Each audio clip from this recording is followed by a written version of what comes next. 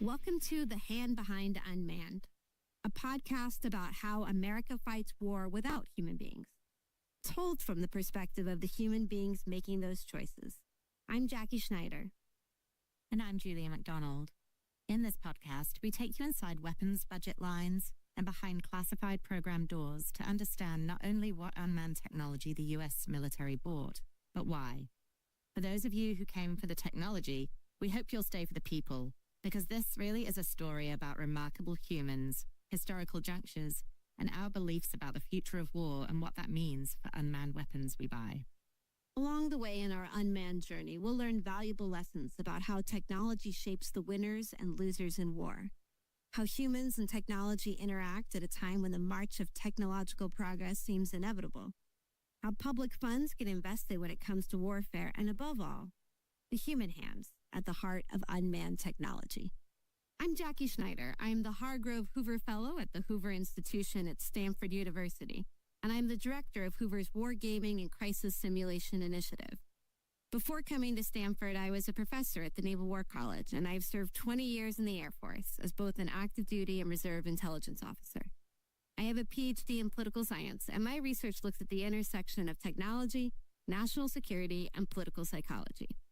I'm Julia McDonald. I'm a research professor at the University of Denver's Corbell School of International Studies, and I'm also Director of Research and Engagement at the Asian New Zealand Foundation in Wellington, New Zealand. Along the way, I've served in a variety of roles in the New Zealand government, focused on defence and national security.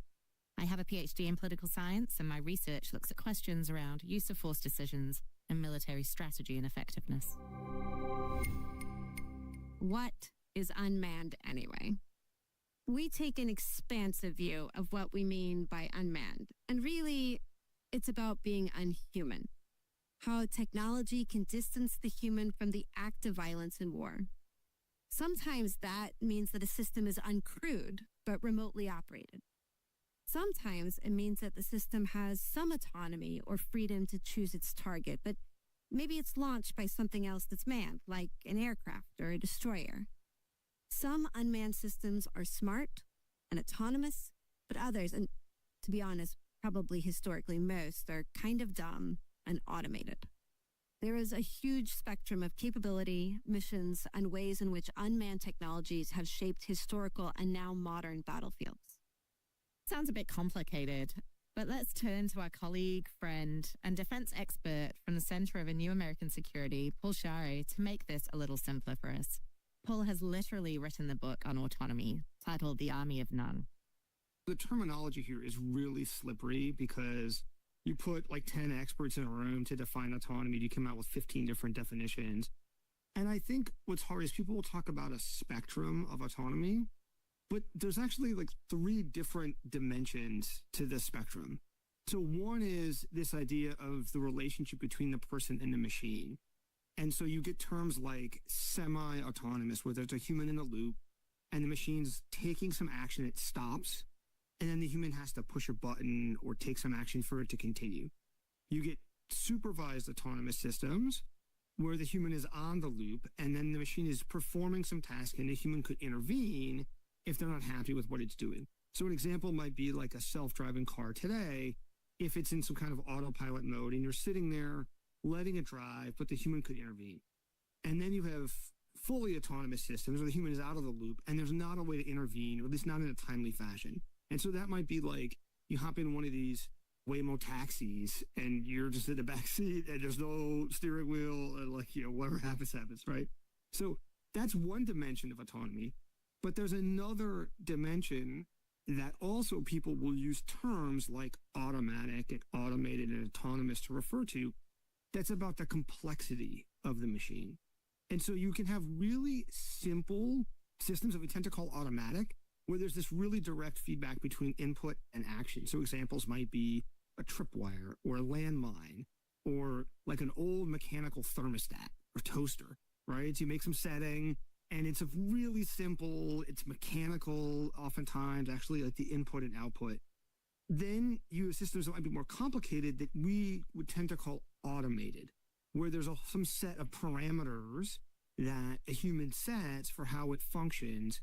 An example there might be like a programmable thermostat, where based on the times of days, this is what actions it's going to perform. Then people use terms like automated to refer to something that is more sophisticated, that might be goal-oriented. And so there's a goal that this system is trying to achieve. So an example might be with a self-driving car. Okay, the goal is the destination. And it's taking input from the environment. It's making decisions about how to drive to get there. And you can imagine, like, that's different than some very simple pre-programmed car that just drives straight forward, for 100 meters and then turns right and then drives a certain amount of distance. That's going to work on a closed track. But these differences are really slippery in practice. So sometimes people will say, like, well, we're going to build this thing and it's autonomous. And then they build it, and then they can now see the inner workings of what it does. And people will say, well, is it autonomous? Maybe it's just automated. And so I think, like, those are different concepts in some ways, right? And it's useful to use the terms, but it's also maybe not like a really hard and fast definition. And I think that's important when we think about, whether it's inside the DoD or internationally, things like regulating kind of some of these systems. Like, some of these terms are easier to define and pin systems down. And then the third dimension that's really important is just, what is it doing? Like, what is the task that you're having the machine do? And that's critically important. So you look at like a top-of-the-line automobile today, and they have features like intelligent cruise control and automatic braking and self-parking, different tasks that start to get automated, or you could say the machine is autonomous to do that task, right? And that's true in the military space too, right? So you have fire and forget missiles that can maneuver their way to the target, but the human still chooses the target. Think about a targeting cycle in military operations. Which task are we automating, or which task are we making autonomous, is really critically important. So let's talk about like a lock-on after launch homing missile, right, that's launched from an aircraft. So you launch this missile, the pilot is launching it at something, at an enemy target, but it's not wire-guided, it's not being remotely controlled once it's launched. And so on one level, you might say the missile is fully autonomous once it's launched. And that's a fair way to characterize it. You're not going to recall that, you don't have any control over it. But is it finding its own targets? Is it deciding in some grander sense which targets to go after? No, it's being launched at something in particular. And so when you think about sort of the scope of its autonomy, it's relatively narrow. And some of this gets a little bit technical. So it depends on things like, okay, when does the seeker turn on? Is it turning on before launch, and then the pilot is able to lock onto a target?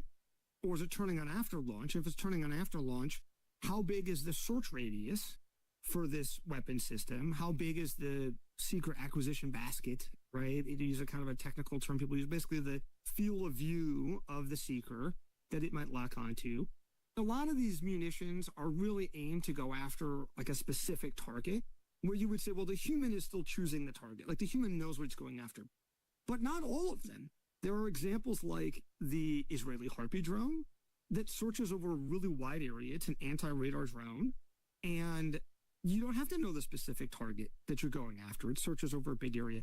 In the 80s, the U.S. Navy had a missile called the Tomahawk anti-ship cruise missile, the TASM, that would do this. You sort of launch it over the horizon in the general direction of Soviet ships, and it was cued by some kind of naval aviation asset, an ISR asset that would say, okay, we know there are ships here, but the time delay was such that by the time the missile got there, the ships were going to move during this really big search pattern.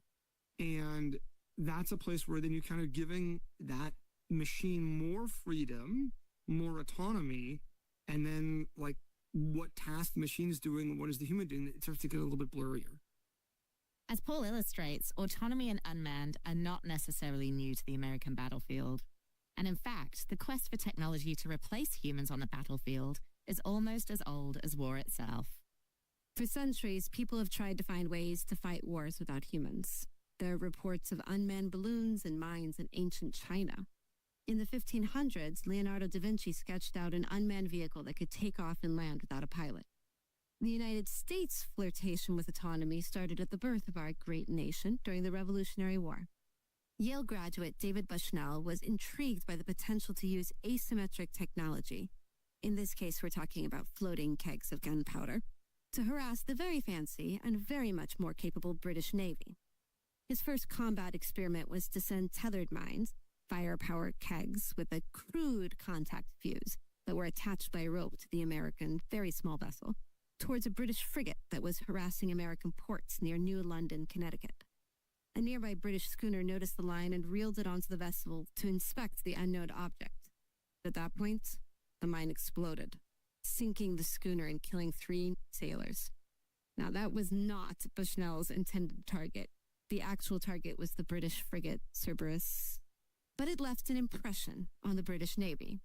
The captain of the British frigate wrote back to England, "The ingenuity of these people is singular in their secret modes of mischief." Bushnell and the Americans would continue their mischief in the waters off of New Jersey when Bushnell sent 40 floating mines down the Delaware River, trying to sink the British ships anchored in Philadelphia Harbor. The kegs were more or less duds. None of them hit any British vessels, but they caused widespread panic, and for a full day, the impressive British Navy expended their guns on anything floating in the harbor. Was it a resounding success for the Americans? No. But it did make the great British Navy look a bit ridiculous, and it became a rallying cry for those mischievous Americans, which they then captured in song. These kegs now hold the rebels bold, have the tinkled heritage, and bring them down to attack the submarine of daring. The U.S. would once again try its hand with mines, both in the water and on land, during the Civil War. Confederate generals, in particular one General James Rains, laid mines in both ground and naval campaigns in order to combat a far better equipped Union military. Coincidentally, or maybe not, General Rains had previously experimented with landmines during the Seminole Wars, hiding shells under the bodies of dead soldiers, but disastrous results. In one particularly gruesome episode, an American landmine set up by a possum drew American soldiers out of their fort, only to be attacked by a waiting group of Seminole Indians. The Union military wasn't pleased with Rains' use of landmines, but to be fair, nor was all of the Confederate military leadership. But the North begrudgingly began to adopt landmines as they moved into Southern territory. Union General Tecumseh Sherman wrote in June 1864, "I now decide that the use of the torpedo is justifiable in war in the advance of an army. But after the adversary has gained the country by fair, warlike means, then the case changes entirely. The use of torpedoes and blowing up our cars in the road after they are in our possession is simply malicious." I think this is an important time to pause, because at the end of the 19th century, technology began to catch up to the imagination of these warfighters. Whereas before, if you wanted unmanned, you had to accept that removing the human via technology would come with very little control, and therefore a very high chance of both failure and fratricide. But moving into the 20th century, technological advances in radio, gyroscopes, and other electronic guidance mechanisms opened up a world of possibilities for unmanned technology. In particular, these turn of the 20th century technological innovations ushered in a golden age for the torpedo, or self-propelled guided naval mines. Let's turn to Dr. Kate Epstein, Associate Professor of History at Rutgers-Camden, whose book Torpedo tells the story of the rise of the technology in the late 19th century into World War I. There's kind of this well-known race, you get a more powerful gun, you get more powerful armor, you then get an even more powerful gun, even more powerful armor, and so on. But actually, the gun and the torpedo were in a competition as well. And the stakes of it were really like, would the capital ship, the battleship, and the battle cruiser kind of remain viable ways of kind of projecting combat power on the world's oceans? The great thing about a torpedo is you only really need one hit from it to potentially sink a ship, whereas chances are you're going to need multiple hits from a gun. So the basic competition is really basically about range. How far can you expect to make a certain percentage of hits at? How you define what's an acceptable percentage of hits or an acceptable probability of hitting is a subjective judgment. It's not like there's some platonic form of here's the percentage of hits you need to make. But basically, every time the torpedo's range got longer, the more important it became for ships to be able to hit with their guns. In many ways, the end of the 19th century and beginning of the 20th century looks a lot like today. It was a time of technological and political uncertainty, where these militaries had to make a decision about what unmanned they were going to buy, but it had big effects on the manned force structure. That was like, to me, one of the kind of shocks of writing the book. I always thought that like tactics were fairly straightforward and it was strategy that it was the hard part.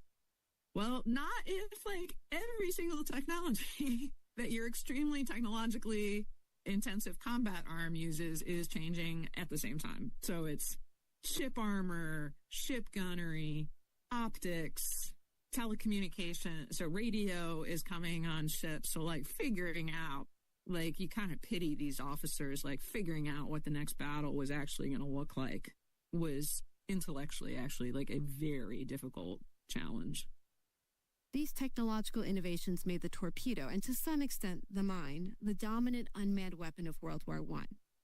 But it wasn't the U.S. that was leaning into these technologies. It was the Germans whose submarine U-boats launched an unrestricted campaign against Allied shipping and combat vessels throughout the Atlantic. It was a German torpedo that sunk the American ship Lusitania, killing over 1,000 and drawing the U.S. officially into World War I. In total, German and Austro-Hungarian U-boats equipped with torpedoes sank almost 5,000 merchant ships during World War I, killing approximately 15,000 Allied sailors. It was a gruesome war, a war in which unmanned technology, torpedoes, to some extent naval mines, and very crude landmines dug into the Western Front created cruel and enormous losses of life. And it wasn't how the U.S. wanted to fight the next war, which could help to explain why, despite experimentation between World War I and World War II, the U.S. Navy largely shuttered its mine and torpedo industries. Faced with declining defense budgets, the Navy moved the munitions to the bottom of their priority lists, behind the new aircraft, submarines, and carriers the service was clamoring for. That left the Navy in a game of catch-up when World War II began. As Robert Gannon, author of Hellions of the Deep, The Development of American Torpedoes in World War II, dryly noted, the Navy was left with a tiny dribble of beautifully crafted torpedoes, barely less erratic than their World War I forefathers, produced by an organization corpulent, sluggish, and not so much consciously resistant to change as physically and emotionally unable to. But maybe it's not really the Navy that dropped the ball. Maybe what makes torpedoes and mines less interesting is that there's something new on the scene. Air power may have made a timid debut in World War I, but it was a full-blown teenager by World War II, anxious to show its independence and impact on the modern battlefields. It had mixed success. It was the Japanese, not the Americans, that launched perhaps the most ambitious use of unmanned aerial systems during the war. Between 1944 and 1945, the Japanese launched 9,300 explosive-laden balloons, of which 361 eventually arrived in North America. But the United States was not far behind the Japanese. The U.S. Navy employed a squadron of unmanned aircraft in the Pacific. The Army Air Force also sent a handful of unmanned bombers against targets in Germany, and both services used drones so heavily for targeting practice that a British invention, the OQ-2 radio plane, became the world's first mass-produced drone. In all this experimentation, there were some serious duds. No doubt because even the new developments in radar and electronic transmissions couldn't overcome the extraordinary difficulty of controlling these systems, especially in war. One of the best examples of these failed experiments was Operation Aphrodite, in which unmanned B-17s were stripped down of any armor and equipped with twice the firepower of a normal B-17. Unfortunately, the unmanned B-17 couldn't take off safely on its own, and so the plane required a pilot and co-pilot to take off from inside the cockpit. They would then transfer control to the mothership and parachute from what was, at that point, a B-17 drone. It was a complicated and dangerous concept. In the end, Operation Aphrodite and the Navy version Anvil included only 14 missions. 4 crew members were killed, including the older brother of future President John F. Kennedy, and none of the drones ever successfully bombed their targets. The program was terminated, but General Spaatz ordered that a few of the platforms be left, displayed, ostensibly ready to launch, in order to leave in the minds of the Germans the threat of robot attacks. So we're going to stop here and fast forward now through a few decades and multiple wars to the 21st century, when Predator and Reaper drones became household names thanks to the War on Terror. And now, 2 decades later, over the skies of Ukraine, soldiers are sending thousands of small, cheap drones to spy, attack, and resupply the lines of what has become a dug-in war of very human attrition. It's what happens in those decades and through those wars that will be the subject of the rest of this podcast. But first, let's take a second to talk about how we can understand those investments over the next half a century. I think what our quick montage through unmanned history shows is that the U.S. arsenal of drones and remotely piloted aircraft didn't come about from some sort of predetermined linear pathway, getting more and more advanced as time went on.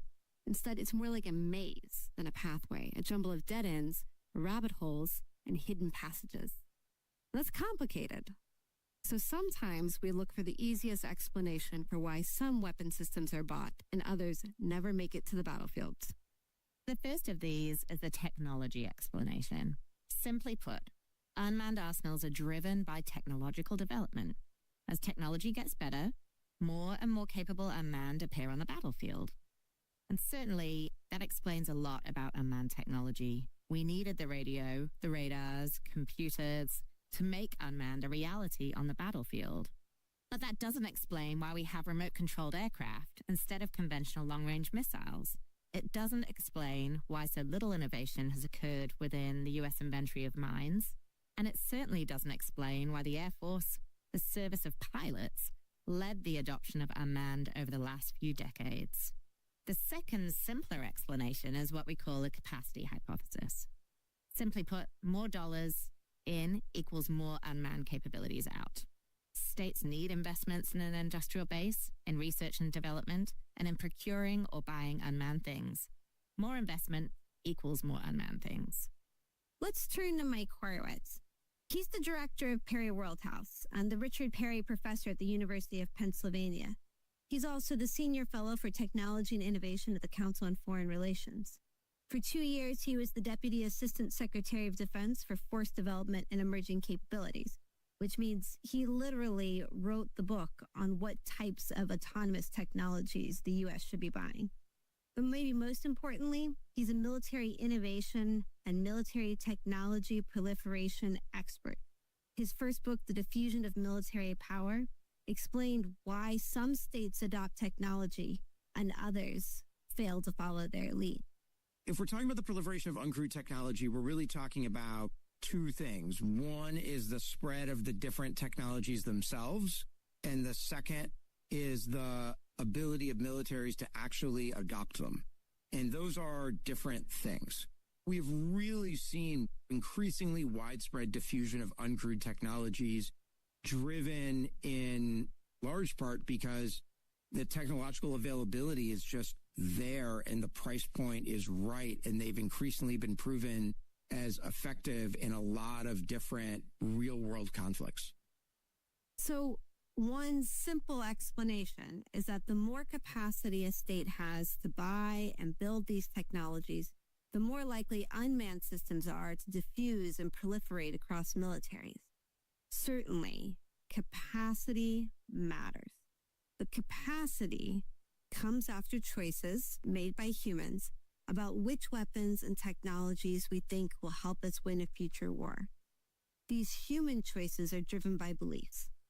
Beliefs about what wars we will have to fight and how technology will shape those wars.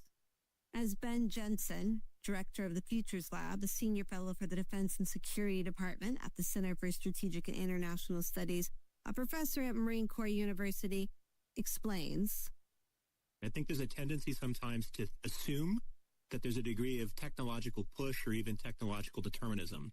But all of a sudden, gadgets fall from the sky and antiquated warriors fumble with them and then start to change how they fight. But most of my journey has found the exact opposite.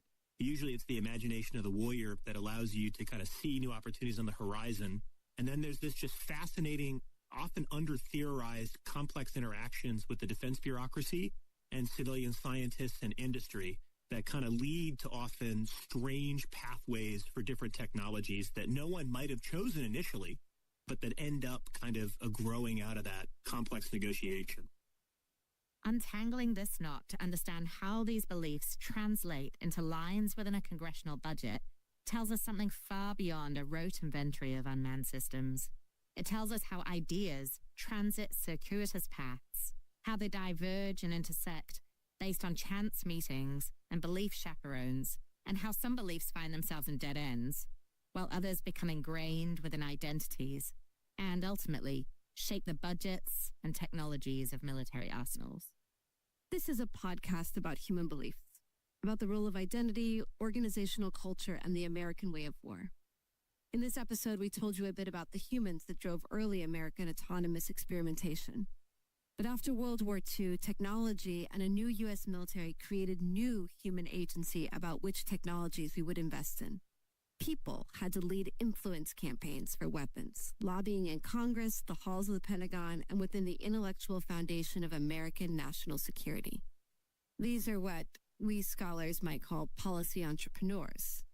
But they're the true influencers, influencing the biggest choices about what the U.S. buys. Really, this is their story. As we've seen in this episode, even as technology makes it more and more possible to fight wars without human beings, humans have had a constant, complex, and fascinating role to play. Humans don't just design the technologies, also decide whether they'll be built, bought, and used. They say yes to bad technologies and say no to great ones. Sometimes emotions and pre-existing beliefs get in the way, and sometimes those same beliefs allow them to make truly revolutionary choices about American military effectiveness. The way people and organizations think about technology, that is, the beliefs that they hold about them, are crucial to understanding their use and proliferation. People and institutions cultivate, adopt, and then champion these beliefs to build support for certain weapons within the political system. When shocks occur, like a war or a political crisis, windows of opportunity open for these actors to push forward their ideas, navigating budget cycles and attempting to make their preferred policies stick. So you may have been with us at the beginning for a story about technology, but this is a story just as much about the invisible human hand as it is about unmanned technology. Making that human hand more visible in the saga of unmanned technology reveals something about how states choose the ways in which they fight wars. It helps us to better understand the relationship between human nature, organizations, states, and the conduct of war. In the next few episodes, we'll see the role of beliefs and identity play out across U.S. history. We'll start with the beginning of the nuclear age. We'll move to Vietnam and the end of the Cold War, introduce you to a post-Cold War American military, the Gulf War, and 20 years of a war on terror. In our last episode, we'll look to the future and explore how wars in Ukraine, Israel, and the Red Sea may influence the trajectory of the U.S. unmanned arsenal. Will it be an arsenal of exquisite drones and long-range precision, or will the coffers be filled with quadcopters and small, attritable systems? Start the journey with us in episode 2. I'm Julia. And I'm Jackie. This is the Hand Behind Unmanned podcast. If you liked it, buy the book. It's by Oxford University Press and available on Amazon. Thanks for listening.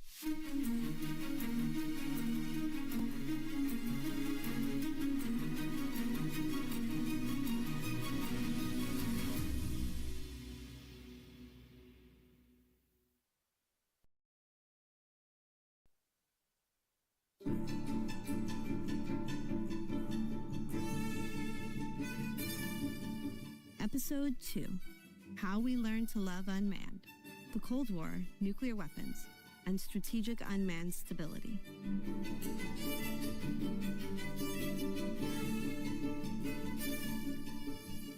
It was 1945, and the world had changed forever. The United States had just secured Allied victory in World War II, and the world had just witnessed the first use of a terrifying weapon called the atomic bomb. The war was over, but General Hap Arnold was already thinking about the next war. Legend has it that General Arnold declared, "We have just won a war with a lot of heroes flying around in planes. The next war may be fought with airplanes with no men in them at all. Take everything you've learned about aviation and war and throw it out of the window, and let's go to work on tomorrow's aviation. It will be different from anything the world has ever seen. General Arnold had just finished commanding pilots as they bombed Europe and Japan and would go on to lead the new U.S. Air Force. He came from a tribe that was intensely proud of the pilots slipping the surly bonds of Earth. Yet here he was, predicting that one day soon, there would be no pilot at all.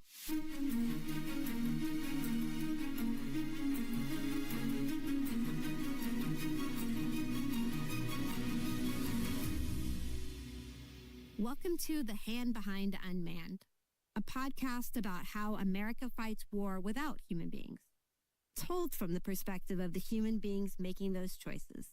I'm Jackie Schneider. And I'm Julia MacDonald. In this podcast, we take you inside weapons budget lines and behind classified program doors to understand not only what unmanned technology the US military bought, but why. For those of you who came for the technology, we hope you'll stay for the people, because this really is a story about remarkable humans, historical junctures, and our beliefs about the future of war and what that means for unmanned weapons we buy. Along the way in our unmanned journey, we'll learn valuable lessons about how technology shapes the winners and losers in war, how humans and technology interact at a time when the march of technological progress seems inevitable, how public funds get invested when it comes to warfare, and above all, the human hands at the heart of unmanned technology. We pick up the story of America's autonomous arsenal in a post-World War II United States. There is a simmering tension with our previous ally, the Soviet Union, and the U.S. is jousting with the socialist state to rebuild the international order.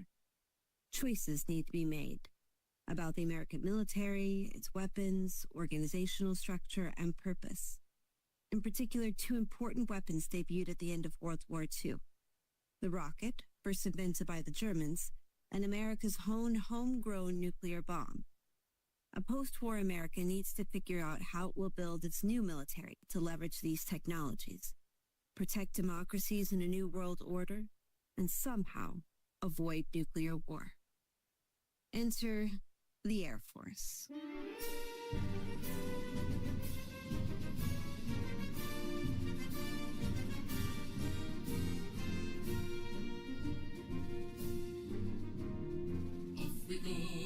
Into the wild blue yonder, climbing high into the sun.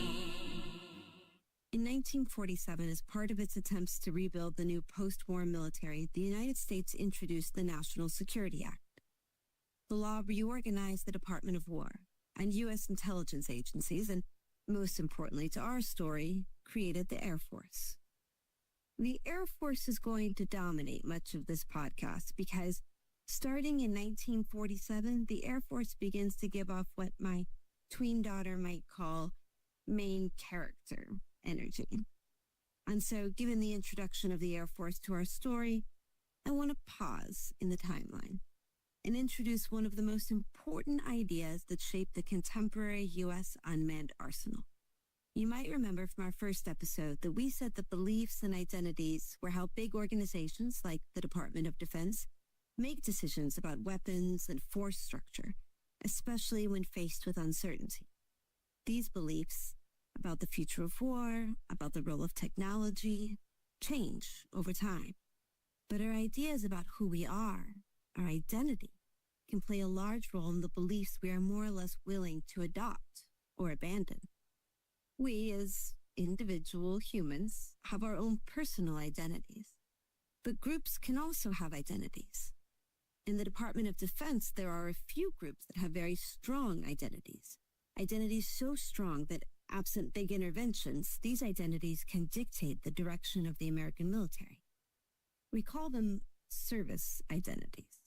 So what are the services, and what are their unique identities?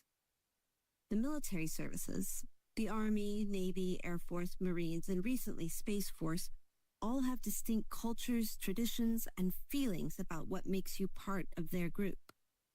If you've seen a Go Navy Beat Army bumper sticker on a car, or heard Marines say, "Oorah," you've gotten a glimpse into how defining these identities can be. But service identities are more than just football or Marine grunting.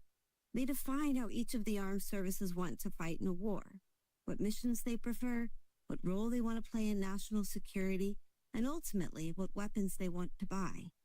When a weapon fits a service's identity, it's more likely to have advocates within the service and to survive the vicious Pentagon budget wars. When a weapon doesn't fit into a service identity, or worse, seems to threaten a core identity, it needs an outside advocate. Civilians in the Secretary of Defense's office, members of Congress, or a president. Ideally, all three of these actors, in order to keep it alive. Thomas Macon, a professor at Johns Hopkins, has written extensively about military innovation, and he explains a bit about how these identities and organizational politics shape the larger Department of Defense. Fundamentally, organizations are meant not to innovate. It's there in the name, organization, right? Organizations are there to organize, to provide regular delivery of capability. Organizations are not designed to innovate. So we shouldn't expect organizations to all of a sudden do something that's alien to their nature and innovate. What are the organizations in the Department of Defense? I think sometimes people don't understand that, like, there's the DoD, and they think about the Pentagon. Really, there's a lot of sub-organizations inside there. The services have the responsibility to organize, train, and equip. And they also, as part of that, equip, they procure, they develop doctrine, and then those service doctrines, those service capabilities are combined by combatant commanders into other kind of capability packages. And then even, I would say, for some of the services, it's about communities within the service. You have different tribes, different organizations within particular services that have really loud voices. So for the Army, it's not just the Army, but it's the various combat branches of the Army. Infantry, artillery, armor, cavalry, aviation. For the Navy, it's not just about the Navy. It's about surface warfare, subsurface, aviation. For the Air Force, it's about the fighter community, the bomber community. For the first part of the Air Force's existence, from 1947 to 1974, every Air Force Chief of Staff was a bomber pilot. Since then, with one, now I think two exceptions, every Air Force Chief of Staff has been a fighter pilot. I think that tells you all you need to know about the shift in the balance of power within one particular service. To be completely transparent, I have lived and breathed the Air Force identity. Not only did I serve in the Air Force, but my great-grandfather was in the Army Air Force. Both my grandparents served in the Air Force. My uncle, husband, and cousins are all Air Force pilots. My dad used to sing me the Air Force song as a lullaby, which I, in turn, sang to my children at night. So it shouldn't be a surprise to you that I know the Air Force identity well. For the Air Force, this is a service built around the airplane and the love of flight, where technology is core to identity. As military strategist Cara Builder described the Air Force in his Cold War-era book, The Masks of War, the bond is not an institution, but the love of flying machines and flight. Technology and air power may be the Air Force's core identity, but concern for service autonomy and survival is the Air Force's core insecurity. That desire for survival means that the Air Force is willing to sacrifice some of its identity to take control of capabilities and missions that ensure the service's survival. But it also means that the Air Force is uniquely poised to mold and evolve technology for wars of strategic air power. In contrast to the Air Force is the Army. First to fight for the right and to build the nation's might, and the Army goes rolling along. The Army's identity is defined by pride in its people and its long tradition of service, which means it's less interested in fancy new technologies, but instead on manpower and that relationship with the American citizenry. It is probably the service most willing to adopt joint campaigns and joint technologies, though generally they would prefer to invest in technologies to support their belief that wars are intrinsically won by boots on the ground. The Navy, also one of the two oldest services, derives its identity from tradition and a deep belief in its own institutions, the most important of which is independent command at sea.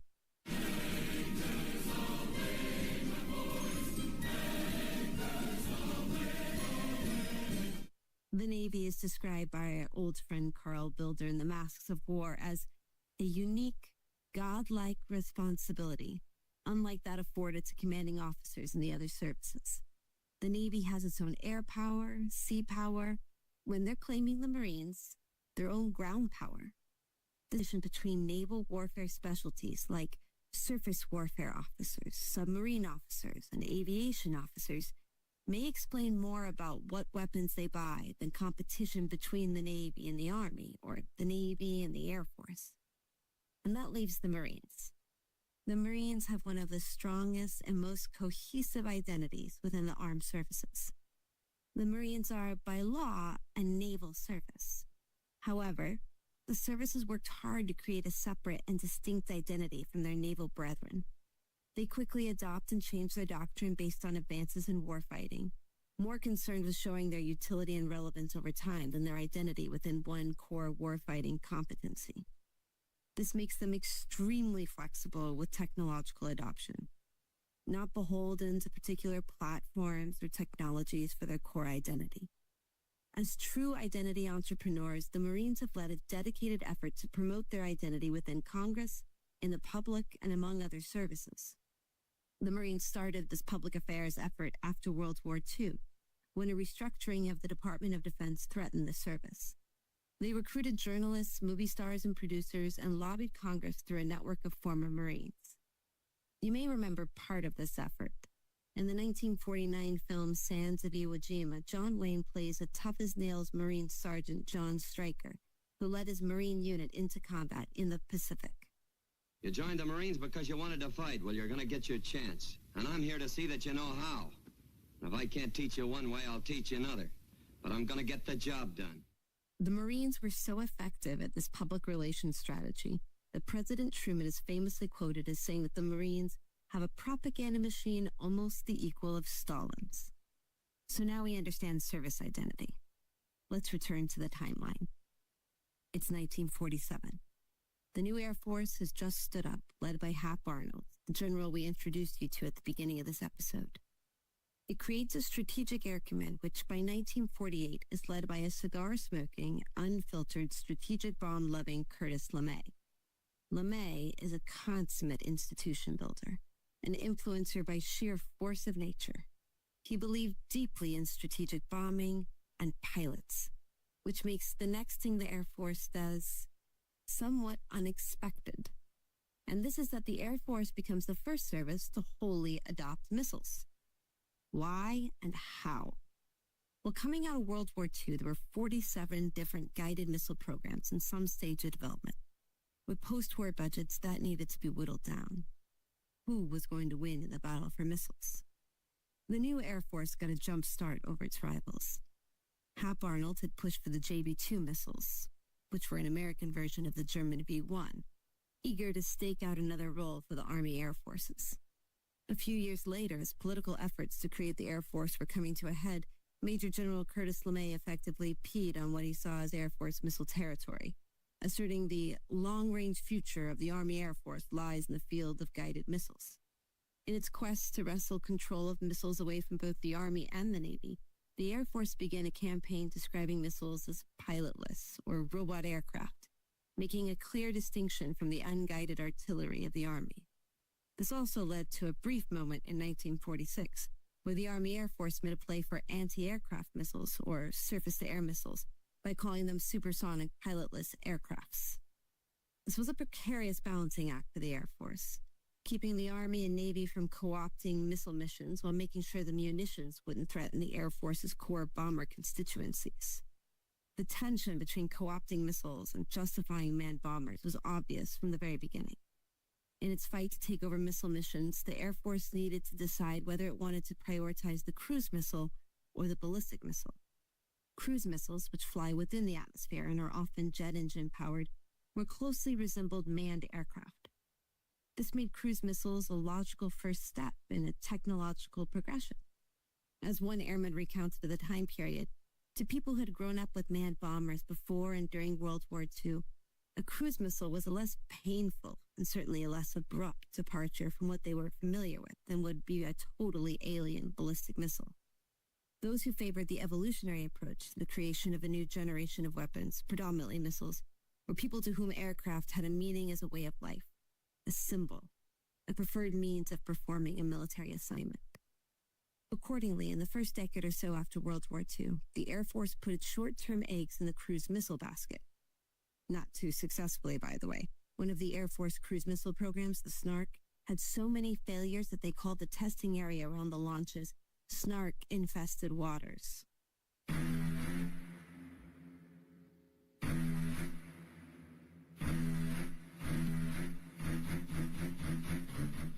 That changed, however, not long after the debut of the Air Force. The dominant organization within the Air Force, Strategic Air Command, worried that cruise missiles, which looked similar to manned aircraft, threatened Air Force long-range manned bomber aspirations. So the Air Force changed their focus and opted instead to invest in the fundamentally different ballistic missiles, but with caveats. The Air Force needed to win control of missiles from the other services, but not at the expense of manned bombers. Good evening. I hope you'll excuse all this, but I've been taking some time off from my job to look into something important to all of us that seems to be pretty well confused. What I mean is missiles, high-performance airplanes. Why do we have so many? Why do we need both? That was Jimmy Stewart, from a 1957 public affairs promotion created by the Air Force. And it demonstrates the tightrope the Air Force had to walk by arguing for missiles as strategic air power, but at the same time asserting that the new ballistic missile guidance systems were too crude to provide the accuracy to completely replace the manned bomber. This was a bit of a chicken and egg argument, as Air Force leadership worried that missiles would threaten their manned bomber force, invested little in missile guidance systems until the advent of the hydrogen bomb made ballistic missiles far more strategically useful. As late as 1953, the vice commander of the Strategic Air Command wrote that regardless of the missile program, it is the opinion of this headquarters that the continued advance in the art of manned flight to high altitudes and long ranges should be at all times a priority objective. It took civilian intervention, first from President Eisenhower's famous Solarium Commission, and then from senior civilians in Air Force research and development to create a new protected entity within the Air Force, focused solely on developing ballistic missiles and led by a former German citizen, Bernard Schriever. But none of this would have happened if it wasn't for the Soviet Union and the Sputnik moment. So let's leave this here for now, and we'll come back to it after we visit the Navy and the Army for a bit. Initially, the Navy's ballistic missile development was a joint endeavor with the Army. However, an early test of liquid propellant intermediate-range ballistic missiles on a mock aircraft carrier led to a catastrophic damage to the carrier, and soured the Navy on joint ballistic missile development. It also forced them to focus their attention to the alternative, cruise missiles. For the Navy, early investment in cruise missiles represented not so much an embrace of the technology as a deep distrust of the alternative. This led to the Regulus, the Navy's ship and submarine launched cruise missile, which was deployed from 1955 to 1964. But ballistic missiles weren't dead in the water. Remember earlier when we talked about identity? I mentioned that the Navy is driven much more by competition within its service than competition with the other armed services. In the post-World War II U.S. Navy, the aircraft carrier reigned supreme. That was a bit of a problem for Navy missiles, because the cruise missile was too big to be carried by the existing inventory of carrier aircraft, which meant that cruise missiles were assigned primarily to submarines, tasked with nuclear deterrence patrols. But the submarine community was changing its focus, and in no small part because the Navy now had its own unmanned influencer, submariner Hyman Rickover, a dogged advocate for the nuclear-powered submarine who refused to take a no, going around his immediate leadership and straight to Nimitz. Along the way, his leadership style made a fair share of enemies within the Navy. Isn't that what the military is about, working within a system? My job was not to work within a system. My job was to get things done and make this country strong. Rickover wanted a nuclear-powered submarine, but the platform needed a mission. And the new ballistic missiles, with their promise of nuclear deterrence, seemed like an appropriate fit for Rickover's vision of a nuclear Navy. The Navy was still smarting from the Jupiter missile, its liquid-propelled experiments. The answer was the solid propellant submarine-launched Polaris missile. Together, the Polaris ballistic missile and Rickover's nuclear-propelled submarines offered a potentially invulnerable nuclear strike option, solidifying Rickover's influence over the Cold War Navy and the future of ballistic missiles within the Navy. Rickover's success with the Polaris ballistic missile also lit a fire in the Air Force's missile program. Not for the last time, the Air Force responded to the Navy's unmanned innovation with an all-out influence campaign and a recharge of its own technological development. The Air Force responded with a new nuclear strategy to target the Soviet Union's nuclear arsenal and began to genuinely invest in ballistic missiles as a response to Navy success. Rickover's advocacy for ballistic missiles on nuclear-powered submarines was another reminder of how these distinct military service identities affected the type of weapons leaders pushed for. For Rickover, ballistic missiles were a means toward an end for his vision of submarine warfare. Another leader in his place, a Navy pilot or a surface warfare officer, might have made totally different choices and changed the future of unmanned weapons at sea for decades.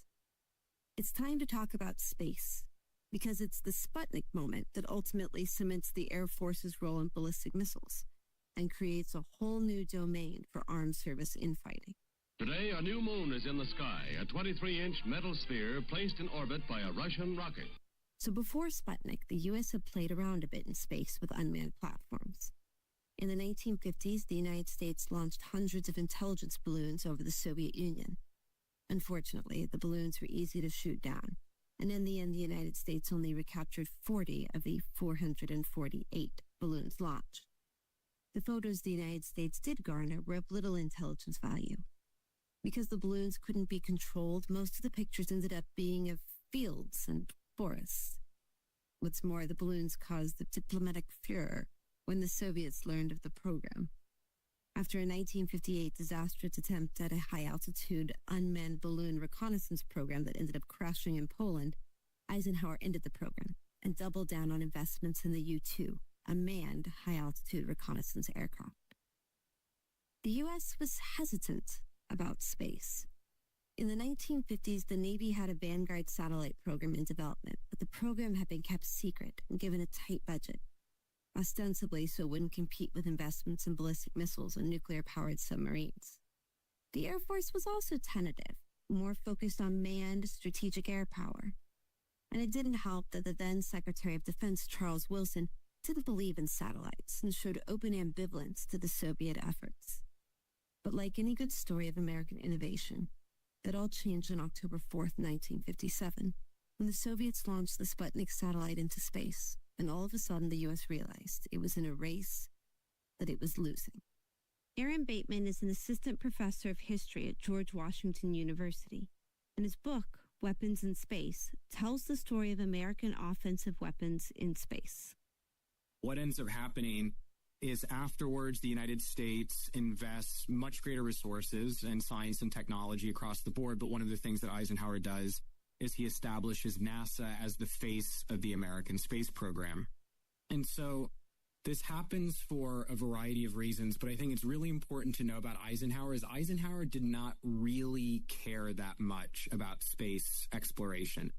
But what he was concerned about is that there needed to be some kind of international political regime that viewed satellite reconnaissance, or at the very least overflight from space, as a legitimate activity. And he really worried about having the military as the public face of the American space program. And so what ends up happening between the establishment of NASA in 1958, the establishment of the National Reconnaissance Office in September of 1961, is that you really have the development of three American space programs. You have the civilian program primarily under NASA, you have the military program under the Department of Defense, and then you have the intelligence space program under the National Reconnaissance Office that lives very uncomfortably between the national intelligence community and the Department of Defense. Eisenhower was really concerned that if you have the military as the public face of the American space program, that it's going to give it a much more aggressive militaristic image. And one of the things that he did was he really restrained some of the more, I would say, outlandish aspirations of the military services for all kinds of offensive capabilities in space that also weren't really of great military utility at that time. The Air Force may have lost space to the civilian NRO, but the Sputnik moment galvanized ballistic missile development in the Air Force. Congress and the President infused the Air Force's ballistic missile program with cash. The budget for the weapons went from $3 million in 1954 to $2.15 billion in 1958. Maybe more importantly, an enterprising Air Force General, Bernard Schriever, focused on process and production, leading to the Atlas missile program and its descendant, the Titan, which sprinted forward technologically as congressional and executive pushes ensured a solid budget allocation. Support no doubt spurred by the Soviet Sputnik moment. Here's General Schriever from a 1992 oral history, recounting how President Eisenhower protected him as he cut through Air Force bureaucracy and kept the ballistic missile program a top budget priority, even in an administration that was fiscally conservative. General Eisenhower, President Eisenhower, he certainly didn't want to spend money on obsolete systems, which in the military sometimes are hang on to for far too long. But he certainly understood technology and the importance of it and the importance of introducing it into the inventory of the military at the earliest possible date. And this was such new technology. And for the first time, it really threatened the United States of America. And, I mean, it was a real threat. We had never, our shores had never been threatened before anywhere close to like that. So the funding, while he was bent on a balanced budget, we were given priority funding-wise. And I can say that we didn't get a blank check, but we certainly were funded adequately, and we did achieve our target dates, incidentally. In just a few short years, Schriever pushed Atlas and Titan past their Army competitors and cemented the Air Force's control over both intercontinental ballistic missiles and the shorter-range, intermediate-range ballistic missiles. This was good news for the Air Force's overall budget, as fears that the Soviets were leading the United States in missile and space development ultimately drove Eisenhower's Scientific Advisory Committee to recommend an increase in IRBMs from 60 to 240 systems, and an increase in ICBMs from 80 to 600. So what's the Army doing during all this Air Force, Navy, missile jousting? The Army started off promisingly with the Redstone Arsenal, which featured the first missile used in an American nuclear test. Additionally, the Army's Jupiter intermediate-range ballistic missiles, the program the Navy abandoned, outperformed the Air Force competitor, the Thor.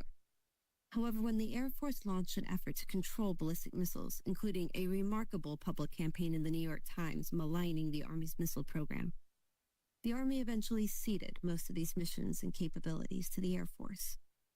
The Jupiter intermediate-range ballistic missiles were ultimately fielded by the Air Force and decommissioned shortly after.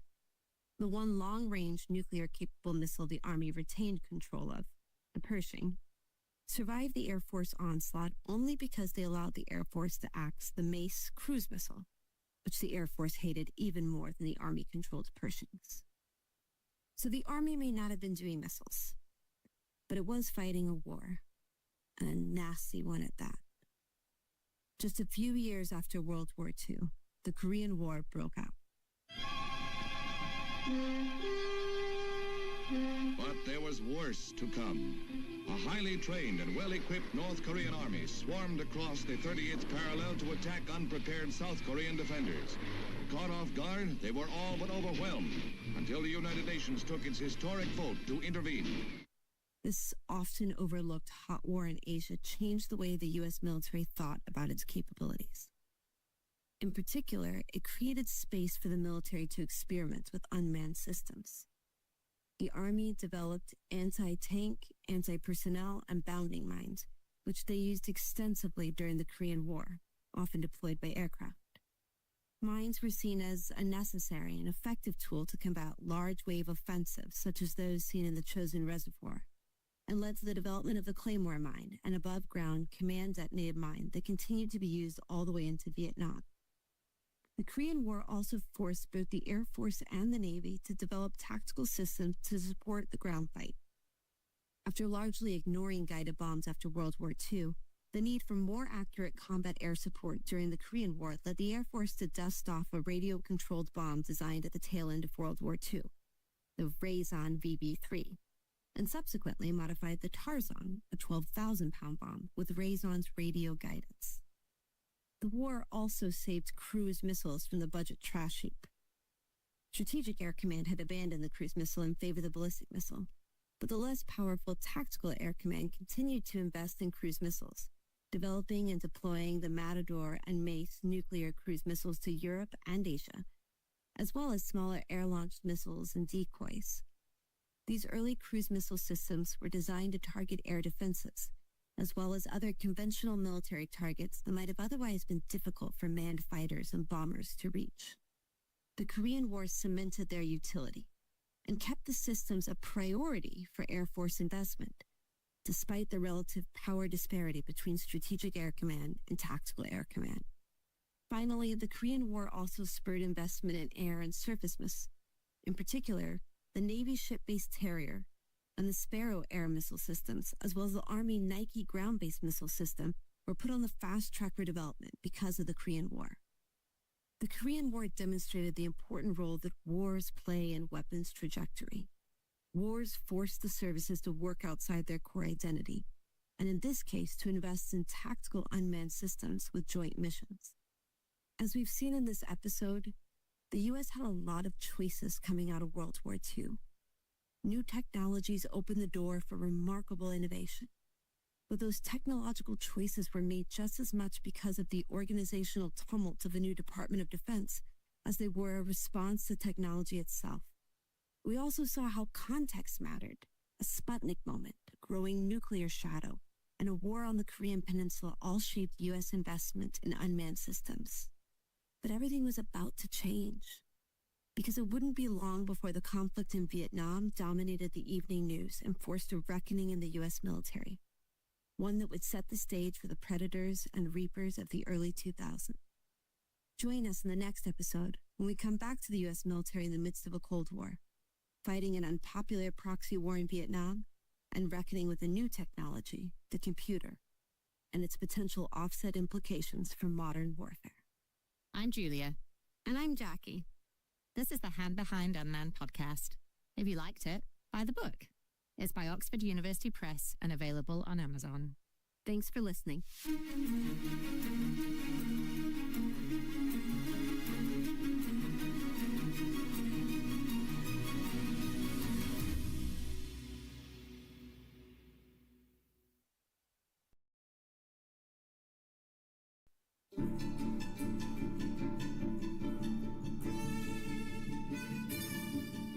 Episode 3, Air-Land Unmanned Battle, Vietnam to the Fall of the Wall.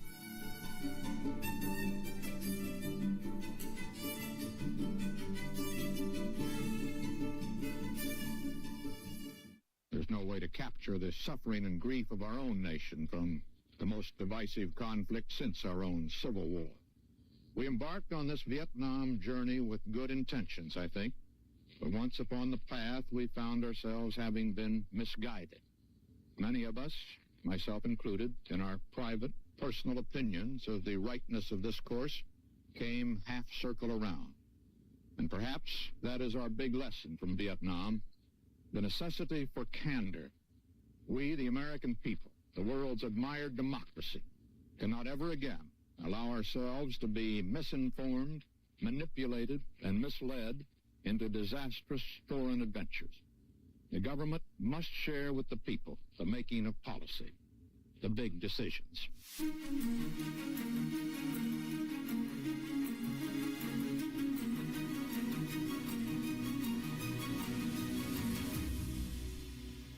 Welcome to The Hand Behind Unmanned, a podcast about how America fights war without human beings, told from the perspective of the human beings making those choices. I'm Jackie Schneider. And I'm Julia MacDonald. In this podcast, we take you inside weapons budget lines and behind classified program doors to understand not only what unmanned technology the US military bought, but why. For those of you who came for the technology, we hope you'll stay for the people, because this really is a story about remarkable humans, historical junctures, and our beliefs about the future of war and what that means for unmanned weapons we buy. Along the way in our unmanned journey, we'll learn valuable lessons about how technology shapes the winners and losers in war, how humans and technology interact at a time when the march of technological progress seems inevitable, how public funds get invested when it comes to warfare, and above all, the human hands at the heart of unmanned technology. In the last episode, we talked about military service identities and examined how the distinct cultures and interests of the Army, Air Force, and Navy affected the way each one thought about buying and using unmanned technology during the Cold War. In this episode, we're going to delve into the related roles of beliefs, a key factor in explaining how we got the unmanned force of today. Many individuals in the military services and other parts of the defense establishment brought specific beliefs about military technology to the table that often became more important than the details and characteristics of the technology itself. Today, I'm going to focus on one belief that emerged organically in the waning days of Vietnam and shaped a cadre of officers who went on to develop doctrine, plans, and campaigns for the Department of Defense over the following 30 years. This group of individuals brought to unmanned development a deep and ingrained belief that strategic success was tied not only to tactical success, but also to the military's ability to win wars without losing public approval. From this belief came a drive for unmanned technology to protect the U.S. Armed Forces and mitigate the effect of public casualty aversion. Whereas previously unmanned systems, mines, large warhead missiles and bombs, and even kamikaze drones had been designed to create advantages in wars of attrition, these new systems were focused on avoiding, opting into, or getting stuck in those very wars. This would be a remarkably sticky trajectory for unmanned use, in which remotely piloted, large airframes would end up dominating the battlefield. First, what is this casualty aversion belief and how does it relate to military technology? In very simple terms, this is the view that U.S. public support for war is sensitive to U.S. casualties, that as casualties go up, public support for war goes down. In democracies where public support matters to elected officials, politicians pay attention to levels of support and will go to great lengths to protect U.S. forces, including by supporting investment in military technologies that mitigate risk to U.S. lives and also to innocent civilians. In essence, it is the belief that all things being equal, the public wants to avoid its soldiers dying on the battlefield, and that political leaders pay attention and make choices based on that public sentiment. Casualty aversion, or the desire to protect U.S. forces from harm, wasn't new to Vietnam. Public opinion about casualties has influenced U.S. decision-makers since the advent of the American military and can certainly be seen during the World Wars. This is Peter Feaver, Professor of Political Science and Public Policy at Duke University and an expert in civil-military relations. It turns out that some myths emerged over the decades about the public's attitudes towards casualties.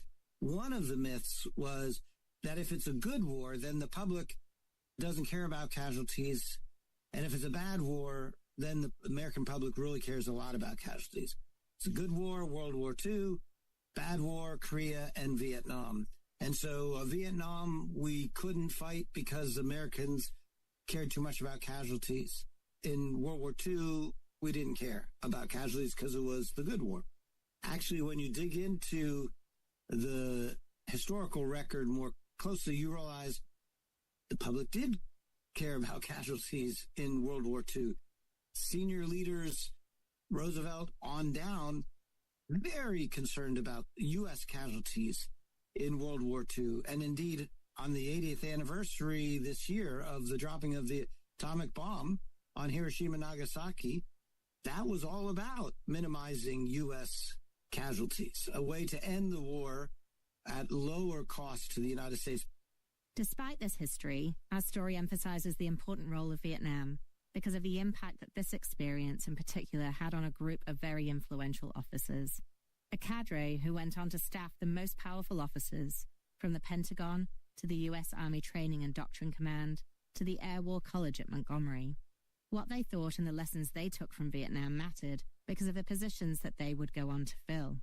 Moreover, the beliefs that these officers took away from Vietnam fundamentally differed from a generation of officers before them. The generals that led Vietnam campaigns, leaders like Abrams and Westmoreland, had a very different belief about how America won wars. They saw U.S. victories in Europe, Japan, and to some extent Korea, and believed that the American way of winning wars was to demonstrate the will of the American people to create and to sustain enemy loss at a higher rate than friendly casualties. For these leaders, friendly loss was an intervening variable in the ultimate strategic success, but not the primary determinant. Technology's primary role was not to defend or protect the force, but instead to create mass amounts of firepower to increase the ratio of enemy to friendly loss. While Abrams and Westmoreland may have believed in the strategic advantage of attrition campaigns over time, the politicians defending their decision to commit American personnel lives in Vietnam were not as convinced that the United States could stomach the friendly losses required to win against the North Vietnamese. Though there was support for the war in its early stages as part of a policy of containment and to stem the tide of communism in Asia, this quickly changed as U.S. military and civilian deaths mounted. The televised nature of the war had a big impact on U.S. public opinion. It was the first time that the American public was able to viscerally experience the realities of combat while sitting in the comfort of their living rooms, with journalists embedded on the front lines reporting back daily to the American people. American soldiers hiking their way through the sweaty jungles of South Vietnam, searching for an elusive enemy. The temperature is almost 100 degrees, and the jungle stifles even the tiniest breeze. The going is slow. There could be a North Vietnamese regiment hiding a few yards away, and no one would see it. Nobody talks, so you start thinking. Specialist 4 Dwayne Boer is thinking he's going to meet his fiancée in Honolulu in 2 weeks, and he will show her the silver star the general pinned on him yesterday. DeValle is the lone medic in the platoon. He's scared from the moment he gets out of the chopper to the moment it picks him up. Scared that someday he's going to get killed picking up a wounded buddy. The day after Johnson announced he wouldn't run for re-election, he reflected on the impact of television on public opinion of the war and of his presidency. He said, "I thought of the many times each week when television brings the war into the American home," adding, "Historians must only guess at the effect that television would have had during earlier conflicts on the future of this nation. During the Korean War, for example, at that time when our forces were pushed back there to Busan, or World War II, the Battle of the Bulge, or when our men were slugging it out in Europe, or when most of our Air Force was shot down that day in June 1942 off Australia." American military officers were especially wary of how the television coverage of Vietnam affected the American public, and blamed the reporting for much of the loss of public support for the war. Westmoreland repeatedly blamed the media for slanted coverage and, ultimately, for contributing to the U.S. failure in Vietnam. Decades after the Vietnam War, Westmoreland continued to blame Walter Cronkite's pessimistic take on the Tet Offensive for crippling public support and influencing the Johnson administration to adopt less optimal strategies. Here is Walter Cronkite addressing the country in February 1968. For it seems now more certain than ever that the bloody experience of Vietnam is to end in a stalemate. But it is increasingly clear to this reporter that the only rational way out then will be to negotiate, not as victors, but as an honorable people who lived up to their pledge to defend democracy and did the best they could. As early as 1965, President Johnson was looking for technological alternatives to a casualty-heavy strategy and said to his Secretary of Defense, Bob McNamara, "I don't think there's any way, Bob, that through your small planes or helicopters you could spot these people and then radio back and let the planes come in and bomb the hell out of them?" The desire to mitigate risk to U.S. military personnel in Vietnam led to important developments in unmanned technologies on the battlefield. McNamara invested in a weapons program that included anti-infiltration barriers of mines, fencing, and barbed wire, all monitored by a series of unmanned sensors and manned patrols. The barrier had tactical successes, but it couldn't change strategic outcomes. Nevertheless, the experimentation led to one of the first machine integrations of information within a real-time display, a harbinger of later machine learning-enabled operating pictures. As the Vietnam War waged on and Nixon struggled with public opinion about the loss of American lives, his cabinet increasingly looked for technology to substitute for American lives and to minimize civilian casualties. Future Secretary of Defense Bill Perry led the development of an unmanned intelligence, surveillance, and reconnaissance collection outpost for the U.S. Army that eventually evolved into an unmanned aircraft guardrail program. The unmanned system, requested by the Army and the National Security Agency, was developed to solve a fundamental problem for their intelligence collection efforts. Manned listening posts were dangerous, and the Army was losing too many of their intelligence officers. An unmanned listening outpost could substitute equipment for personnel, an inherently less risky choice. This experimentation with unmanned systems in Vietnam was foundational for Perry and influenced his later support for unmanned technologies in the late 1990s. The domestic political situation created by Vietnam was exacerbated by the advent of Soviet surface-to-air missiles, which made American pilots vulnerable to shoot down and capture. This confluence of tactical and political issues opened an aperture for bottom-up experimentation and empowered the Air Force's Tactical Air Command to steer autonomous systems away from their previous strategic focus. Unmanned aircraft flown as decoys and jammers, early laser-guided and inertial navigation bombs, anti-radiation homing missiles, and infrared-guided air-to-air missiles all debuted in Vietnam as technological solutions to tactical problems. Jim Roche, who went on to become Secretary of the Air Force and ultimately armed the MQ-1 Predator, first interacted with unmanned systems in Vietnam with an experimental use of a remote relayed unmanned helicopter and sensor to conduct intelligence, surveillance, and reconnaissance along the Vietnam coast. This memory of the utility of unmanned systems stuck with Roche, as did his experiences as a combat search and rescue helicopter pilot. As he noted, I spent too much time in Vietnam picking up down pilots and crying at night because I couldn't pick up guys that I wanted to pick up. But the future Secretary of the Air Force's Vietnam experience was also showing him how unmanned technology might keep those pilots out of danger. In Vietnam, I did search and rescue up off of Haiphong, and they had another destroyer, be near my destroyer too. It had guns, and I had modern destroyer, but it didn't have as many guns. So I had an old destroyer, which was a shotgun, literally a shotgun. And we were up close, so we saw our own things go to their thing, and the North Vietnamese. North Vietnamese did not have missile drones like we did. Ours were mainly for intelligence. So one of the questions we had was, where were the North Vietnamese keeping their PT boats? That was our problem. And I'll tell you, a little boat that's flying around you is like having a damn gnat around your face. The young Navy officer Roche knew of a solution: unmanned drones that could go places, small places, hidden places, and dangerous places, to find the gnat so the bigger Navy guns could go out and swat the PT boats. The ship gets in that fast, the guns go all over, and you'll have to shoot you on another ship. So we worried about them. Well, one day, the carrier could launch them, and they would come back out to sea, and then pop a parachute, fall in the water at a predetermined point where there were some small boats to pick them up, take them back to the carrier. They fired one, and it went over land in Haiphong, and it got lost. We lost it. I don't know what the hell happened to it. Anyway, and about an hour later, it popped up and it decided to come home. So here it comes home over the water. At first, we don't know. It's still working. And it got to the right spot. It popped this little chute, came down. And it was a good size, hidden under the hospital. So what the North Vietnamese did was they had them hidden, and there was a hospital. We wouldn't buy them a hospital. So we had to wait for them to come out of there. And it got to the point where they just didn't bother us very much after that. So that was the use of an unmanned system. It was not remotely piloted.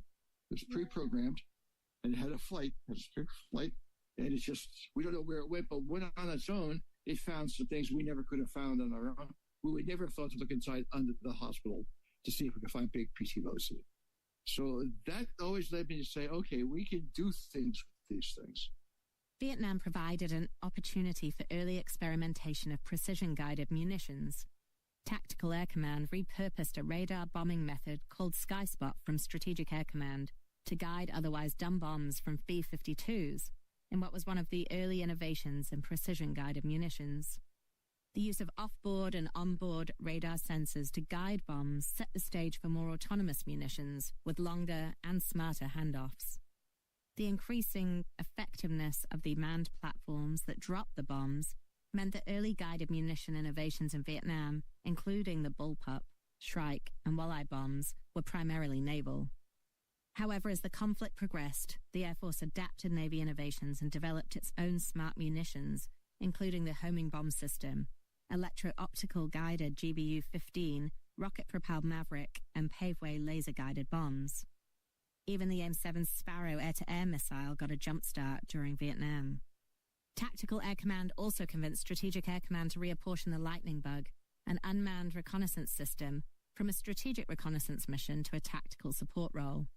The Lightning Bug and later Buffalo Hunter drones flew over 4,000 sorties in Vietnam, serving as bait for manned missions, taking photos of Vietnamese surface-to-air missiles and prison camps, conducting poor weather battle damage assessments, and dropping propaganda leaflets. The drones were useful complements to manned bombing runs, because they were small and flew at low altitudes and high speeds and were hard to detect. Further, the systems were supported by electronic countermeasures and remotely controlled, allowing pilots to maneuver and evade threats. It wasn't full autonomy, but it was a model for remote-controlled, unmanned piloting that adapted well to the tactical airfight. All these systems paved the way for the precision-guided munition revolution that was looming on the horizon. By 1972, with public polls increasingly suggesting the American public was more likely to support bombing over ground campaigns, technology became a key component of Nixon's casualty-sensitive strategy. B-52s equipped with the first high-precision bombs were now able to execute bombing runs from increasingly safe high altitudes. But it wasn't enough. In the end, those technological advancements that mitigated risk to friendlies and took the American GI further from the battlefield were not sufficient to either shore up American public support or to win the war. Here is former Secretary of State John Kerry addressing Congress in 1971 on behalf of the Vietnam Veterans Against the War.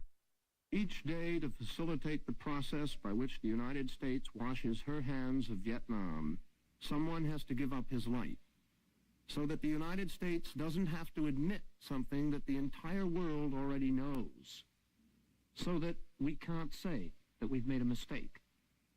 Someone has to die so that President Nixon won't be, and these are his words, the first president to lose a war.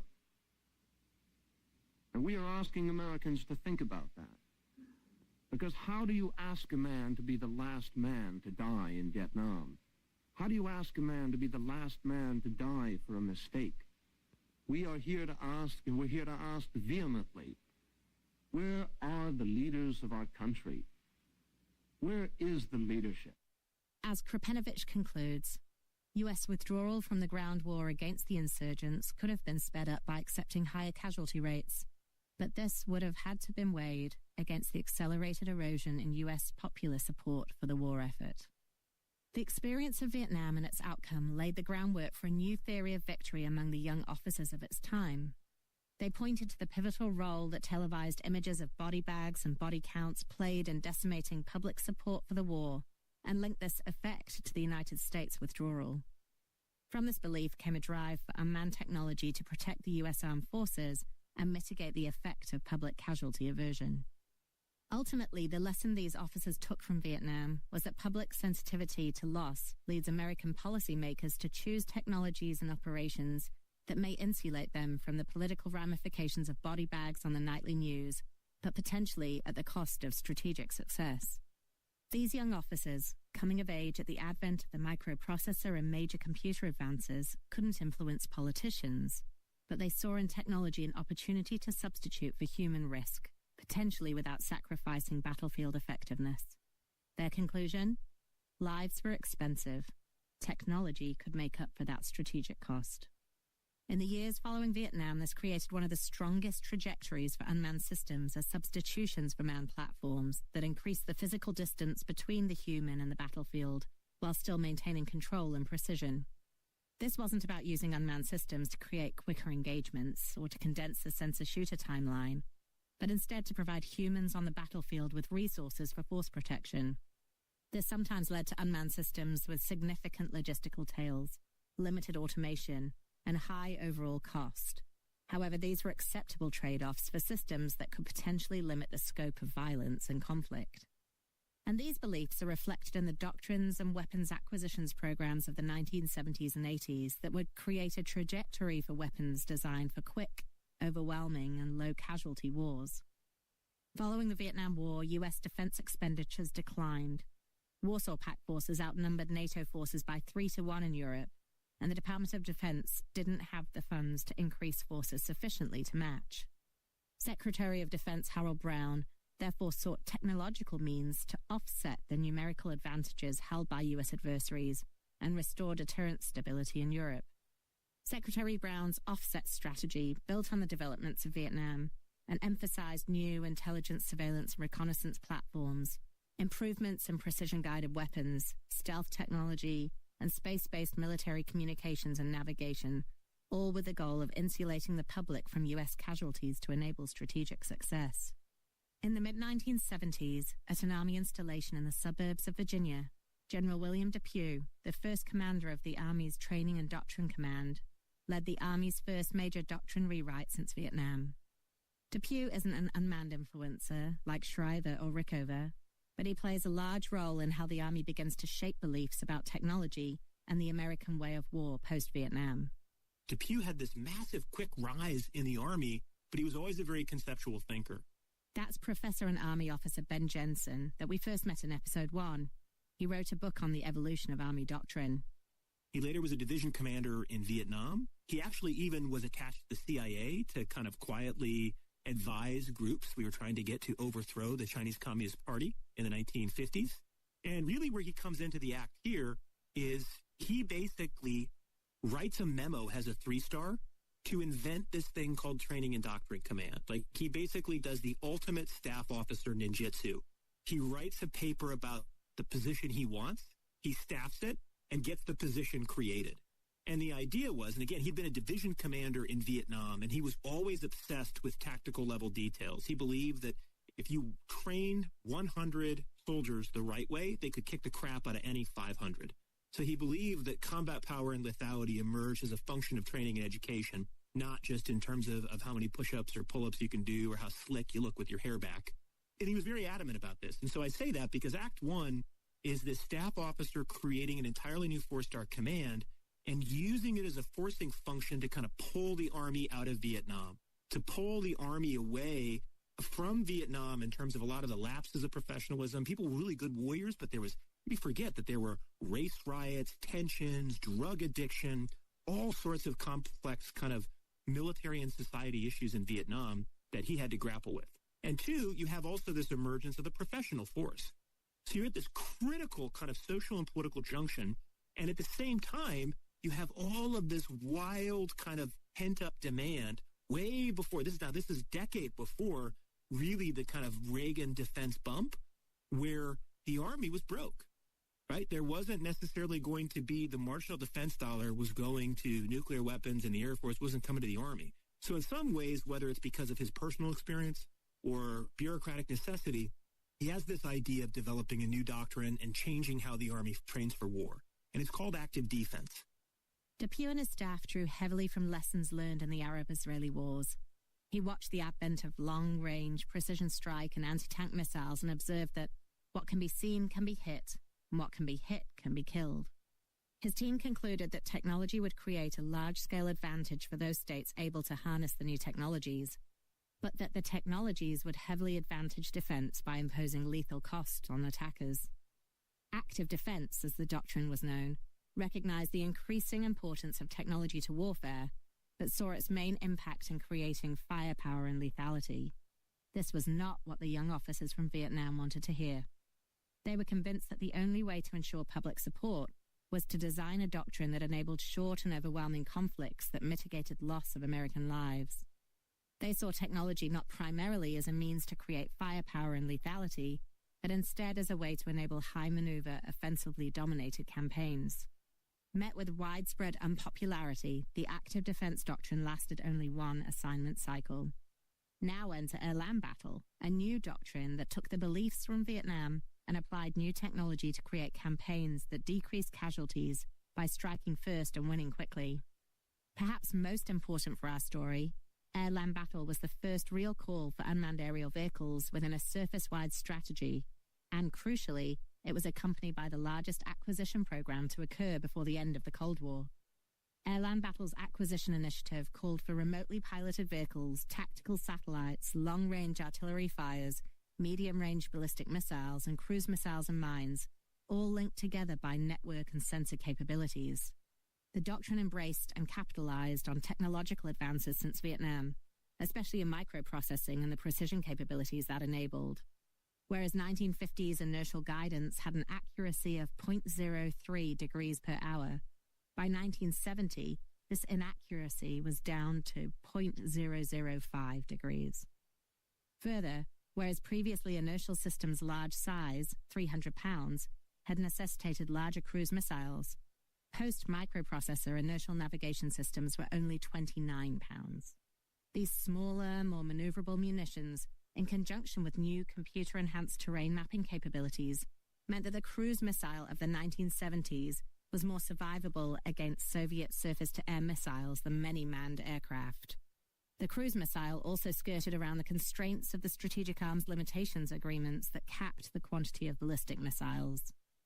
Then Deputy Director of Defense for Research and Engineering William Perry argued that precision strike advances offered the greatest single potential for force multiplication to meet the Soviet threat in Europe because they had the potential for revolutionizing warfare and would greatly advance our ability to deter war without having to compete tank for tank, missile for missile. In short, air-land battle provided the doctrinal transition between the experimentation with unmanned systems in Vietnam and a theory of warfare in the late 1980s and early 1990s.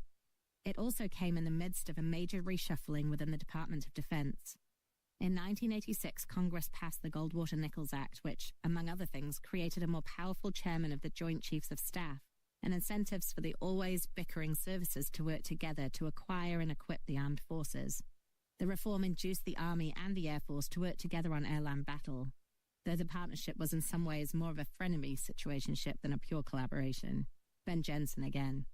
One school of thought is that, basically the Army had a bigger crush on the Air Force than the Air Force had on the Army. So really, the Army kind of thought they were dating the Air Force, but the Air Force was just over them. And I think what you have there is, I don't think it's all reduced to budget politics and bureaucratic maneuvering, but if you look at it from that line, it's in the Air Force's TAC Air Force fighter mafia interest to show a little love to the Army as they're maneuvering versus the kind of bomber mafia. And so I think you could make an argument and go look about how this helps the Air Force then justify certain budget capture, certain type of tails. So it's still part of the Air Force in terms of at least the fighter side, not at all the bomber side, though, in strategic attack. And I think you could probably draw that out to find out why the Army is actually behind on unmanned systems and aerial unmanned systems in that respect compared to, for example, the Marine Corps. And it wasn't just the Army that was interested in unmanned systems. The Navy jumped onto unmanned systems after suffering losses in Lebanon. After Vietnam, the U.S. had remained engaged in conflicts in the Middle East, including a small contingent of Marines on the ground and Navy vessels as part of a multinational peacekeeping coalition in Lebanon. In October 1983, 241 Marines were killed by suicide bomber attacks on the Marine barracks in Beirut. Just a few months later, during a routine air patrol, Syrians shot down 3 Navy aircraft, killing 2 pilots and capturing 1. Decision-makers were desperate for an unmanned alternative. After the loss of the pilots, the Navy and Marines recommended that the Navy acquire the Israeli UAV system, and the U.S. purchased the Pioneer UAV shortly after that. But while the Israelis had used the unmanned aerial vehicles for early warning and detection within manned suppression of enemy air defense packages, then Secretary of Defense Weinberger and the Navy bought the systems chiefly as a replacement for otherwise risky manned reconnaissance missions. These unmanned systems would not be used in the integrated sensor-shooter tactics envisaged by the Israelis, but instead to increase persistent surveillance as a force protection measure for ground and naval troops. They were meant explicitly to decrease the chance of losing a human pilot. In 1984, shortly after the devastating loss of the Marines in Lebanon, Weinberger unveiled a new doctrine. The Weinberger Doctrine detailed 6 criteria for the use of the American military, including that, first, the conflict involved vital national interests of the United States. Second, that troops be committed wholeheartedly and with the clear intention of winning. Third, that there were clearly defined political and military objectives, which then led to 4, adjustments to the size and composition of forces to make sure that the military could accomplish those objectives, and that 5, U.S. troops should not be committed to battle without a reasonable assurance of the support of U.S. public and Congress. Together, all these criteria would lead to number 6, the use of U.S. troops only as a last resort. The Weinberger Doctrine codified the beliefs created by Vietnam into a military directive. The need to maintain public support to ensure strategic success was now an official tenet of the U.S. military. The beliefs that had emerged from the failure in Vietnam would further cascade in the mid-1980s as the young officers of Vietnam stepped into senior leadership roles within the DoD. This new guard of officers were led by a young new chief of staff of the Army, Carl Vuerno, and were determined not to repeat the mistakes of their predecessors, which they saw chiefly as a deficit in the political and public support they needed to win conflict. This view was also espoused from a man who became uniquely powerful in the U.S. military establishment. In 1989, General Colin Powell became the chairman of the Joint Chiefs, an auspicious time to influence the U.S. military given the imminent collapse of the Soviet Union and the recent change in the nature and influence of this position. In a unique way in American history, Powell's beliefs mattered. And for Powell, the belief in American public casualty aversion was strong. As he explained in his memoir, war should be the politics of last resort, and when we go to war, we should have a purpose that our people understand and support. We should mobilize the country's resources to fulfill that mission and then go in to win. In Vietnam, we had entered into a half-hearted half-war, with much of the nation opposed or indifferent, while a small fraction carried the burden. So that brings us to the end of this episode. We've covered a lot of ground from the early years of Vietnam through the 1970s and 80s up to the end of the Cold War. What we've seen is how a belief that emerges from first-hand experience on the battlefields of Vietnam, ultimately about the relationship between the U.S. public and the wars that it sanctions, shapes the thinking, doctrine, and investments in unmanned technologies over subsequent decades. This belief guides investments in unmanned technologies that insulate military forces from risk by substituting unmanned for manned platforms that can be used by an operator and remotely. This isn't about speeding up decisions on the battlefield or reducing the temporal distance between sensor and shooter. It's about creating a physical distance and providing persistence and loiter capabilities so that decisions that decrease the chance of unnecessary loss of life, both friendly and civilian, are optimized. On preventing civilian casualties as well as providing force protection, Peter Fever adds, policymakers over the last 80 years have become more and more attuned to this and the need to reduce civilian casualties as well. And again, the contrast with the battles that were fought 80 years ago in 1945, the firebombing of Tokyo, the bombing of Hiroshima and Nagasaki, huge numbers of civilian casualties that were inflicted so as to save U.S. combat casualties. That trade-off, policymakers today, or up until the Trump administration at least, the American policymakers said, we're not going to do that anymore. So we are going to reduce our own combat casualties and we're going to reduce their civilian casualties.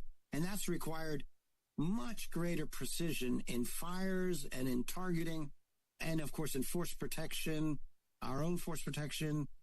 In sum, unmanned technologies provide a technological solution to the constraints decision-makers believe are imposed by the American public's casualty aversion.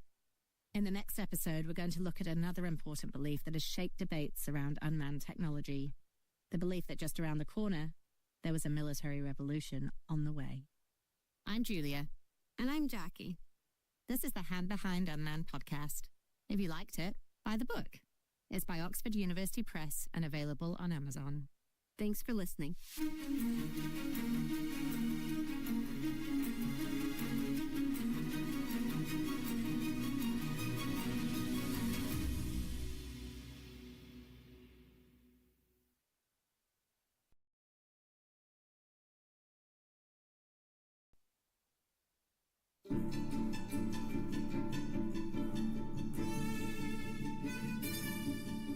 Episode 4, American Primacy and the Information Revolution, setting the scene for the Predator.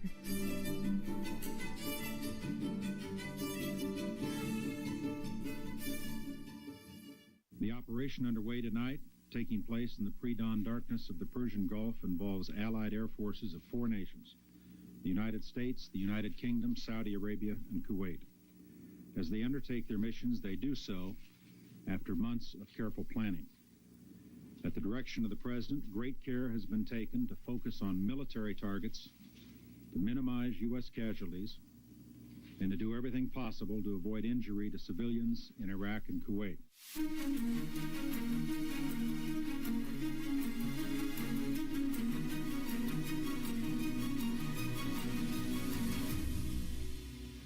Welcome to The Hand Behind Unmanned, a podcast about how America fights war without human beings, told from the perspective of the human beings making those choices.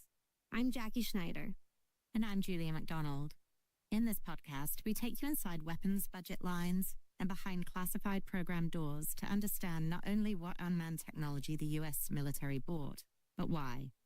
For those of you who came for the technology, we hope you'll stay for the people, because this really is a story about remarkable humans, historical junctures, and our beliefs about the future of war and what that means for unmanned weapons we buy. Along the way in our unmanned journey, we'll learn valuable lessons about how technology shapes the winners and losers in war, how humans and technology interact at a time when the march of technological progress seems inevitable, how public funds get invested when it comes to warfare, and above all, the human hands at the heart of unmanned technology.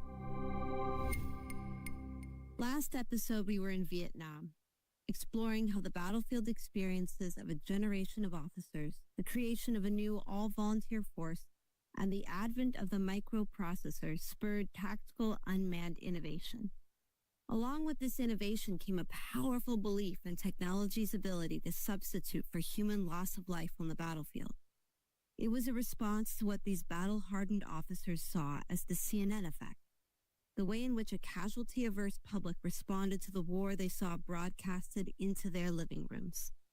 And for the first time, maybe ever, the chimera of unmanned technology that made war less violent, less dangerous, more remote, seemed less like myth and more like a reality just in our grasp.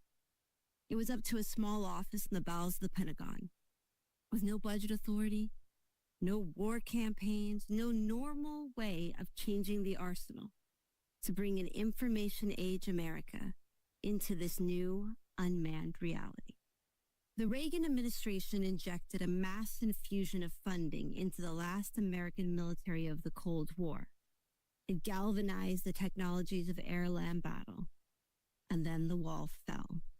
I'm Peter Jennings in New York. Just a short while ago, astonishing news from East Germany, where the East German authorities have said, in essence, that the Berlin Wall doesn't mean anything anymore.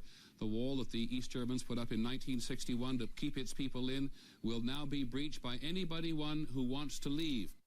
Suddenly, perhaps surprisingly, the U.S. was the global superpower. And all those technologies that the U.S. had built in a world of nuclear competition with the Soviet Union were going to make their debut not in the Fulda Gap, but instead in an Arabian desert. But before we make our way to the Middle East, we need to come back to Northern Virginia before the fall of the Iron Curtain. We need to trace the inner corridors of the Pentagon and stop at an unremarkable door that opens to an office full of unremarkable cubicles and unremarkable furniture that is led by one remarkable person who will introduce the information age U.S. military to a powerful idea about the role of unmanned technology in modern warfare. So what's the idea? Well, simply, it's the belief that sometimes a technology comes around that's so important that it creates a fundamental, even revolutionary shift in military power. Those countries that are able to harness those technologies in society and in their militaries leapfrog technological laggards, creating what we might call a military revolution or a revolution in military affairs. As Dr. Thomas Mencken, scholar and strategist, explains, briefly, the idea of a military revolution is that in some periods of history, new developments of technology, organization, doctrine combine to fundamentally change the character of war. You could think about that in terms of the relationship between firepower and maneuver, offense, defense, space and time. Now, this might be where the contemporary listener thinks, wait, I've heard this before. And yes, you have. We believe, in particular, Dr. Kissinger believed, that the AI revolution is of the scale of the Reformation. But AI is not the first technology to be credited as revolutionary. And contrary to what Eric Schmidt might have said there, historians have identified a series of technological revolutions over the last half a century. From the development of the longbow to the gun, steam, telegraph, railroad, and mechanization. Dr. Andrew begins with the Industrial Revolution around the beginning of the 19th century. There have been several since then. So in the mid-19th century, there's the so-called railroad rifle telegraph revolution, where the electromagnetic spectrum comes into play with the telegraph system.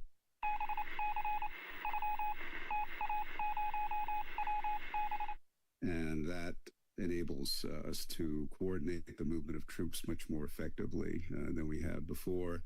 And that combined with the advent of railroads and rifling, which increases weapon accuracy, really improves the capability of military forces.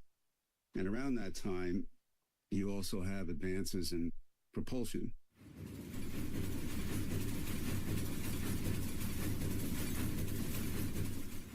The steam engines enable railroads. They also shift dramatically the way that naval ships operate. And so during that period of time, we go from wooden ships to metal ships and from wind propulsion to steam propulsion. And that changes warfare at sea dramatically. Wooden ships really don't stand a chance against these new ironclad ships. Turn of the 20th century, war begins to go undersea with submarines, and it begins to go into the air with aircraft. And of course, they become formidable new weapons of war and, again, enormous boost in military capability over time. There's the so-called mechanization, aviation, radio revolution.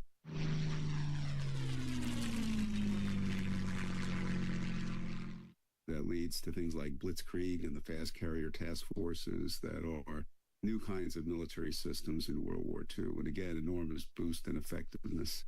Nobody really needs to define the nuclear revolution that occurs at the end of the war. That's sort of stands on its own. So you have these periods where there are these disruptive shifts.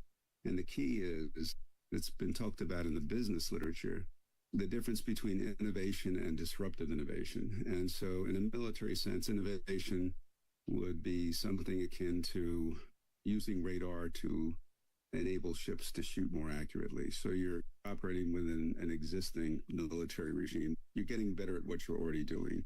And disruptive innovation is essentially doing something very different from what you have been doing in order to realize a large boost in effectiveness. The corollary, of course, is that those who fail to adapt quickly enough to a military revolution will decrease in power, ultimately descending into historical oblivion. Indeed, the idea of a bumbling officer unable to see the impact of new technology on warfare is a constant theme in the military revolution literature. No one wanted to be Field Marshal Haig after World War I and the invention of the machine gun, the tank, and the airplane, still extolling the virtues of the horse for modern combat. Perhaps counterintuitively, what would become a strongly American view of war originated not within American philosophy, but instead with the Soviets, who first crafted the military technical revolution narrative. The Soviets were looking at these missile technologies and early computer sensors showing up in Israel and Arab states, and they saw something special, something that might just look like a new revolution in technology, a revolution they called a reconnaissance strike complex. Thomas Meg. It really was in the context of nuclear weapons that the Soviets first advanced this notion of a revolution in military affairs, or a military technical revolution. So now smash cut to the 1970s, late 1970s, where the U.S. military faces a challenge posed by the Soviet Union and the Warsaw Pact, and the challenge of defending NATO, defending Central Europe and Western Europe against an onslaught by the Warsaw Pact. The U.S. military started to innovate in response to this threat, and they developed air-land battle. They developed a whole generation of precision-guided munitions, deep sensing, new command and control capabilities. The Soviets looked at that, and they started to write about the advent of a new revolution in military affairs, which, again, wasn't the way we were thinking about it at the time, but it's the way the Soviets conceptualized it.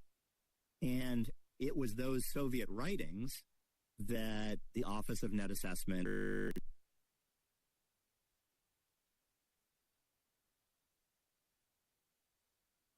began to read and began to pay attention to. Wait here, because we're back in that unremarkable office in the bowels of the Pentagon.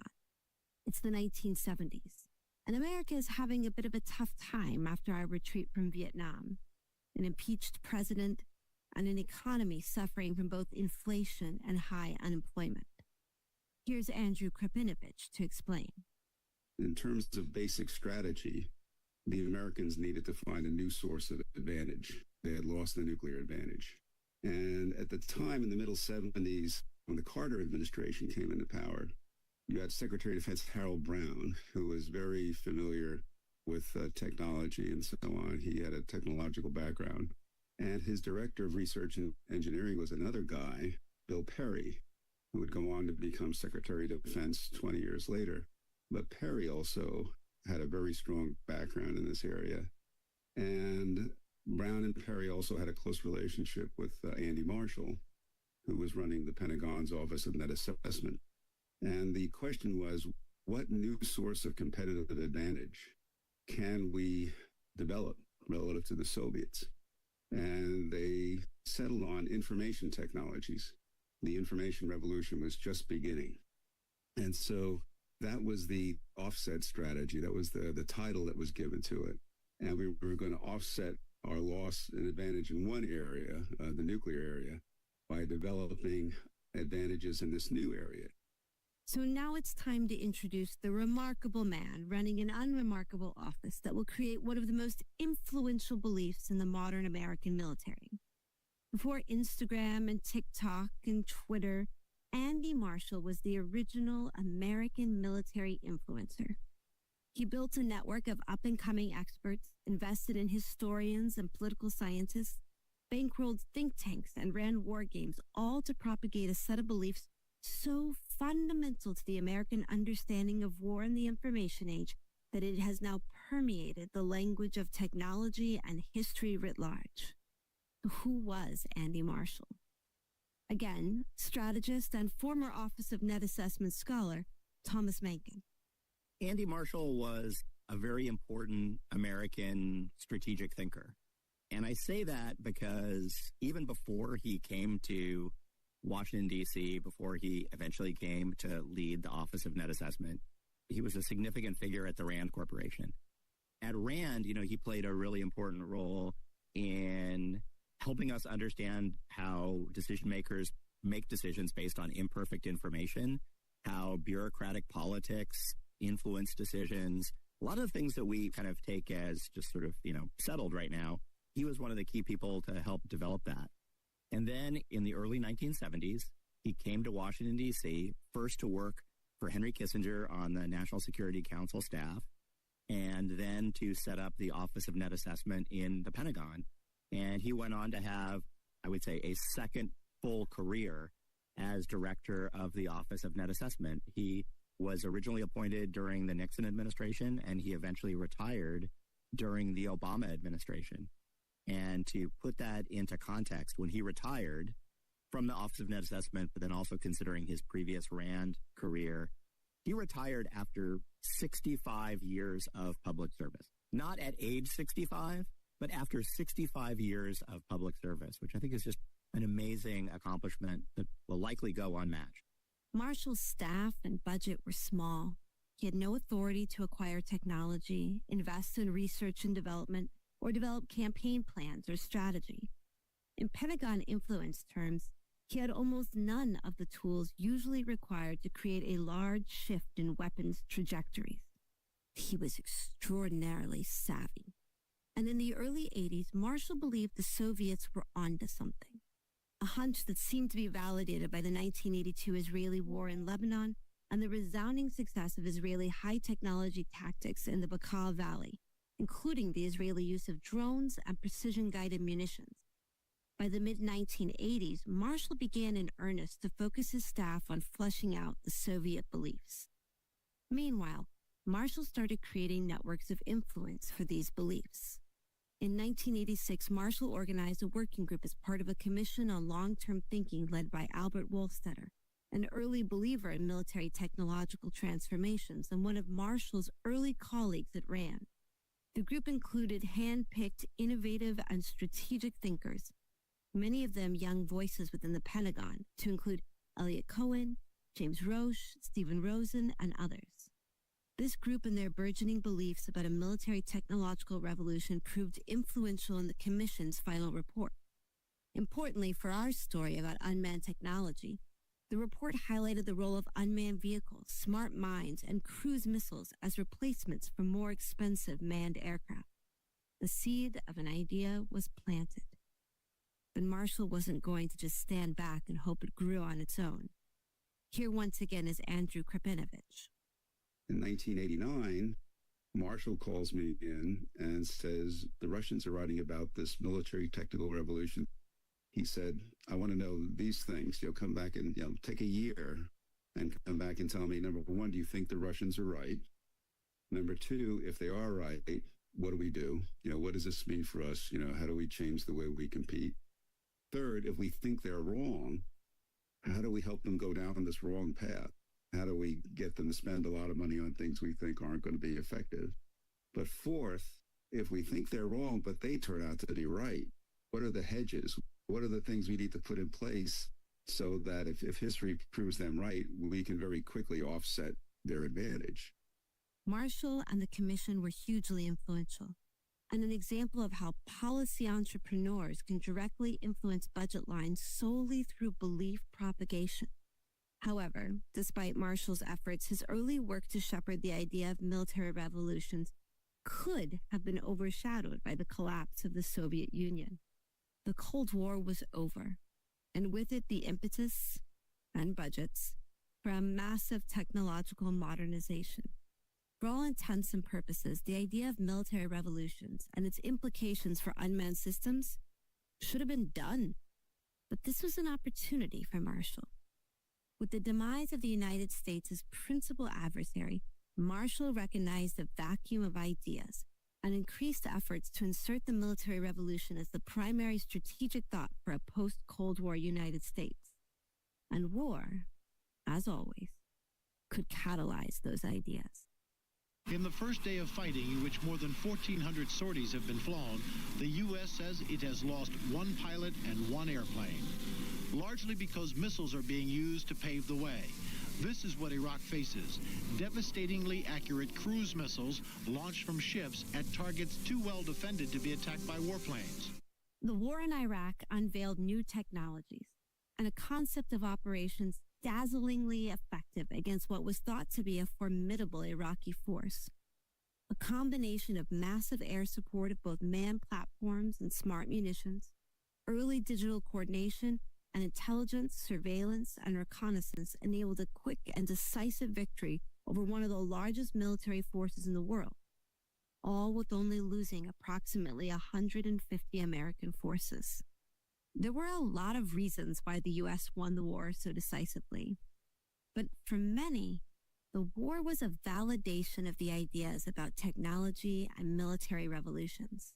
In an after-action report examining the somewhat unexpected success of the war, Dick Cheney, then Secretary of Defense, attributed much to the revolutionary narrative, declaring that the Gulf War demonstrated drastically the new possibilities of what has been called the military technological revolution in warfare, in which precision-guided munitions proved immensely effective. While merely a note in the Department of Defense's report Conduct of War, even the Pioneer UAV was high. And you have, at least in the American terminology, three components, sort of the scouting force, which we would call ISR, information, surveillance and reconnaissance. And then the battle network, the C4, command, control, communications, and computers.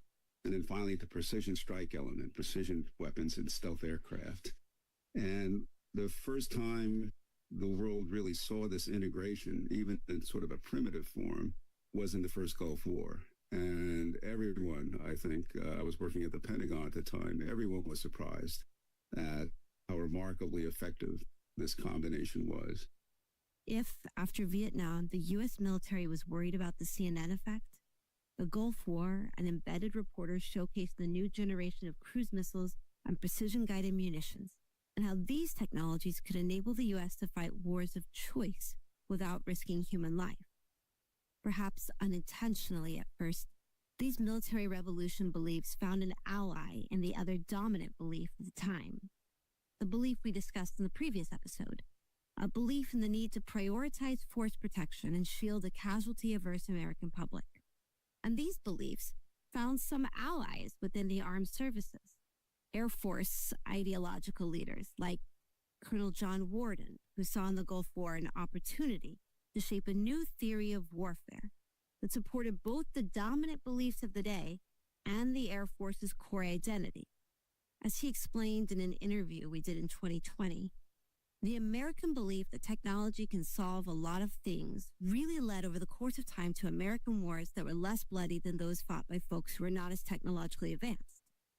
Technology has driven to shorter wars that are less casualty intensive. This was the promise that Andy Marshall was wading into after the Gulf War.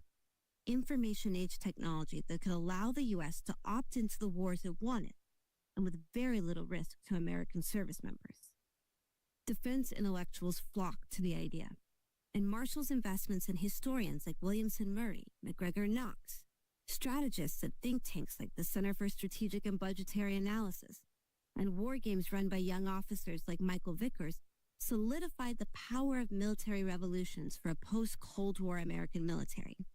The idea proliferated even outside the inner circle of the Office of Net Assessment, to civilians in charge of offices with real budgets and real authority to invest in the technologies, including missiles and satellites and drones, all technologies that were a part of the ideas first articulated by Marshall's office in the 1980s. For example, Frank Kendall, who was leading defense programs with real budgets in research and engineering, and who had become the future undersecretary in charge of all acquisition technology and logistics, and most recently, the Secretary of the Air Force, began to turn the ideas from an unremarkable office in the Pentagon into very real Pentagon weapon programs. I was a Cold Warrior for 20 years, right? In the Pentagon, I was responsible for a lot of those programs that we demonstrated in the first Gulf War. And I wrote one of the earlier articles on what I call the revolution in military technology. And then RMA became the more popular way to talk about that. Initially, it was very much reconnaissance and surveillance, right? I got deeply involved, I guess, starting when I was director of tactical warfare programs back in the late 80s and early 90s. And we were people in the Pentagon who believed that these systems had a lot of potential. We call ourselves the Four Horsemen. It's myself, Bud Forrester from the Army, Bill Bose from the Navy, and Dick Rump from the Navy. We were working in parallel with what we were doing to try to get some things fielded. The industry was trying to move forward. Coming out of the Gulf War, the armed services also began to buy into the idea of military revolutions, though each interpreted the belief in ways that fit their core identity, with implications for the unmanned arsenal. Here's military innovation scholar Ben Jensen on Gordon Sullivan, Chief of Staff of the Army in the Clinton years, and a former Vietnam veteran. I think what the most interesting evolution in the Army actually goes back to the 90s and Gordon Sullivan, and think he's the biggest thinker in the Army that not enough people pay attention to. Gordon Sullivan kind of sees the future before the technology gets there in his idea of kind of an information age army. and what it would mean to truly digitize the Army, which leads to all sorts of innovations. You already had some of it happening in a TAFID, so kind of an attack fire, so 70s and 1980s era computers for helping you work with artillery fires. But Sullivan imagines this almost as what we see now of these smaller form computers and sensors that are on everything. And what would that mean for how you see yourself, you see the battlefield, and what often in some of the writing of that time called battle space geometry. And Sullivan really pushed hard to both change the Army institutionally to do that, and then to do all these experiments with Force 21, which later became the Army After Next, which really sets the stage for then the later early 2000s future combat system. For the Navy, the Gulf War demonstrated the effectiveness of the Tomahawk cruise missile, a precision-guided munition fired from surface ships and submarines that they had first begun to develop in the 1970s. The Tomahawk, with its long ranges and new cutting-edge seeker head, brought the Navy into battles and campaigns far from where the Navy ships were patrolling in international waters. And for the Air Force, the Gulf War demonstrated how precision-guided munitions like GPS-guided bombs and cruise missiles, as well as networks of sensors, could enable manned platforms to execute core ideas about strategic air power, first advocated by people like John Warden or Dave Deptula. With major advancements in radars, avionics suites, and stealth, the pilot was moved further away from the battlefield, but not necessarily further away from the platform. As a side note, I think it's important to point out that while the Air Force launched 35 cruise missiles called the Calcums from the B-52 to start the Gulf War, these were never the preferred munition of the Air Force. And in fact, the Air Force's story with cruise missiles was more a response to the Navy's success with the Tomahawk than any Air Force-initiated effort. After dragging their heels on developing cruise missiles during the Carter administration, Congress and the President threatened to make them adopt the Navy's Tomahawk program. That put a fire under the Air Force's cruise missile program. As one Air Force general officer recounted, they realized they had better get behind the cruise missile or they would get a torpedo rammed up their bomb bay. The Gulf War also solidified the importance of space. After Eisenhower had put most of the space missions in the civilian National Reconnaissance Office, he had left the Navy in charge of navigation satellites, the Army in charge of communication, and the Air Force the lead on nuclear early warning. This rather arbitrary division of responsibility within space decreased service fights over space, but it also led to a lower priority in service budgets, especially when the resources served joint purposes. So, for example, investments in global positioning systems stalled in the 1980s, as the services focused instead on big-ticket platforms within their budgets. It was not until the Gulf War that the Air Force doubled down on GPS investments. But let's be honest, this was after the Air Force had tried multiple times to cut the GPS program. The Marines also were leaning into the new unmanned technologies of the military revolution, especially the remotely controlled Pioneer unmanned aerial vehicle, which flew over 1,600 hours of reconnaissance sorties during the Gulf War. An Iraqi unit even surrendered to a Pioneer UAV, the first known surrender of a manned unit to an unmanned platform. Here's Marine Corps University professor Ben Jensen again. The Marines were under Al Gray in the 80s, and really in response to a lot of things happening in Lebanon, really leaning into some pretty interesting uses of unmanned systems. In fact, they started to use them pretty successfully in the Gulf War, too. We don't talk enough about that in kind of the history. As the U.S. took its Desert Storm victory lap, the RMA and military revolutions looked poised to define the post-Cold War American military. But it was a short victory lap, because as Ben Jensen explains, despite the forward momentum of military revolutions after Desert Storm, it goes quiet. Everyone's figuring out how to be a peacekeeper or stabilization force for the remainder of the 90s while doing big exercises imagining fighting Iraq or North Korea or Iran. A few big events derailed the RMA. First, in Somalia, a Black Hawk helicopter with its American Army pilot and crew were shot down by militant rebels, an event that played out on the screens of an international audience. 18 Americans dead, 73 wounded, and the bodies of the deceased American soldiers dragged through the streets of Mogadishu. CW3, Mike Durant. An American helicopter pilot taken prisoner in Somalia. Dazed and bloodied, he is questioned by his captors. Innocent people being killed is not good. One of 6 U.S. soldiers listed as missing in the heaviest fighting yet in Mogadishu. 12 American soldiers killed. A few years later, a fighter pilot named Scott O'Grady was shot down over Bosnia, sparking an embarrassingly public manhunt for the downed pilot. 6 days after he was shot down, O'Grady was rescued near Bihać, Bosnia. We're taught you need to look for a will to survive. Really came through my faith in God and wanting to go back to what I treasure the most in life, and that's my family. The message after these 2 very public events was clear. Why put American military members at risk if we could use unmanned technology instead? Military revolutions were about how the information revolution could create wars of speed, decision advantage, range, and precision. But the lesson of the conflicts America opted into during the 1990s was not about how technology created wars of technological maneuver, but instead how they could be used to minimize political risk by optimizing range and persistence to minimize any potential political risk to decision makers. This is why, instead of investments in unmanned technology that linked unmanned and manned systems together to harness military revolutions, what we mostly got was a decade of long-range, low-risk, sometimes effective, cruise missile strikes. The cruise missile punishes dramatically. Not so dramatically as manned fighters or bombers, but its big advantage is it doesn't put U.S. lives on the line because it's fired unmanned from hundreds of miles away. Like the cruise missiles that struck Sudan and Afghanistan. Good afternoon. Today, I ordered our armed forces to strike at terrorist-related facilities in Afghanistan and Sudan because of the threat they present to our national security. And then Iraq. Earlier today, I ordered American forces to strike Iraq.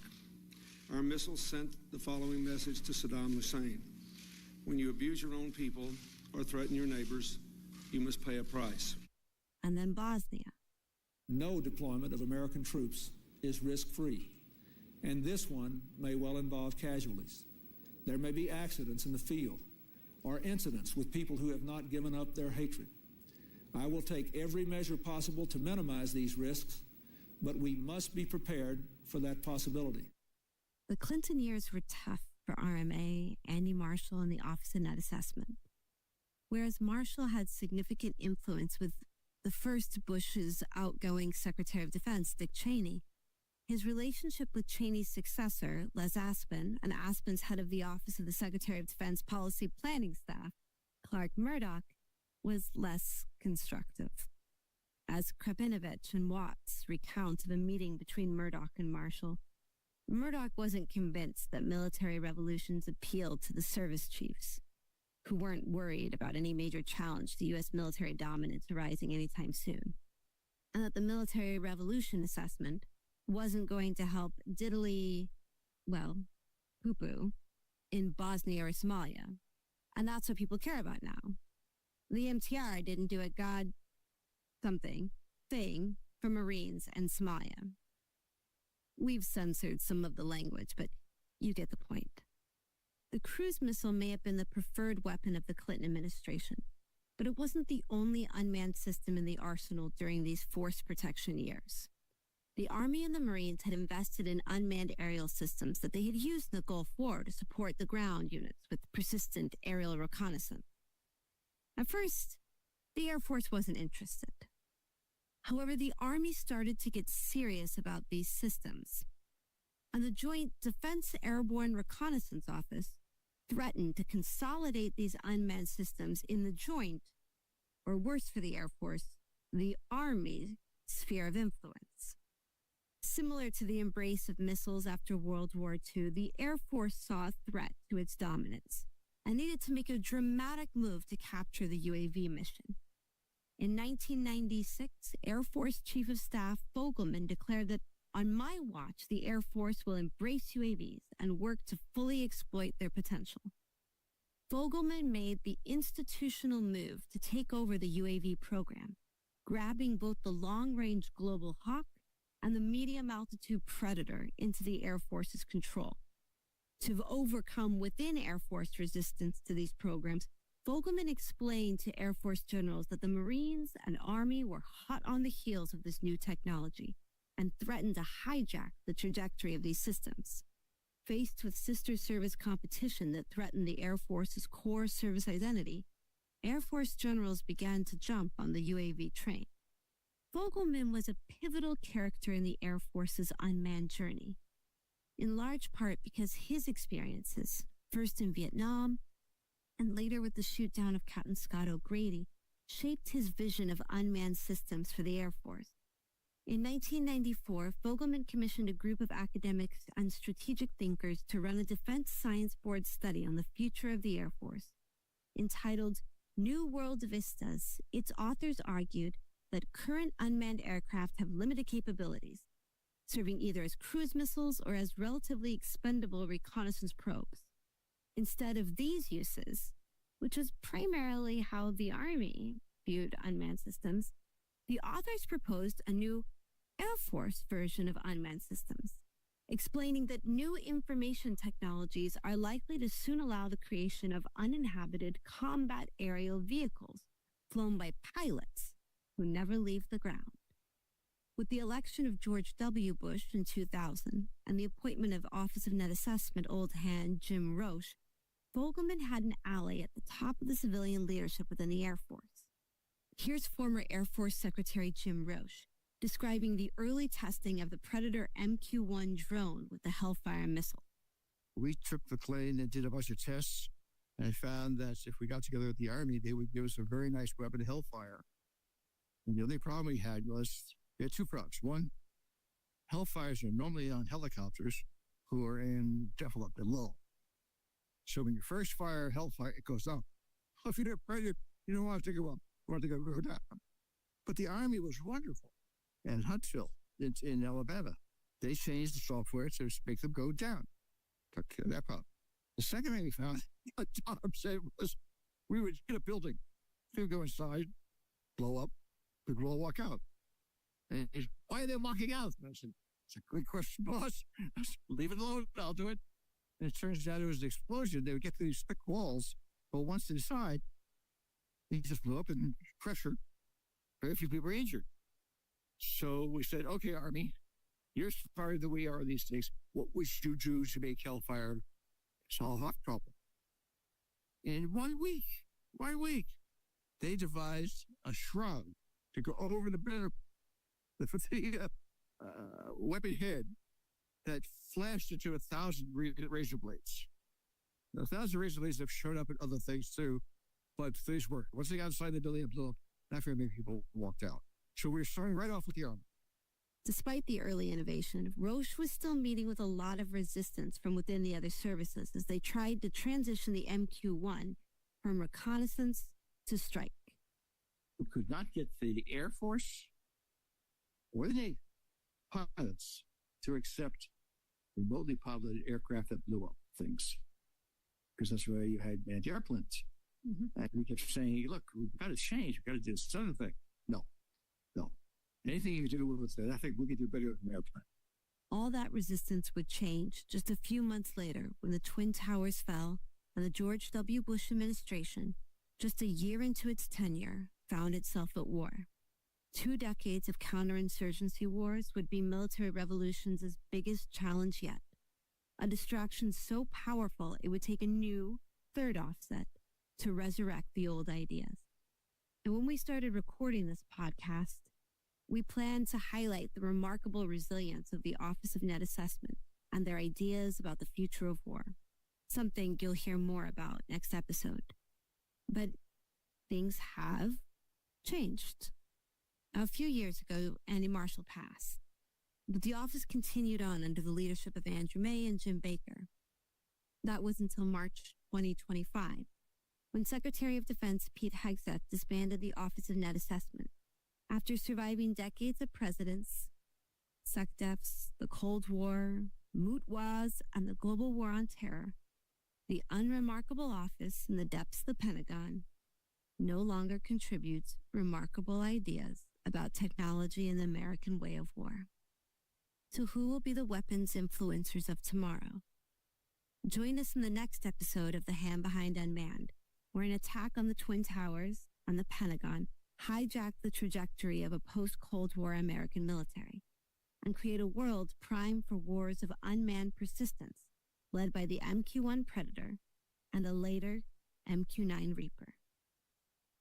I leave you with the final few words from Andrew Krapinovich about the lasting legacy of the Office of Net Assessment. Marshall is very keen on saying that assessment's about the diagnosis. He said, we're not here to provide a prescription. I think that's one of the reasons why the office lasted so long. It has lasted so long. He didn't go into the defense secretary and say, well, you need 114 F-22s and 386 F-35s. He would go in and say, these are some key trends in the competition. Here's areas where it looks like we have some wasting assets. Here's some new opportunities. If we're looking at an offsetting adversary advantages, here's some potential offsetting strategies, IT, for example. Here are some cost-imposing strategies we might pursue. I'm Julia. And I'm Jackie. This is the Hand Behind Unmanned podcast. If you liked it, buy the book. It's by Oxford University Press and available on Amazon. Thanks for listening.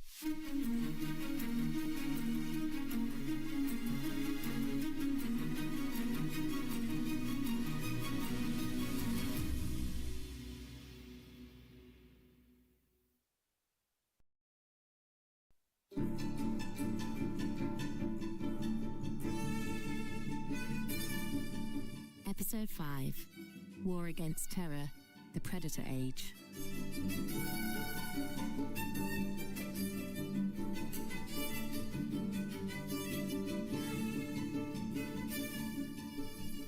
Former Secretary Rumsfeld said, you go to war with the army you have, not the army you wish you had. And people made fun of him when he said that, and I could never quite understand that. Because in fact, what he was saying was a central challenge of the military profession, which is that militaries in peacetime place bets against an uncertain future. And it's only when war comes that you find out whether those have been good bets or colossally bad bets. And what are the two things that you can use to place bets? Well, one is history, right? Particularly your own, received history. And then the other is theory. It's ideas. Because aside from theory and aside from history, got nothing to go on.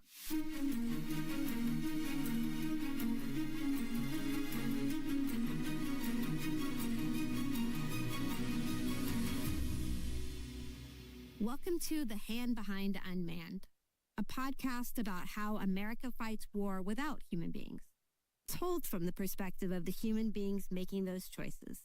I'm Jackie Schneider. And I'm Julia McDonald. In this podcast, we take you inside weapons budget lines and behind classified program doors to understand not only what unmanned technology the U.S. military bought, but why.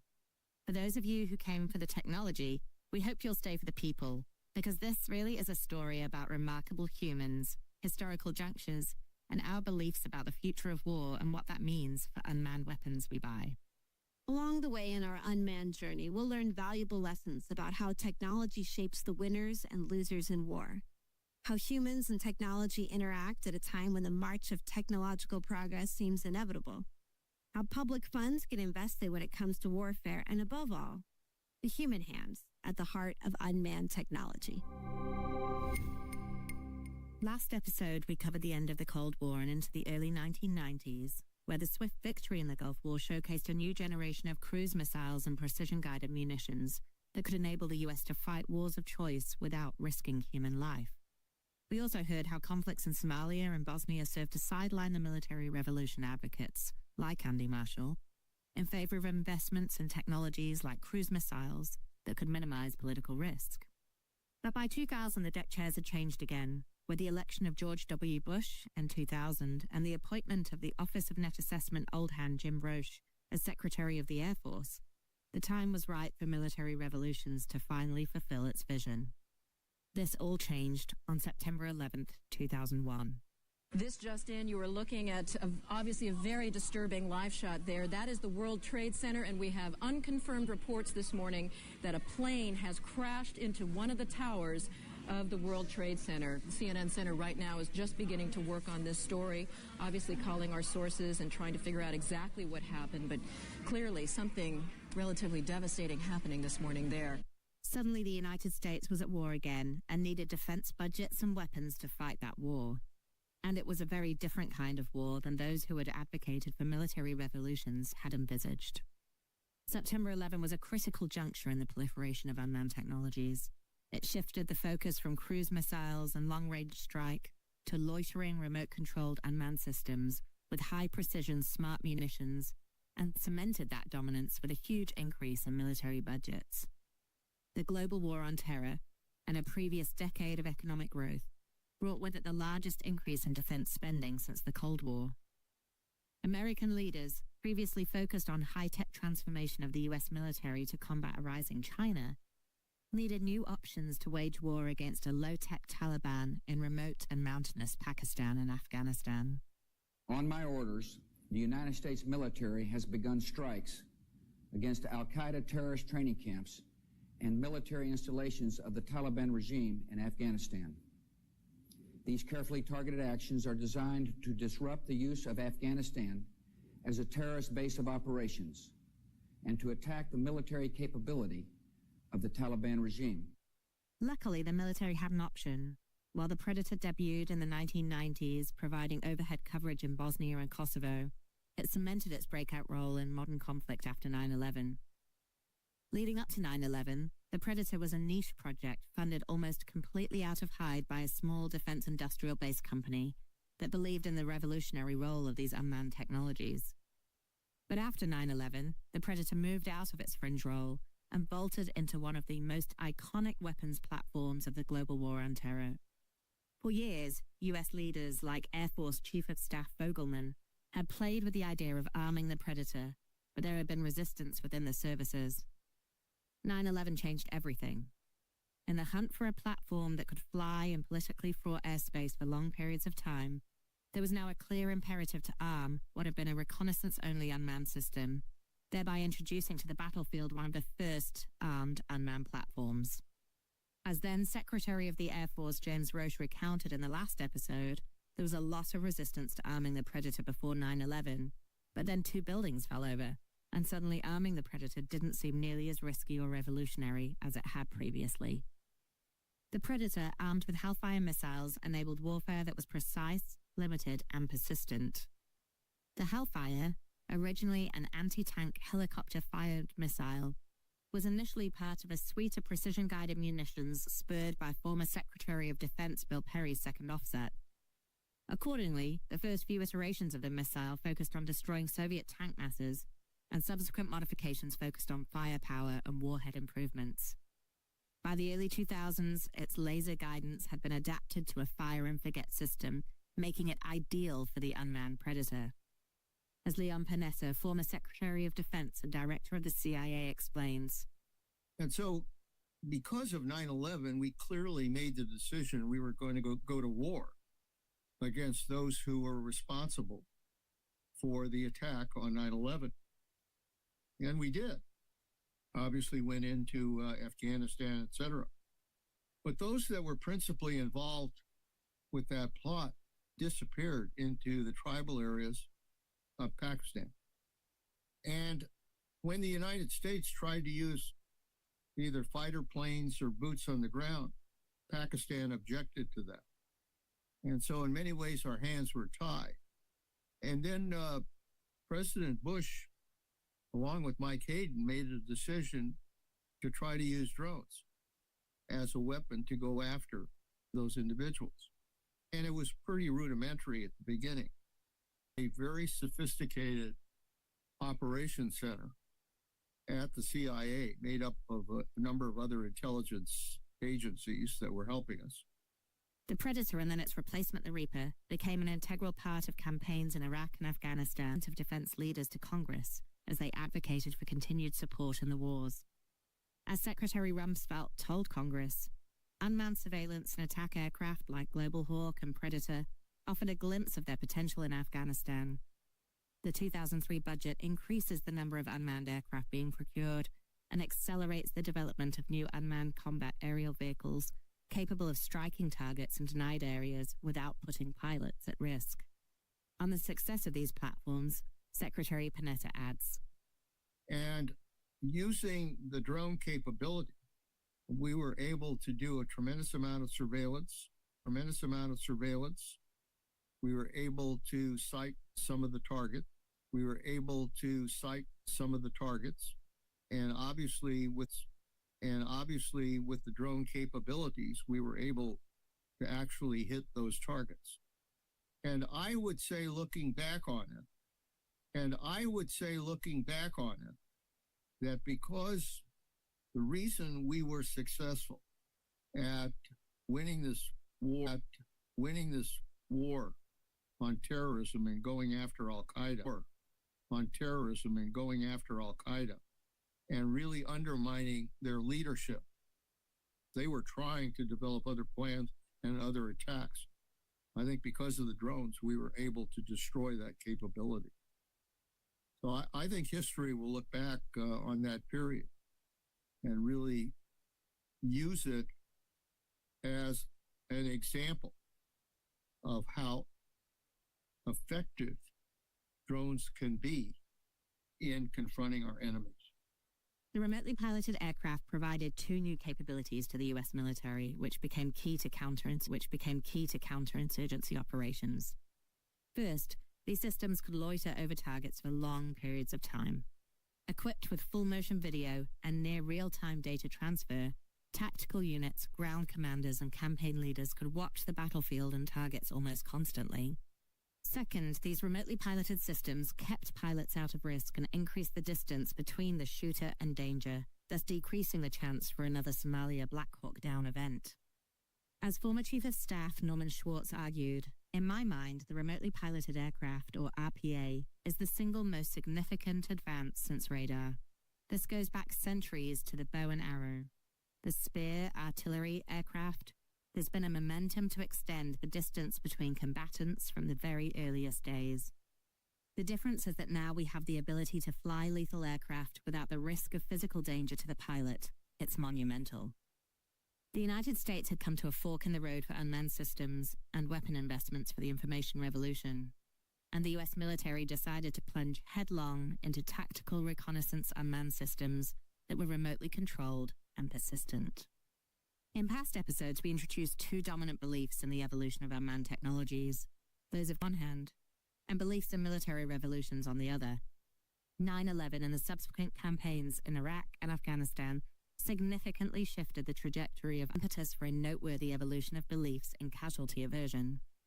In particular, after the initial campaigns, it became clear that despite the United States' desire for short and overwhelming wars, it would be difficult to win quickly, decisively, or with a light tech-enabled footprint in either Iraq or Afghanistan. The 2 decades-long conflicts seemed to debunk the myth of the new American way of war, and any dream of a Powell or Weinberger doctrine of overwhelming force, clear political aims, and a swift exit was not going to materialize in Iraq or Afghanistan. Decision-makers needed to update their beliefs about technology and casualty aversion. With the United States once again in a war of attrition against an insurgency, the idea of using unmanned technology to protect U.S. boots on the ground returned to vogue. The new generation of casualty aversion beliefs was far more sophisticated, both in its beliefs about the ability to completely reduce the risk of casualties to U.S. personnel, and in the ability of technology to decrease that risk. Unmanned aerial vehicles substituted for risk by removing manned pilots. However, over time, and as it became increasingly clear there were not significant threats to manned aircraft, the motivation behind the systems became less about substituting for human risk individually, and instead about using unmanned sensors to decrease the chance of loss of life across the conflict. This was important. Counterinsurgency operations required the military not only to protect its own forces from needless casualties, but also to win the hearts and minds of the wider population. On reducing civilian casualties, here is Peter Fever, Professor of Political Science and Public Policy at Duke University. First, let me talk about one other trade-off that matters, which is, up until now, I've been talking about the trade-off between our casualties and success. But there's another trade-off that's involved, our casualties and their casualties, or particularly their civilian casualties. And there the picture is much more murky. The laws of war say that we have to incur greater risk of our combat casualties to reduce the risk of their civilian casualties. And the public views on that is mixed.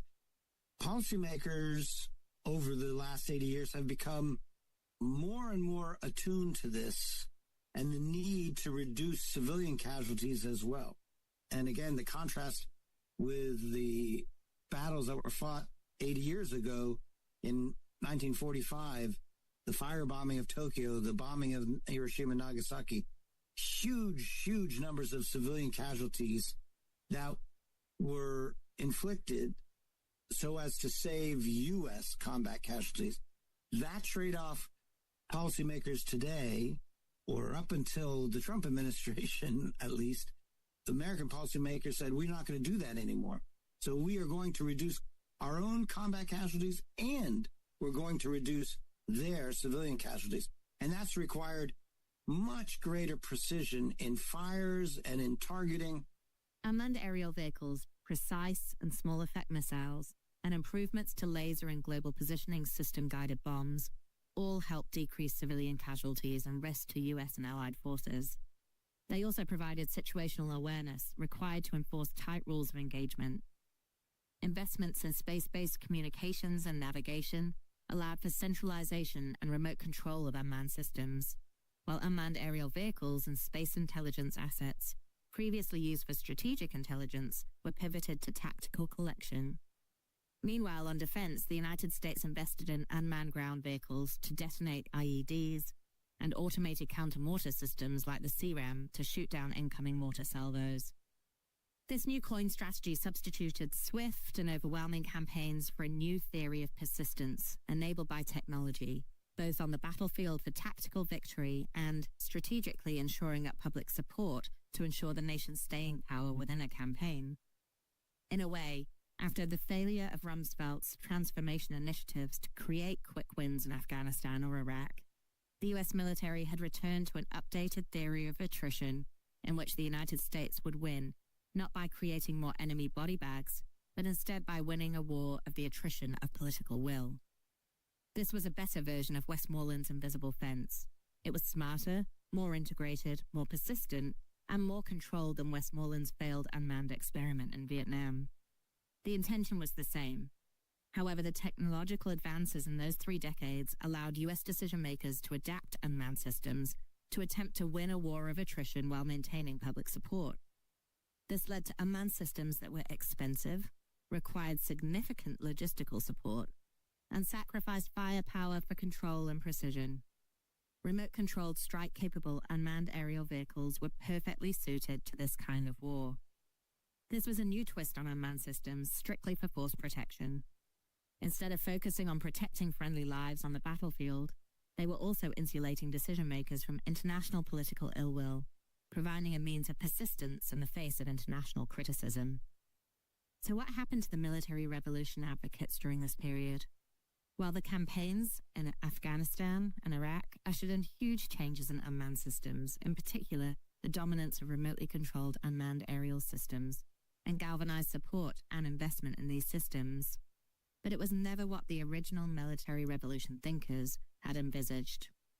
While the military revolutionists continued to push for transformation within the Department of Defense, and many of Marshall's original group played prominent roles in the Bush administration, the ideas espoused in the Quadrennial Defense Review from 2001 were more often derailed than catalyzed by the realities of fighting and funding 2 wars in the Middle East. Though there was a significant increase in weapons investments during the global war on terror, not all systems were getting a push from it. Many of the systems envisaged by military revolutions believers struggled to survive the acquisition's valley of death. As Peter Dombrowski and Andrew Ross recount in their analysis of transformation in defense industrial base outliers during the Bush administration, What was labeled the Long War, roughly the campaigns in Afghanistan and Iraq, plus an alleged global war on terror, affected both the pace and extent of transformation. Military spending increased rapidly, and the Afghan and Iraq campaigns further tested, on a much grander scale, weapons and systems that first appeared within the Persian Gulf War and in the Balkans during the 1990s. Broad-based transformation goals may have suffered as the operational challenges of ongoing campaigns served to focus research and development resources on technologies and systems barely on the radar screen of early transformation advocates. Perhaps the greatest example of the way in which 9/11 and the global war on terror affected the weapons and unmanned systems trajectory was the Army's Future Command System, or FCS. The FCS was perhaps the most ideal pursuit of the kind of weapons optimized for an IT revolution. It included an integrated system of communications, network capabilities, sensors, manned and unmanned systems, and smart munitions. The new force structure called for lighter, more mobile, manned, unmanned, and robotic vehicles designed to track and outmaneuver enemies through effective information sharing. The final FCS included proposals for UAVs, as well as small unmanned ground vehicles, intelligent munitions, and unmanned ground sensors. But the program ultimately failed. Its system of systems design called for the most difficult and complex set of requirements the Army had ever worked with, and a firmly entrenched Army service culture focused not on how all these things linked together or the use of unmanned systems, but instead on the development of new manned ground vehicles. When the threats to Army vehicles changed, namely the prominence of IEDs and Operation Iraqi Freedom, the amount of unmanned systems and sensors required to support the lightly armored manned vehicles made the concept tactically moot. Finally, the focus on manned vehicles over the network systems required to link all the elements of the FCS made unmanned systems largely unusable, as they, unlike the manned components, needed networks to function. Here's military innovation scholar Ben Jensen on the failure of the FCS. You have this vision from really late 90s and early mid-2000s of the challenge they ran into, though, the autonomous on ground, because these could even be remotely piloted. It was actually about bandwidth and secure communications.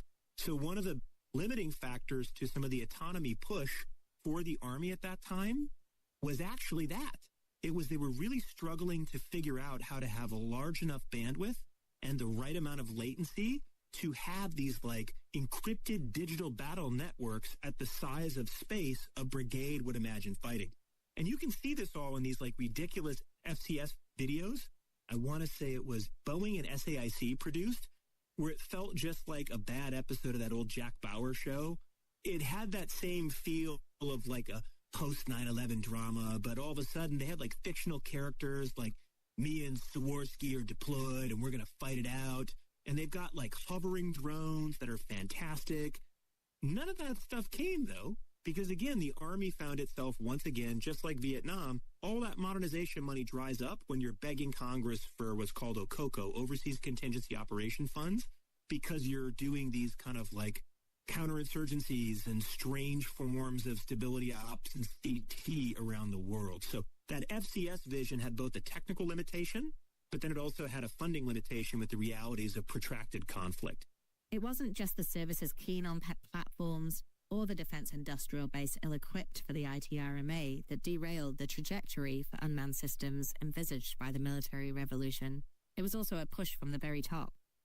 Coming into the Secretary of Defense position in 2006 after 5 years of failed transformation efforts and knee-deep in the Iraq and Afghanistan campaigns, Robert Gates had no patience either for service pet projects or future technology investments over what the warfighters needed or wanted at that moment. And what the warfighters wanted was more predators and reapers to fight two hot wars happening right now, not high-tech systems of autonomous long-range strike munitions.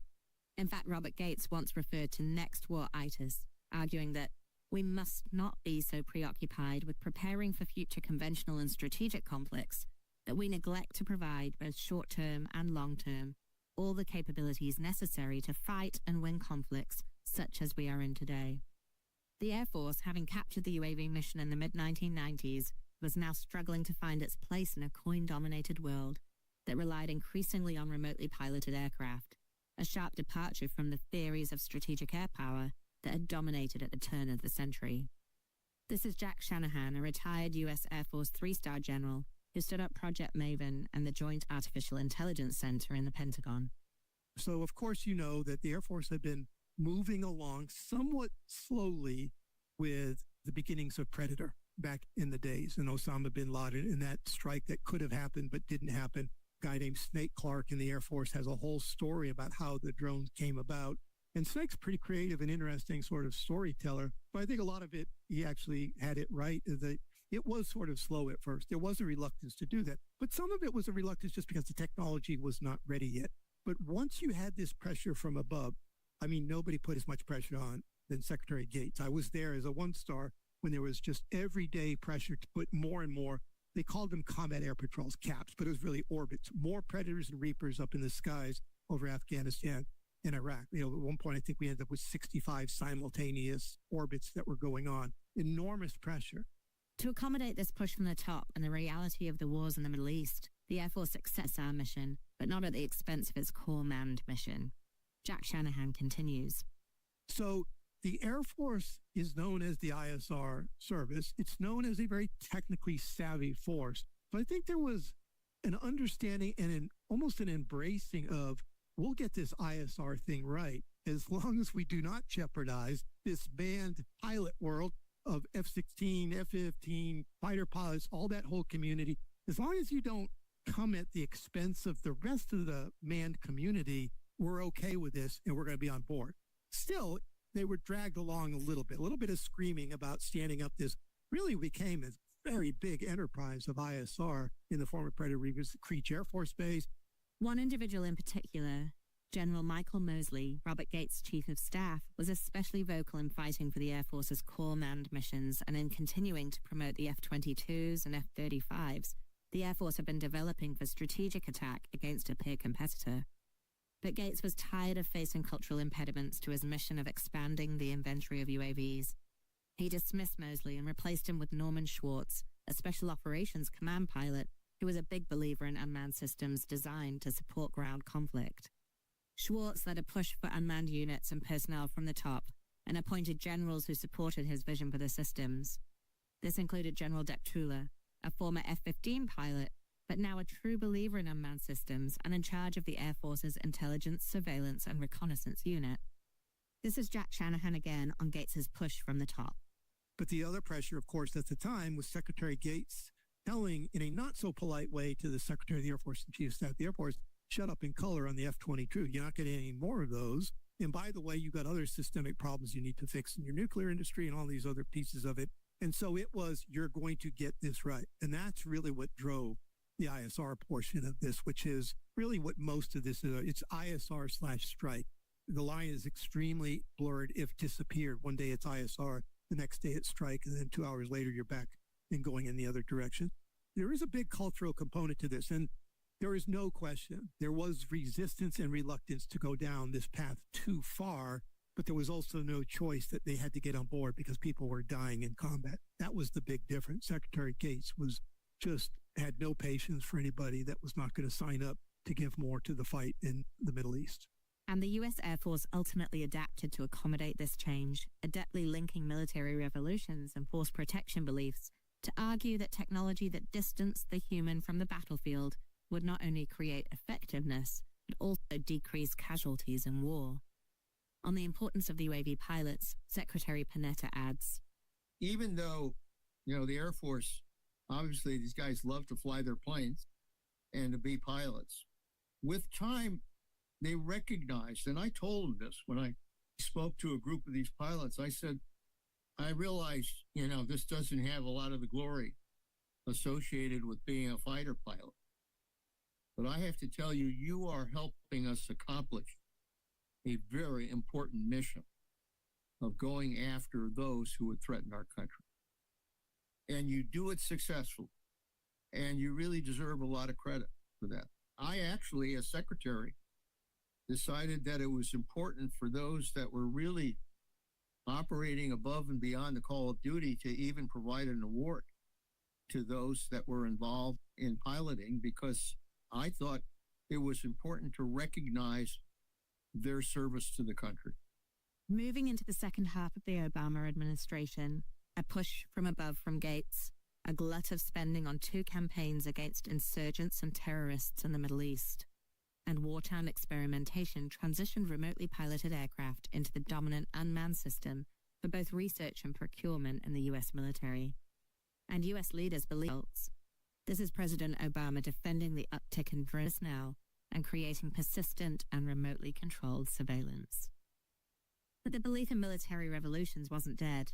Andy Marshall's influence was now embedded within the ranks of the military and civilian staff. Instead, military revolutions experienced a resurrection with a remarkable policy entrepreneur, Deputy Secretary of Defense Bob Work, a former participant in Andy Marshall's 2020 Games, who had served for 27 years in the Marines. Bob Work's main contribution during this period is known as the third offset. The name wasn't an accident. The third offset strategy was explicitly premised on the perceived success of 2 previous offset strategies, nuclear deterrence in the 1950s and the guided munitions regime in the 1970s. In the first, the United States leveraged its technical advantage in nuclear weapons to offset a planned drawdown of conventional U.S. forces in Europe. In the second offset, when the conventional balance again troubled Washington, the United States sought advanced technologies for precision attack to whittle down Soviet tanks and other conventional forces to battle manageable levels. The success the Pentagon wanted to replicate in the third offset was reasonably clear. Military technical advantage in long-term competition with any would-be adversary. As Work said, offset strategies are clearly driven by military technological competitions. One way to gauge some things that Bob Work had on his mind as the Deputy Secretary of Defense. So when Bob Work stood Project Maven up, and specifically full motion video analysis off of drones, just like you have a hard time saying uncrewed, or the Air Force doesn't like drones, but we've all come to accept that it's drones. But what Bob Work used to say related directly to his vision for this thing called the third offset strategy, but it was never going to be AI for AI's sake. He loved Project Maven. He was, as I say, the patron saint of algorithmic warfare. He was the driving force behind it, but he knew this was just a means to the end. The end for him was this thing called third offset. Terms come and go in D.C. You know this very well, that they fall out of favor. Nobody says third offset anymore. But I believe the core of his idea still remains, and it sort of got this new life in something called Joint All-Domain Command and Control, JADC2. He would say maybe not quite what he had in mind, but pretty close. And what he was always wanted to talk about was this idea of 3 grids. The sensor grid, which is kind of the ISR part, the C3I grid, think the command and control grid, and then effects grid, what was actually delivering the effects, kinetic, non-kinetic. He was thinking about that all the way back to World War II and Hugh Dowding in the Battle of Britain, and put the same sort of sensor effects and C3I grids together. And what he envisioned, the way the United States would stay ahead of its adversaries long into the future, would be this idea of using AI to build a more intelligent force. The third offset doubled down on the independent role of technology as increasingly automated sensors, platforms, and munitions designed to increase the range of first strike capability, increase situational awareness, and ultimately, decrease decision time between sensor and shooter. As Bob Work explained, at some point you would reach a tipping point, and entire battle networks would begin to operate at a higher speed. We thought these would be the leading edge of a new warfighting regime called algorithmic warfare. We then envisioned a new military technical revolution, which the proportion of unmanned systems to manned systems shifted in favor of unmanned systems. We anticipated the character of robotic warfare would be much, much different from what we see today. This is Jack Shanahan again. So AI is a way to get that more intelligence force, which for him was going to be a lot more autonomy, that you'd have many more autonomous systems in every domain, just like you've looked at all different ones. This isn't just airplanes. It would be everything. You'd have autonomous systems doing global sensing, what we would call ISR, but ISR and beyond, but also the communications piece of it, but also the effects piece of it, where you would have many more intelligent systems that would put fewer lives at risk, but still be able to do all the things that humans, in theory, are able to do, but do them probably cheaper, probably equally well, maybe sometimes better, sometimes not quite as good, but you'd make up for it by sheer volume. From his mentor and former colleague, Andy Marshall, Work learned about how to create narratives and influence. He knew that he needed a story to convince Congress and the White House to invest in the kinds of technologies that had languished during the last 2 decades of conflict. He needed a good name for what was essentially another RMA. Work spread the word about the third offset in Washington, D.C. think tank circles and among members of the White House and Congress. Meanwhile, networks of second and third generation ONA thinkers began to fill out the strategy with think tank reports and publications and blogs and journals. The strategy, the narrative, and the influence campaign worked. Work got his funding from Congress and got to work, no pun intended. In particular, Work's Strategic Capabilities Office became a catalyst for unmanned system investments, focused on manned and unmanned pairing, swarming artificial intelligence systems, and unmanned systems utilizing machine learning. Even after Work's tenure ended, his influence lived on, as his protégés rose in the Department of Defense and future strategy documents such as the National Defense Strategy, ECHO, and Revolutions in Military Affairs Redux, to invest in unmanned technologies that both enabled its premier fighters and replaced them. Counterintuitively, while the fighter pilot remained the dominant occupational identity, the growing influence of civilian policy wonks, like former head of Air Force Acquisitions Dr. Will Roper, created incentives to develop unmanned systems that mimicked or replicated an airplane's function. Roper's focus on automated dogfighting revealed the service's desire to retain airframes, even if unmanned, as the core Air Force weapon. Once again, the quest to preserve service identity in the face of occupational identities shaped the trajectory of Air Force unmanned investment. So, where does this all leave us? At the turn of the century, military revolutions had created a strategic narrative about the purpose of unmanned systems that should have created a trajectory towards autonomous unmanned systems across domains and missions, linked intimately with networks of munitions and sensors that enabled long-range first strike. And then 9/11 occurred, derailing the military revolution's vision for unmanned technologies and plunging the US into over a decade of counterinsurgency operations in the Middle East. In this context, the Predator provides a counter-narrative to the success of military revolutions in unmanned weapons investments. The Predator and the Reaper, 2 remotely controlled, armed, long-range tactical UAVs, dominated the United States unmanned arsenal in the decades after 9/11. But this was never the kind of unmanned system envisioned by Marshall's followers. The systems are expensive, not survivable, and not autonomous. They function often as centrally controlled platforms, hardly the networked system of unmanned technologies enabling long-range strike laid out in the military revolution narratives. How strange, then, that their success was only possible because the belief in the technological impetus for military revolutions created space for the initial experimentation with unmanned systems. Furthermore, when Marshall's networks of believers in military revolutions were promoted through the ranks, they ultimately found themselves in positions to arm and proliferate the Predator and its successors when 9/11 knocked the possibility of true military transformation off its feet. But true belief in the revolutionary potential of unmanned systems never died. Marshall's long-term strategy of influence allowed the belief in military revolutions to survive multiple decades, despite significant external shocks, from the demise of the Soviet Union to the lean years of the 1990s, through unsympathetic administrations focused on small-scale conflicts, to finally surviving the biggest shock of all, 9/11, and 2 decades of defense budget glut focused away from military revolutions.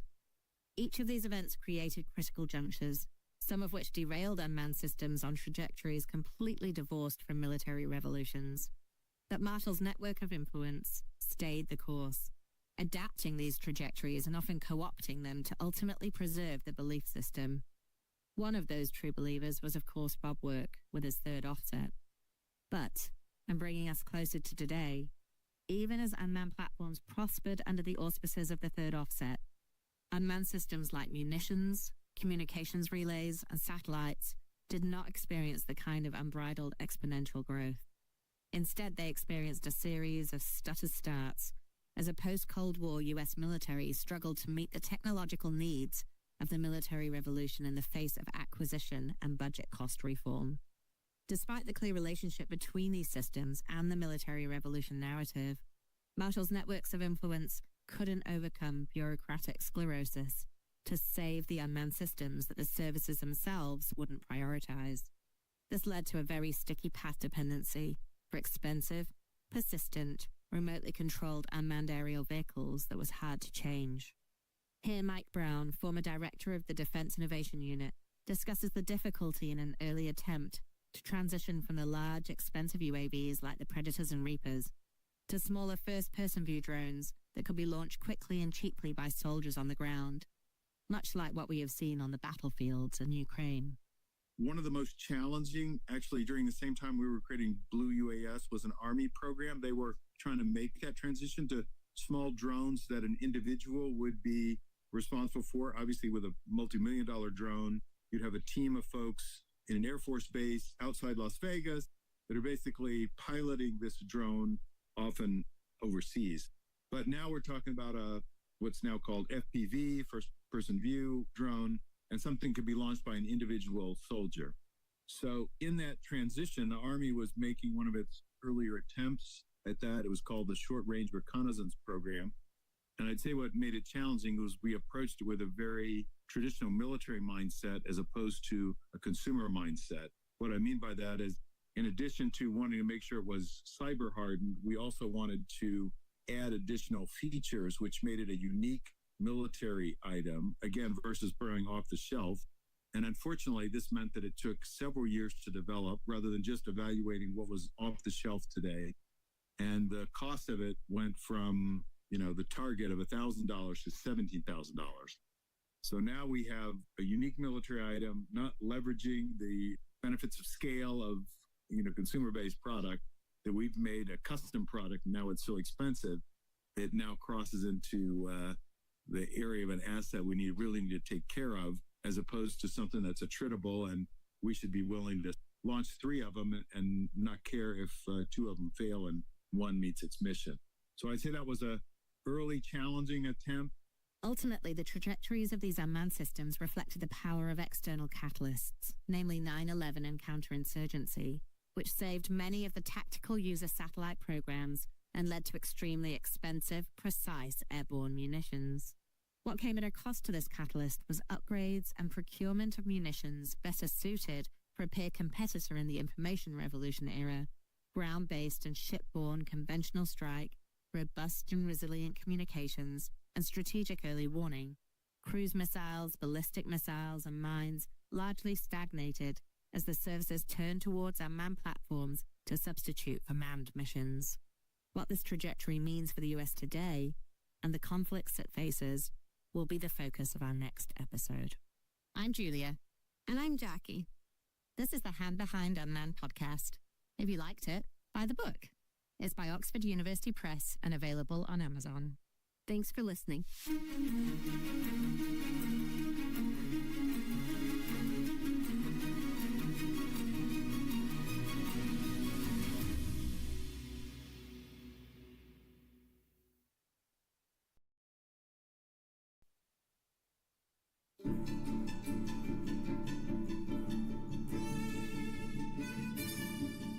Episode 6, Autonomy Now, Ukraine, Iran, China, and the Drone Revolution.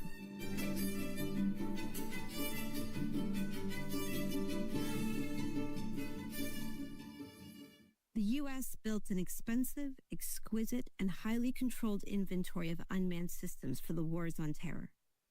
But in today's world of quadcopters, cheap drones, and long-range missiles, does the U.S. have the right arsenal? On the ground, in the air, at sea. In Ukraine, drones are reshaping warfare. What Hollywood could only dream of not long ago is now reality.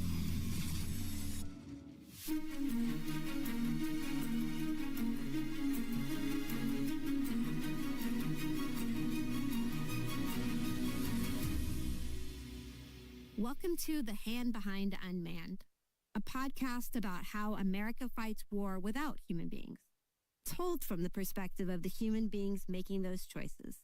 I'm Jackie Schneider. And I'm Julia MacDonald. In this podcast, we take you inside weapons budget lines, and behind classified program doors to understand not only what unmanned technology the US military bought, but why. For those of you who came for the technology, we hope you'll stay for the people, because this really is a story about remarkable humans, historical junctures, and our beliefs about the future of war and what that means for unmanned weapons we buy. Along the way in our unmanned journey, we'll learn valuable lessons about how technology shapes the winners and losers in war, how humans and technology interact at a time when the march of technological progress seems inevitable, how public funds get invested when it comes to warfare, and above all, the human hands at the heart of unmanned technology. At first glance, the rise of unmanned systems seems like a simple story. These technologies make a military more capable, and therefore states with more capacity will buy more and better unmanned systems. However, what this podcast and our book shows is that nothing about the United States' current unmanned inventory is simple. This is not a story of inevitability, but instead about contingency, where the roads not taken are as important as those traveled in explaining how we got to where we are today. It is a story that shows that beliefs about technology often matter more than the technologies themselves, where the key protagonists are the people that advocate for different beliefs about technology and the American way of war, how military services co-opt and resist these beliefs in accordance with their own entrenched identities.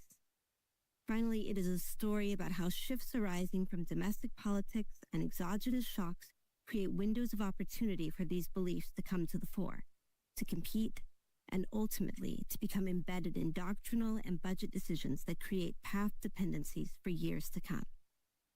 When we started this book, the puzzle was why we had gone all in on remotely controlled unmanned aerial systems, like the Predator and the Reaper. And that was provocative a few years ago when we were in the midst of the war on terror and these systems were playing a major role in American conflict. It is a less provocative question today, when it is not expensive and exquisite remote control systems dominating the modern battlefield, but instead cheap quadcopters, mines, and missiles. In this episode, we're going to reframe a bit and look outside the United States.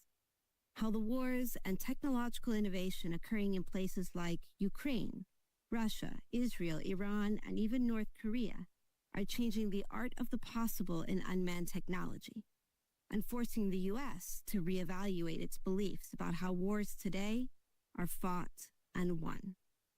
And we're going to spend most of our time in this episode in Ukraine.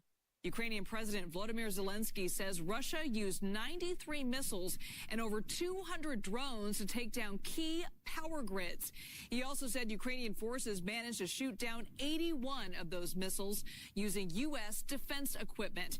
Moscow on Tuesday saw the largest Ukrainian drone attack since the Kremlin sent troops into Ukraine more than 3 years ago. 3 people were killed and more than a dozen of others were injured in the drone attack that also targeted several other Russian regions.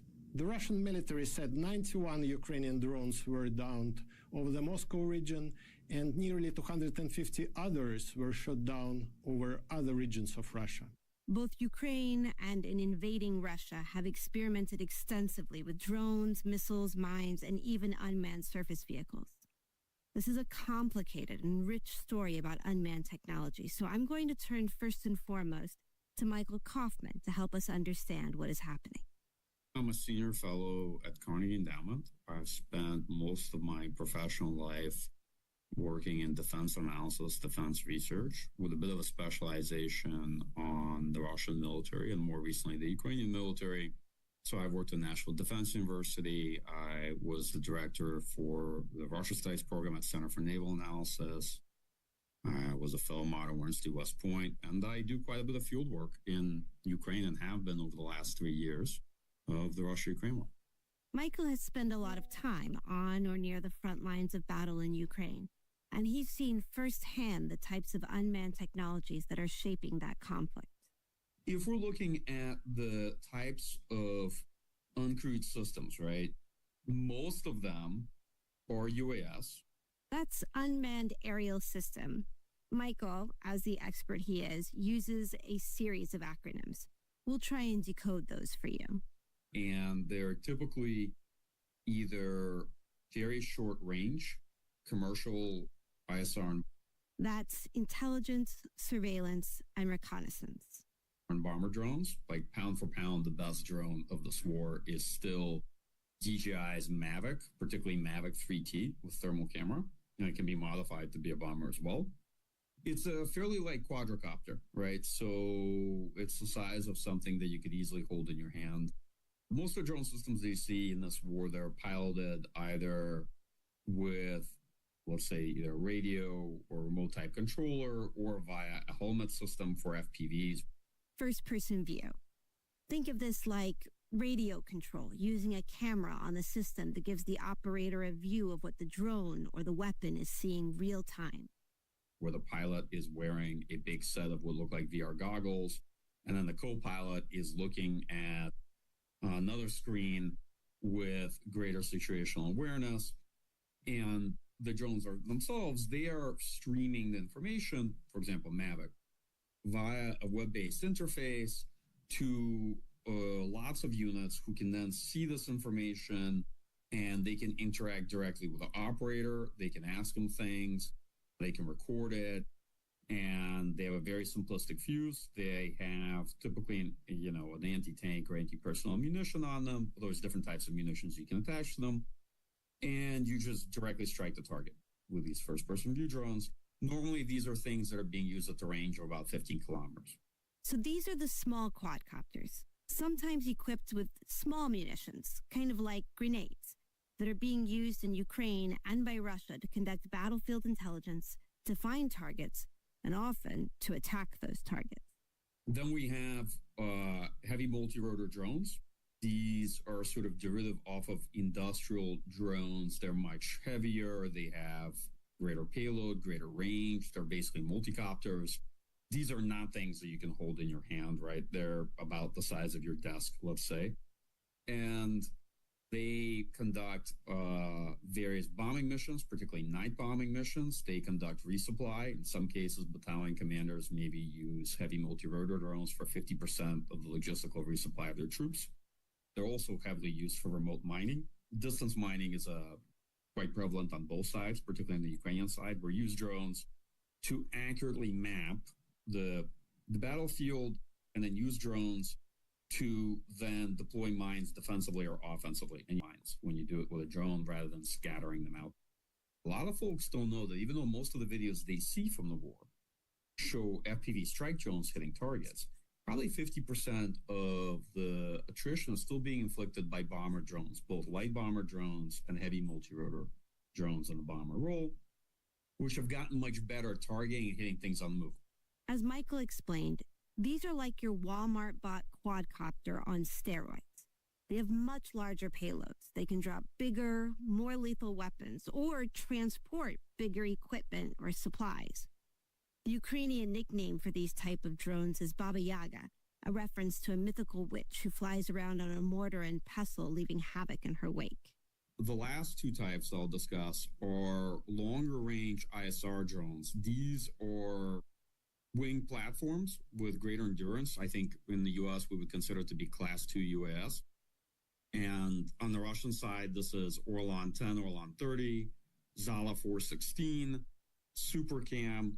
On the Ukrainian side, it's a whole mixture of drones like Shark and similar type platforms, right? So these are drones that are basically providing coverage beyond 30 cam of the front line, because what you see is that there's a big drop-off in endurance and survivability for platforms kind of at the 0 to 30 kilometer mark.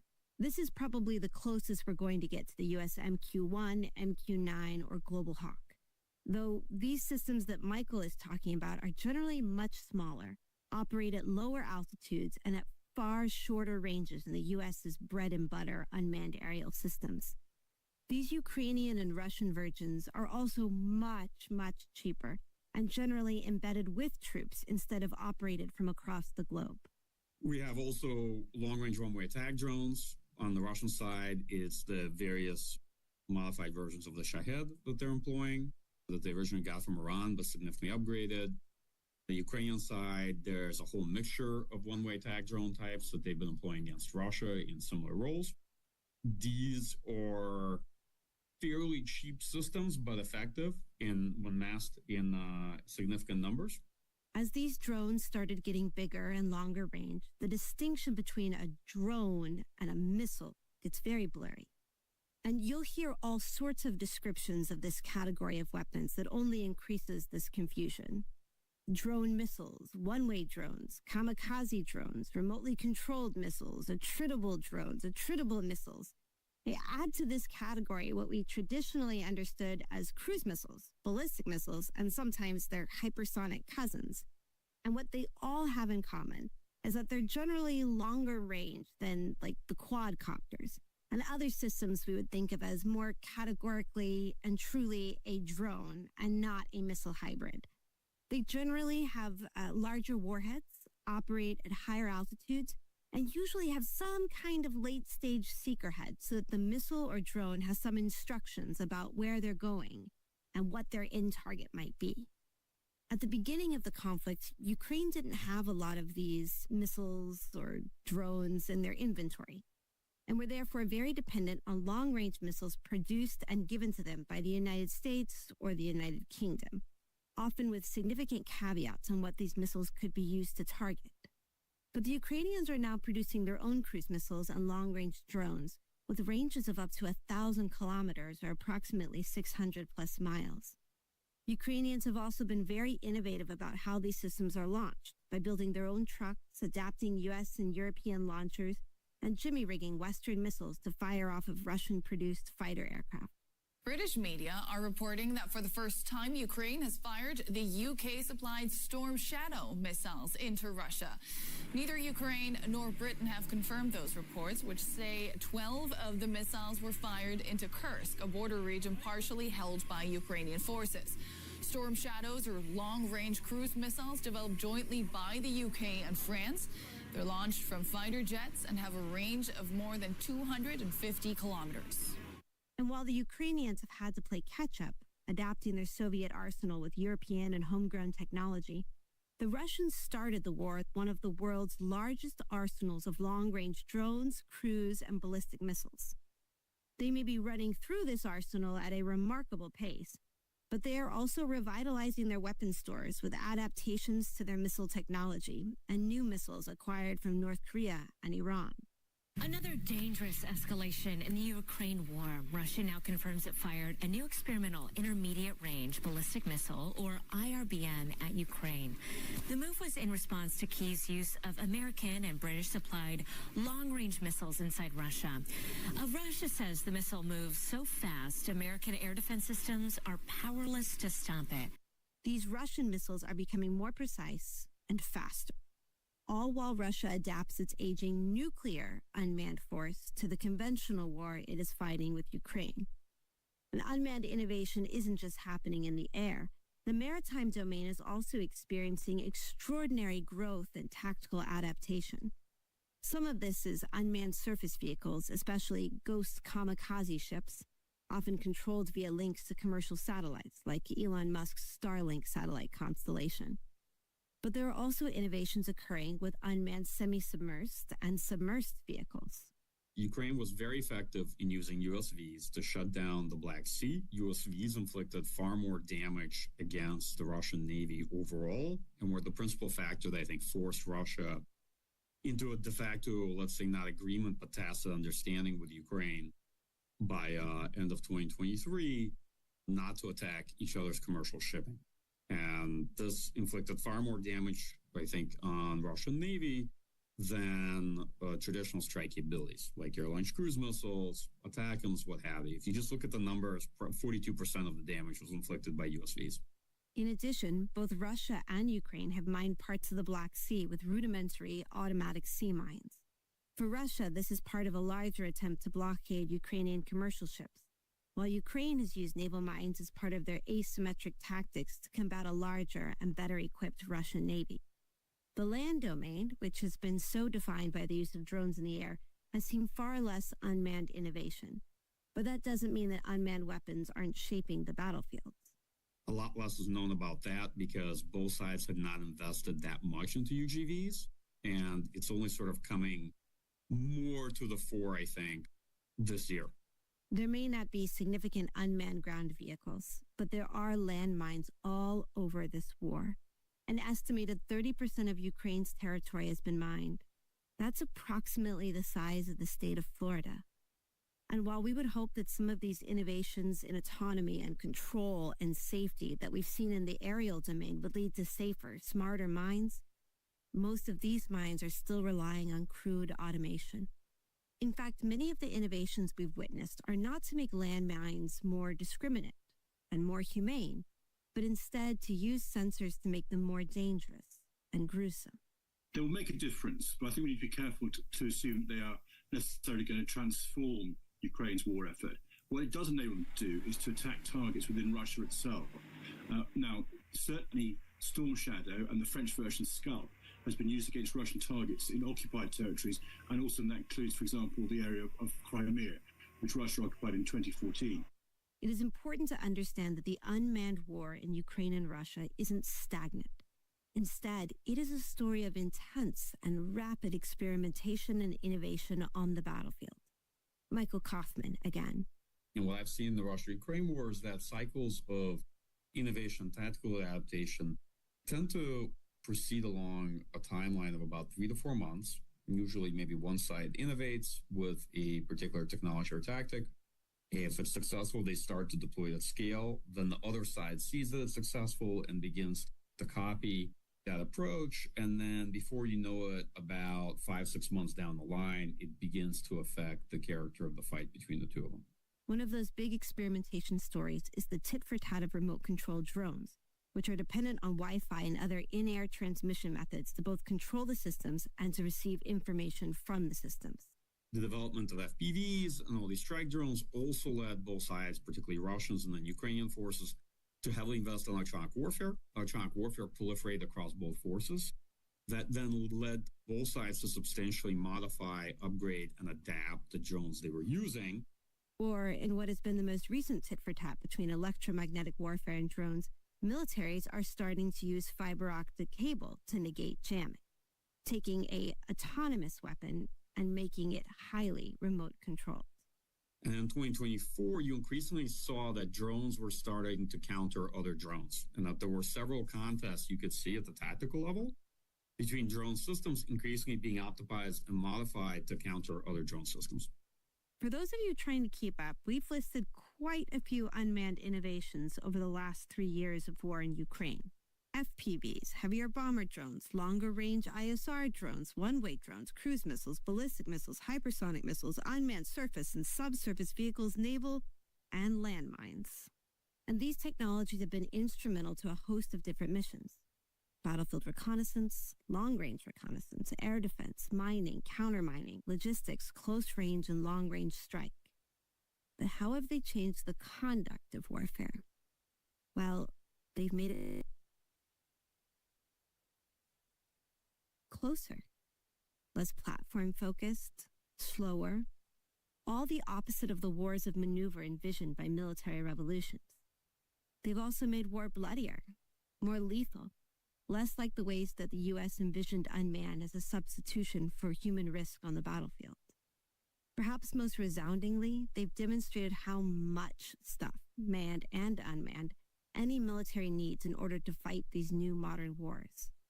And in order to keep with this quantity of drones, missiles, and mines, countries have to build domestic industries, carve out international and local supply lines, and build economies that can handle the sheer costs of sustaining these inventories. As Michael Kaufman explains, this is a problem of both bottom-up innovation on the battlefield and top-down investment within the economy and production.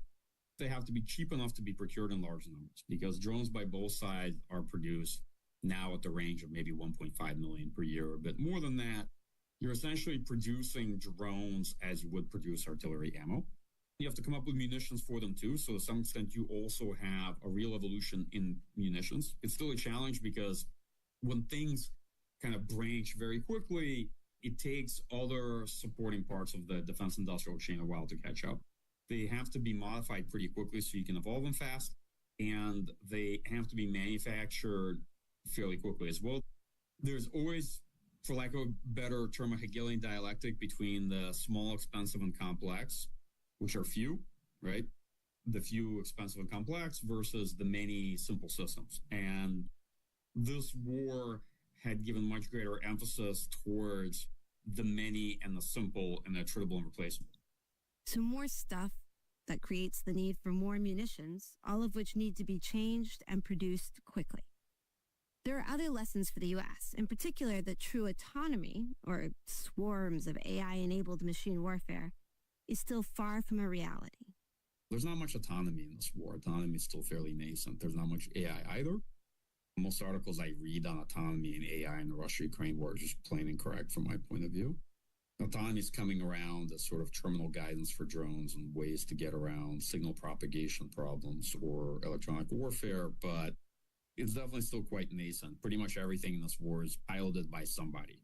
And that's significant because these unmanned technologies need a lot of people to make them useful on the battlefield. That means you can't just invent the technologies, produce the technologies, adapt the technologies.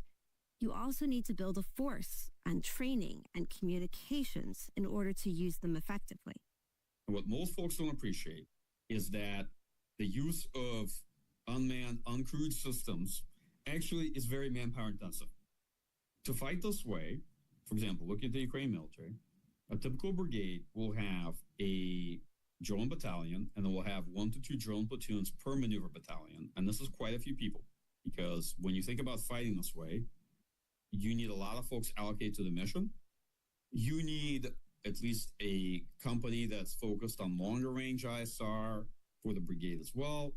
You need UAS companies the way you would have a mortar platoon in the maneuver battalion, right? So you need a UAS platoon there as well. In the maneuver battalion, at least 1 or 2. In a squad, you need several individuals because this is pretty intensive. Like when you're operating a drone, you're on the whole time. So you need several people, maybe 3 for like an FPV team. Plus you need a driver, you need people to get there, supply them. They're working during the day. Then you need a night shift for that same job. That pervasive ISR, right? Remember, humans have to be looking at this. They have to be flying it. So they need a night shift. And then behind the brigades, you have drone regiments. And now you have Ukraine actually expanding to drone brigades. Those are formation with thousands of men dedicated to holding a large piece of the front and supporting it the way, let's say, several artillery brigades might support a part of the front. So you have big changes to kind of force design. You have brigade commanders that have to allocate a chunk of their personnel to this mission. You have the creation of drone forces, which is trying to do doctrinal development, train, man, and equip for the drone components of the force on the Ukrainian side and on the Russian side. And lastly, you have the organizational capacity, right? You have the big CPs with screens. I'm using this glibly, but try to describe to folks. So you have web-based interfaces. You have all the software that needs to go and all the folks that have experience on how they're going to deconflict EW with drone strike, with other operations. You have battle captains. You have fairly tight-run ships across these brigades that have constant shifts of situational awareness on their battlefield, running the fight and looking at, countless screens, whether it's incoming enemy drones, whether it's their own drone operations, what's happening on the battlefield, what's happening in electromagnetic spectrum. And this is kind of took some time to put together, but it's a much more integrated fight. So I'm trying to paint a picture to get folks beyond the, I just see drones striking things and I see nice videos, but what's really behind it is a lot more complicated than that. Perhaps the largest lesson of this war is that while these technologies have fundamentally changed how the war is fought, so far it has not brought either side to surrender or to victory. Whereas the early days of the precision-guided munition revolution suggested that wars could be won at long distances with cruise missiles and precision-guided bombs, today's wars demonstrate the difficulty that these weapons in a grueling war of attrition. And it's not just Ukraine or Russia that is experimenting with unmanned arsenals. North Korea, Iran, even Houthi rebels are all leaning into missiles and drones.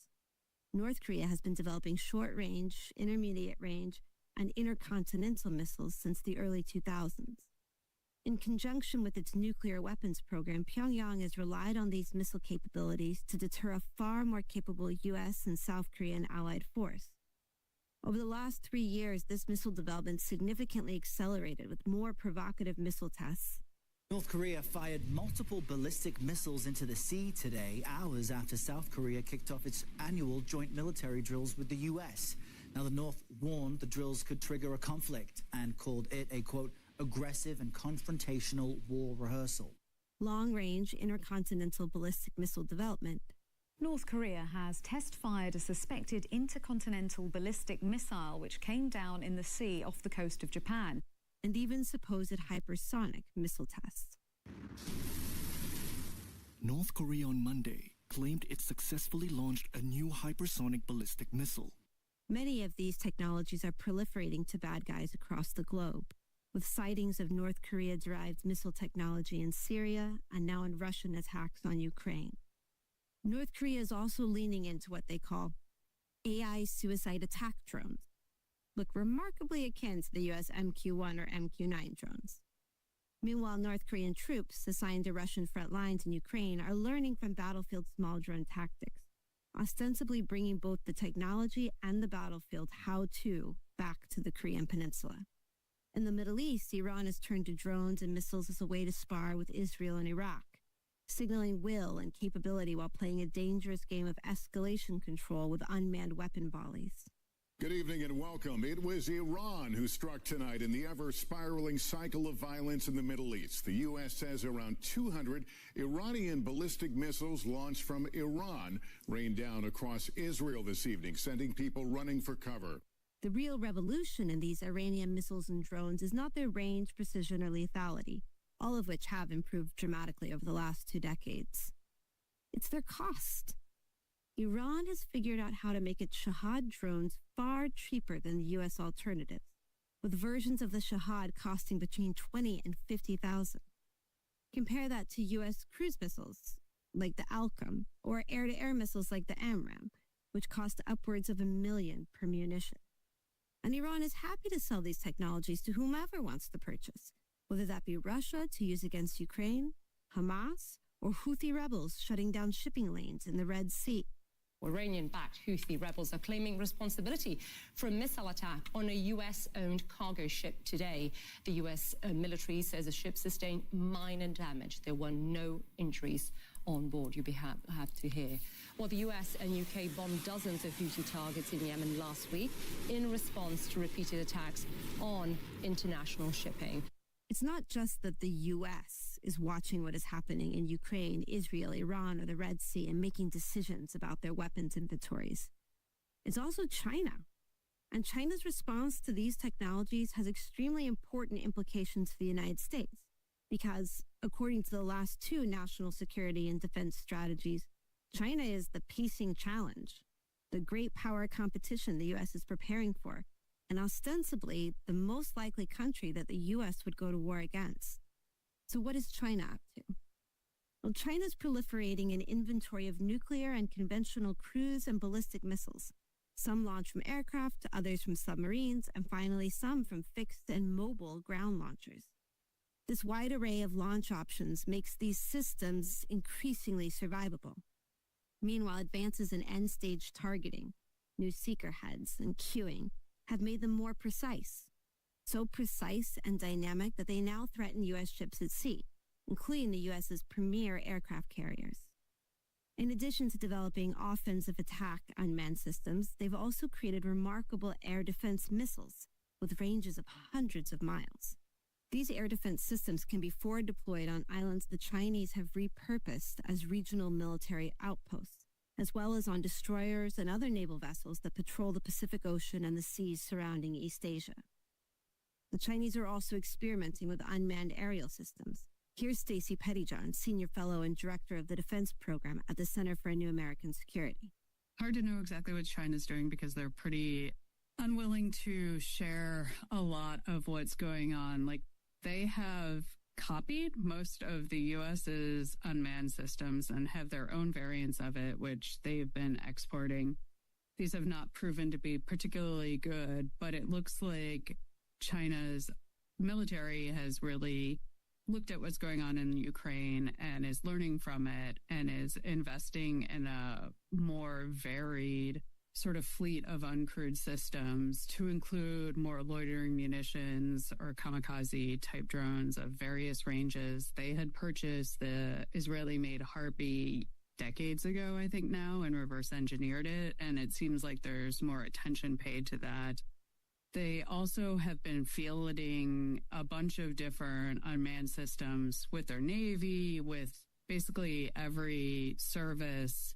And you can see how the Chinese military in a Taiwan invasion scenario could make use of all these systems.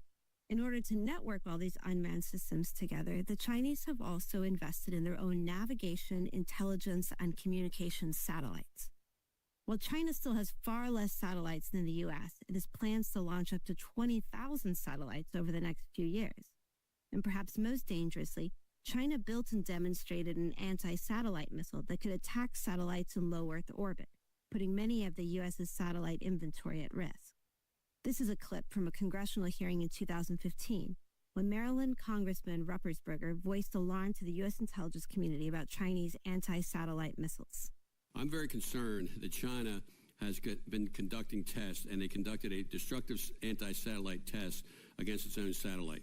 As Stacey alluded to in her discussion of unmanned aerial systems, the challenge deciphering China's unmanned arsenal is trying to understand what is experimentation and demonstration versus combat ready, or conversely, what is civilian as advertised versus military as it could possibly be used. For instance, we know that the Chinese have built a series of autonomous seaborne technologies, ostensibly for research and civilian purposes. They have, for example, a research ship that carries a series of unmanned systems for underwater, surface, and aerial research. However, in reality, this drone mothership seems to have a complicated, if not completely entangled, relationship with the Chinese military. Further, Chinese scientists and state-operated news agencies have announced a series of unmanned technologies, robots, surface drones, unmanned drone landing ships, and even an unmanned combat vessel. But it's all still too early to tell how integral these unmanned systems will be to any future Chinese campaign. War is always an exogenous shock to technology. And the war in Ukraine, as well as the missile and drone proliferation in the Middle East and Asia, will likely have as large an influence on the future U.S. unmanned trajectory as the Arab-Israeli wars did in the 1970s. Most importantly, these conflicts directly question both of the beliefs about warfare that have shaped contemporary U.S. investment in unmanned systems. According to the military revolution theory of war, unmanned technology should enable rapid offensives and quick and decisive campaigns. However, what we've seen in Ukraine is how these systems have slowed down warfare. Drones are combated with mesh netting over trenches and electromagnetic jamming. Offensives are stymied by low-tech landmines.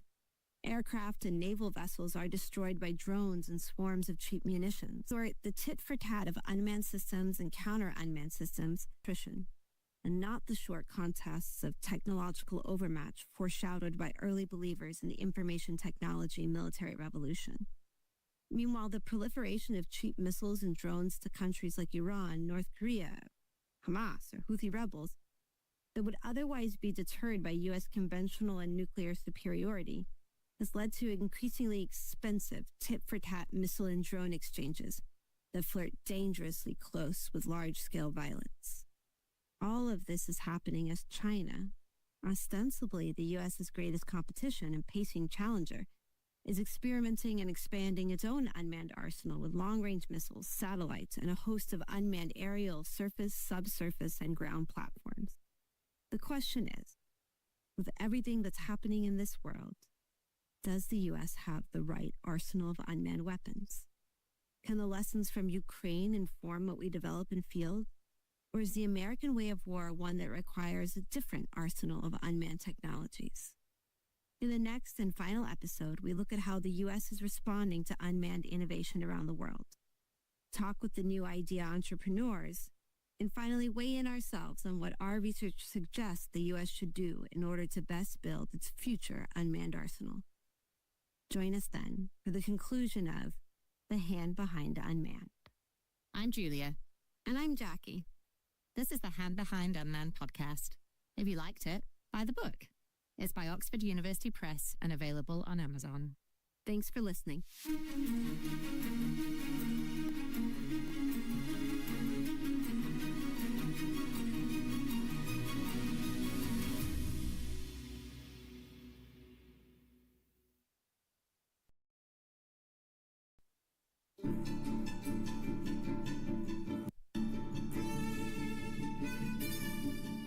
Episode 7.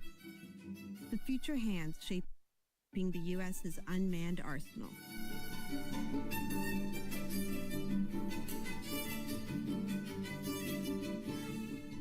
As Commander-in-Chief, my focus is on building the most powerful military of the future. As a first step, I'm asking Congress to fund a state-of-the-art Golden Dome missile defense shield to protect our homeland, all made in the USA. This plane flies with drones. It flies with many, many drones, as many as you want. And it's a technology that's new, but it doesn't fly by itself. It flies with many drones, as many as we want. And that's something that no other plane can do.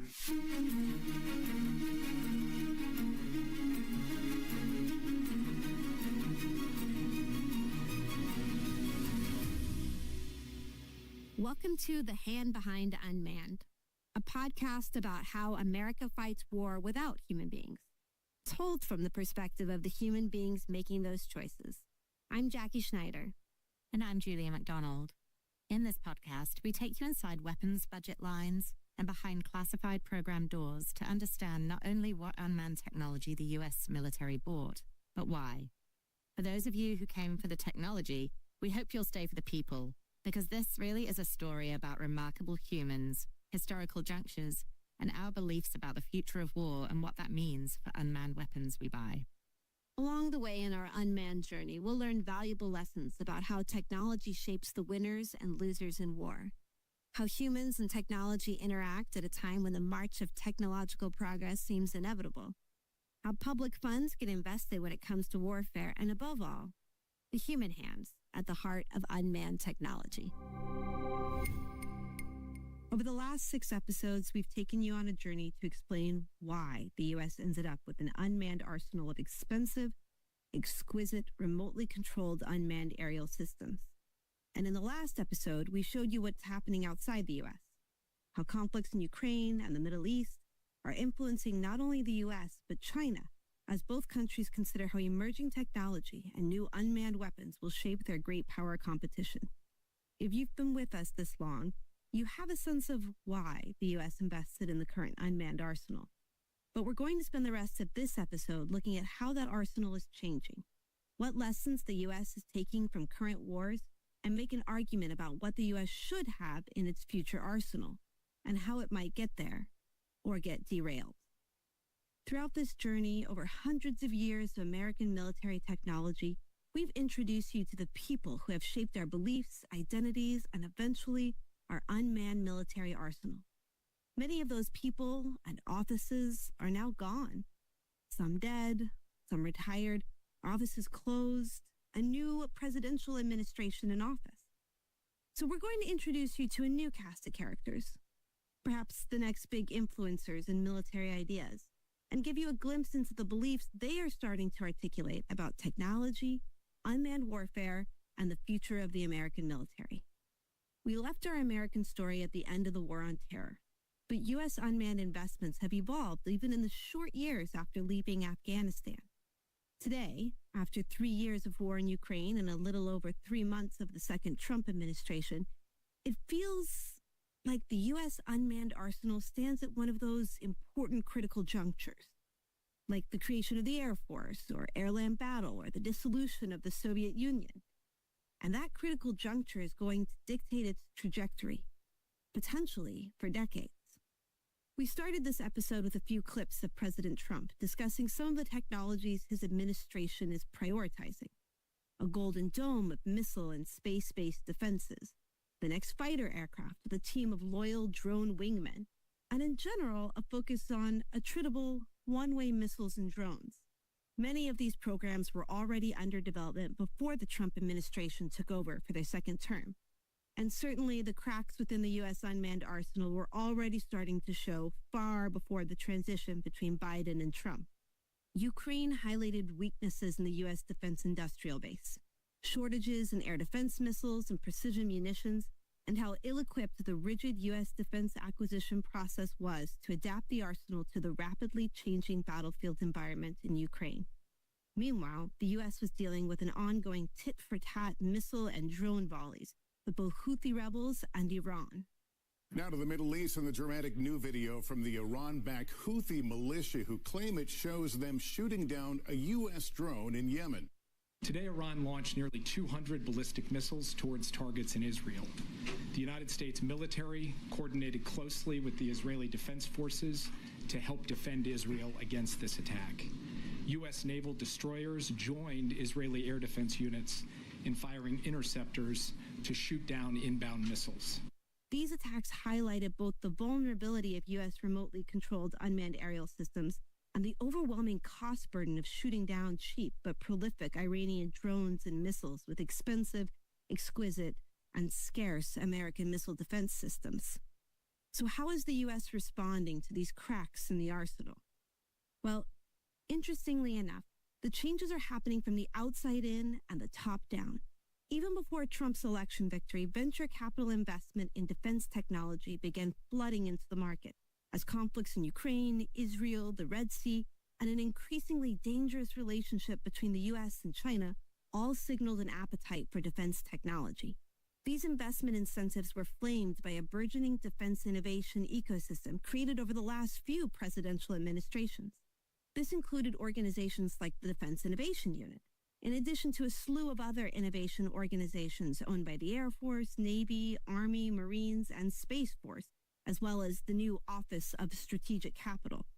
These organizations attempted to fund technological innovation by playing bureaucratic dodgeball with the American military weapons acquisition process, dodging, ducking, dipping, diving, and dodging again, the cumbersome Pentagon bureaucracy with a series of contracting acronyms like OTA, SIBR, and SITR, and to some success. Replicator is meant to help us overcome the PRC's biggest advantage, which is mass. More ships, more missiles, more people. We've set a big goal for Replicator, to field attritable autonomous systems at scale of multiple thousands in multiple domains within the next 18 to 24 months. But none of these outside-in and top-down attempts to respond to U.S. weapons vulnerabilities will be successful without the support of the armed services. So how are they adapting to these technological and political shifts? Perhaps not surprisingly, the Air Force is moving away from the MQ-9s of the past and focusing instead on new drones and missiles that enable manned fighters and core strategic air power missions like long-range strike. The centerpiece of this acquisition strategy is the Collaborative Combat Aircraft, or CCA, a program which envisions a team of drones controlled by a manned aircraft that essentially create external, semi-autonomous or fully autonomous stores of munitions that can be dynamically tasked for both air-to-air and air-to-ground missions. At its pinnacle, the idea is a swarm of smaller, hopefully cheaper, systems that work in partnership with a manned mothership to launch strikes from afar.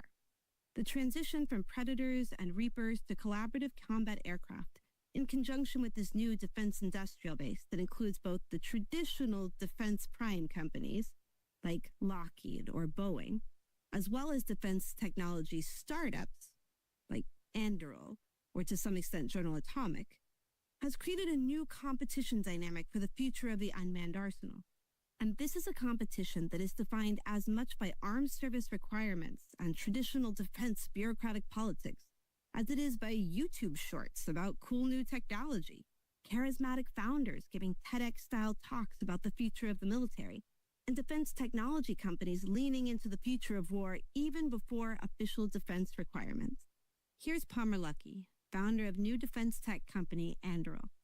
For years, there's been this science fiction trope of conflict in the future being defined by large numbers of swarming drones or autonomous systems. But it's not just a sci-fi trope. This is also what a lot of war planners and a lot of people looking at the future of the military believe is going to be the future. Anduril Industries is a defense product company that builds defense technology and then sells it to the United States government and our allies around the world. The thing that makes us special and the thing that makes us different from a lot of other contractors is that we use our own money to fund almost all of our research and development, and then we build products and then we sell them after they're done. So we're usually not going to the government and saying, here's an idea, here's a white paper, you're going to pay for it whether it works or not. We're saying, look, we are going to use our own money on this. We're going to make sure that it works. As Ben Jensen, director of the Futures Lab at the think tank CSIS, explains about the ensuing competition between companies like General Atomics, who created the Predator and Reaper, and new tech darlings like Anduril. I think the MQ-9 is tailor-built for a very specific mission. And it becomes so good at that long-range, persistent mission that it almost becomes a victim of its own success. And if you go back and look at it, what's interesting is that even General Atomics was trying to invest in an alternative, a jet-based alternative to take over from the MQ-9, but then budget realities set in. And that never really came to fruition, and then might now with CCA. And so now the big CCA game will be which one is picked. Is it the new kid on the block, Anduril? Ooh, that Anduril, it's like Hansel in Zoolander. It's so hot right now. Or is it like GA is Derek Zoolander? I don't know which one will get picked, but they have very different approaches to how they're building the CCA. And I'd give GA credit for that. They saw the MQ-9 was really optimized for a particular set of wide area surveillance mission and point strikes. And you needed something else that was faster and more survivable, different payloads. And they engineered towards that. And the truth is, they were down-selected one of 2 companies out of 5. The Air Force is prioritizing the Collaborative Combat Aircraft Program and galvanizing new defense technology companies as they compete for the premier unmanned weapons program of the Air Force.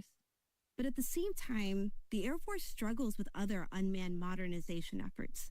The Sentinel intercontinental ballistic missiles, a program slated to modernize the Cold War-era nuclear ballistic missile inventory, is behind timelines and significantly over cost estimates. Similarly, the Air Force's hypersonic missile development program was eventually canceled. Meanwhile, the Air Force's intended replacement for an aging and expensive cruise missile inventory, the Extended Range Attack Munition, is going through a bit of an identity crisis that threatens to derail the entire program. The Navy, as always, is going its own way.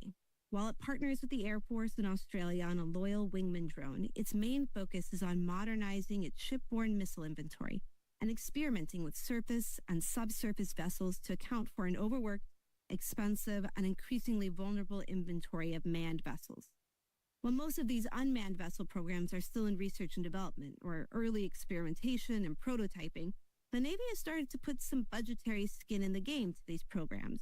Over $300 million in the FY 2025 budget, with over $500 million already expected for procurement of large and small unmanned vessels by FY 2027.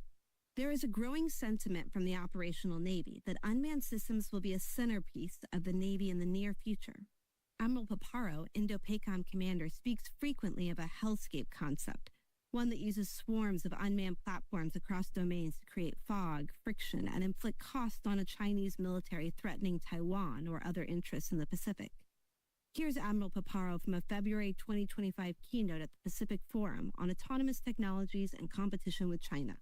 I see certainly unmanned systems as our force multiplier. You'll be aware of the term hellscape and its association with my name. We have to build these capabilities at scale, network through resilient, multispectral communications that can operate in contested environments. And it's not about replacing warriors. It's about giving warriors the advantage they deserve and giving our nations the defense they deserve. Autonomous systems will provide persistent coverage, accept the levels of risk, and multiply the combat power without multiplying our manning requirements. The technology exists, the concepts are proven, but what we lack is sufficient scale and integration. And we've got to move beyond boutique programs and limited deployments, the full-scale implementation across all domains. In the Pacific, the U.S. Navy is leaning hard into these experimental concepts and unmanned technology, perhaps with a fervor reminiscent of the interwar years. putting research technology in the field, standing up unmanned vessel units, clamoring for manned-unmanned teaming, and in general, desperately seeking to bring unmanned out of the acquisition valley of death that stands between idea and introduction onto the battlefield. But while the combatant Pacific Navy may be leaning into the employment of unmanned systems, that's not where the Navy makes procurement or buying decisions. Instead, it is Navy offices far afield from the Pacific Ocean, in offices in Arlington, Virginia, at the Pentagon, that's tasked with manning and equipping the naval force. And here, a continent away from Admiral Paparo's hellscape, it's still a struggle between the calls for unmanned mass from commanders at sea and the strain of budget requirements to field the 600-man ship Navy that has long been the desired but difficult to attain gold standard for naval force design. This is a delicate balancing act for the Navy, not just balancing budget priorities between manned and unmanned, but also trying to shape missions for these unmanned vessels and aircraft that enable but don't threaten the core missions of the surface and subsurface navies. Now, that can lead to unmanned systems that are built with unclear missions, or they're tasked to do too much. Both unclear missions and too many missions are a recipe for programs that spiral in both cost and timelines. For example, in a 2024 Congressional Research Service study, Ronald O'Rourke detailed the Navy's vision for the large unmanned surface vessels. But it looks like a kind of do-it-all list of tasks and a vessel design that would allow for adaptation as the Navy force evolves. As O'Rourke writes, the Navy wants LUSVs, that's large unmanned surface vessels, to be low-cost, high-endurance, reconfigurable ships with ample capacity for carrying various modular warfare and strike payloads, as well as anti-ship and land attack missiles. Perhaps paradoxically, in the quest for these unmanned systems to fill multiple potential future roles, the programs can get caught in what I've called an identity crisis, which can lead to expensive and delayed fielding of the technology. These issues derailed the Navy's first unmanned aircraft program, the X-47, which was canceled in 2016 after the Navy spent $1.4 billion. And that's perhaps where you would expect the greatest unmanned adoption and the biggest force adaptation to the lessons of Ukraine and Russia. And the Army is certainly experimenting with unmanned aerial and ground systems, from the 3D printed UAV low-altitude stalking and strike ordnance to the future tactical unmanned aircraft system. And they've tried to empower adaptation from the bottom up to bring these new systems in. Here's Senior Fellow and Director of the Defense Program at the Center for a New American Security, Stacey Pettyjohn. You've seen the U.S. Army, the Chief of Staff has started an initiative called Transformation in Contact, in which he's trying to help the Army incorporate off-the-shelf commercial drone technology by giving it to different units and letting them just sort of experiment with it in real time and see what they do, see what they can't do, instead of waiting and going through the multi-year acquisition process. They're given these drones, they're able to figure out what is sort of the art of the possible, what the limitations are, and the conditions under which they might be able to use them to help them to achieve different missions. The focus of the Army is always on how unmanned systems enable the American vision of all-arm ground maneuver warfare. The human, the soldier, is always the centerpiece. Here's General Rainey, head of Army Futures Command, in a keynote at the AUSA Global Force Symposium in March 2025. War remains a human endeavor. It's a contest of will between human beings. There's no indications looking at anything going on that is changing. It's good news for the U.S. military and especially the U.S. Army because our people are our number one asymmetric advantage. And for the Army, the lessons from Ukraine about unmanned systems that initiate war are not a simple copy and paste for the modern American Army, whose bread and butter is maneuver and deep first-strike offensive campaigns. Instead, the Army is looking at how they can invest in unmanned systems across domains that can retake the initiative while moving the American soldier further away from those first volleys of conflict. General Rainey made the role of unmanned systems and their ability to protect the front line even more explicit, promising onlooking soldiers at the 2023 Army Warfighting Summit that we will never again trade blood for first contact. In many ways, what the Army is talking about today looks very similar to the air-land battle deep strike vision of the 1980s Army. But this time, they don't have to beg the Air Force for help with combat air support, manned F-16s and A-10s. Instead, the Army can turn to today's unmanned systems. FPVs, small UASs, even ground-based missiles and robot vehicles embedded within Army units and controlled by Army commanders to strike the enemy first and prepare the battlefield for an overwhelmingly dominant U.S. Army maneuver campaign. Here's General Rainey again. And you talk to anybody who's ever fought, and they'd much rather be in the offense and have the initiative, because once you stop, a lot of advantage confers to the person who's moving. Human-machine integration, right? Not replacing humans with robots, but figuring out how to combine our great people with unmanned systems. And I use that term deliberately. That's, UAS, UGS, surface, subsurface, subterranean. We need to think about unmanned systems holistically. It's not to replace our people. That's the wrong way to think about it. In fact, there's a lot of evidence that as you inject unmanned systems, you might actually have an initial increase in the number of people. But they'll be farther away from the point of contact. Perhaps where the Army can make the biggest change is in investments in long-range conventional missiles and new air defense missiles, two missions that the Air Force has almost completely abandoned. And yet, it is the most likely mission for the Army in a Pacific Ocean or Taiwan scenario in which the Navy's long-range strike is limited by its capacity and its own vulnerability, and the Air Force by weapons stores and base vulnerabilities. Accordingly, the Army invested in a few modernization programs for long-range strike, including the ATACMS successor, the Precision Strike Missile, and the Army's long-range hypersonic weapons program. Both these programs are relatively expensive and exquisite, and the cost of these missiles only goes up as you make them more precise, longer range, and faster. Further, while none of these programs directly threaten core Army missions or specialties, they also don't have vociferous advocates from within the Army. And that's a problem, because when the Army first announced its intentions to refocus on long-range strike, the Air Force went on the offensive. The Mitchell Air Power Institute, a think tank devoted to strategic air power, published reports and a podcast that criticized the Army programs and advocated instead for long-range strike via Air Force bombers. Here's former commander of Air Force Global Strike Command, Tim Ray, in an interview from that 2021 Mitchell Institute podcast. Now, while I get the Air Force is the only service that has bombers, I also hear a lot about other branches pursuing long-range strike options these days. Could you explain that? Sure, Doug. What's going on is a roles and missions thrash where many of the services are trying to prove their relevance in the wake of Afghanistan and Iraq.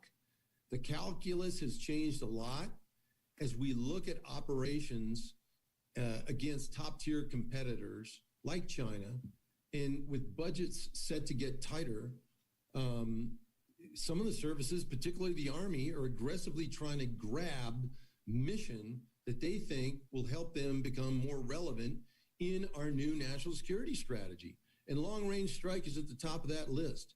For Ray, the Army should instead focus its missile efforts on air defense, defending, for example, Air Force bases in the Pacific that are vulnerable to Chinese volleys of missiles, drones, and bombs.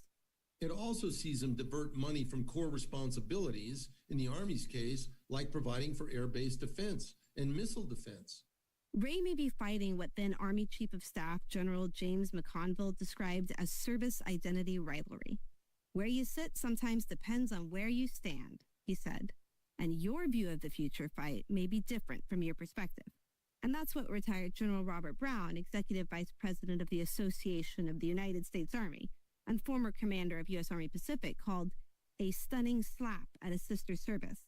But perhaps why the comments hit so hard is that there's an element of truth to Tim Ray's critique. The Army has been perhaps under-prioritizing unmanned point defense systems while focusing on unmanned technology that defends ground troops or that enables long-range strike. The Army's premier defense system continues to be the Patriot, the same air defense system developed as part of the 1980s air-land battle. Now, the Army has invested in improved radars and battle control systems, but the Ukraine war revealed how much more the U.S. needs. More missiles, more launchers, and more battalions in general. In the last year, the Army has promised to invest more in these air defense units with at least one extra battalion. The Army is also designing a tactical alternative to the Patriot, the IFPC, designed to defend fixed and semi-fixed sites from rockets, artillery, and mortars, as well as cruise missiles and drones. It's currently under contract for $4.1 billion. That's only for 18 systems. Where the Army may be investing in unmanned systems that largely enable the way the Army has wanted to fight since the first Gulf War, the Marines have wholeheartedly embraced unmanned systems. They have unmanned aerial vehicle squadrons, which operate larger remotely controlled systems, as well as early investments in small unmanned aerial systems. But that's just the beginning, because as part and parcel of a new force design, the Marines envision a kind of a future combat systems on steroids that leans on network sensors, big data, AI, and unmanned systems across domains to enable a new warfighting strategy of modern island hopping in the Pacific. General David H. Berger first communicated the Force Design 2030 concept. We have a lot of experimentation, a lot of learning to do. Although it is rooted in decades of experiments that date as far back as 1997. It is designed to create a single, integrated force that supports joint operations focused on forward maritime campaigns, yet retains the ability to perform traditional Marine Corps roles. The video that we just included shows Marines in typical missions.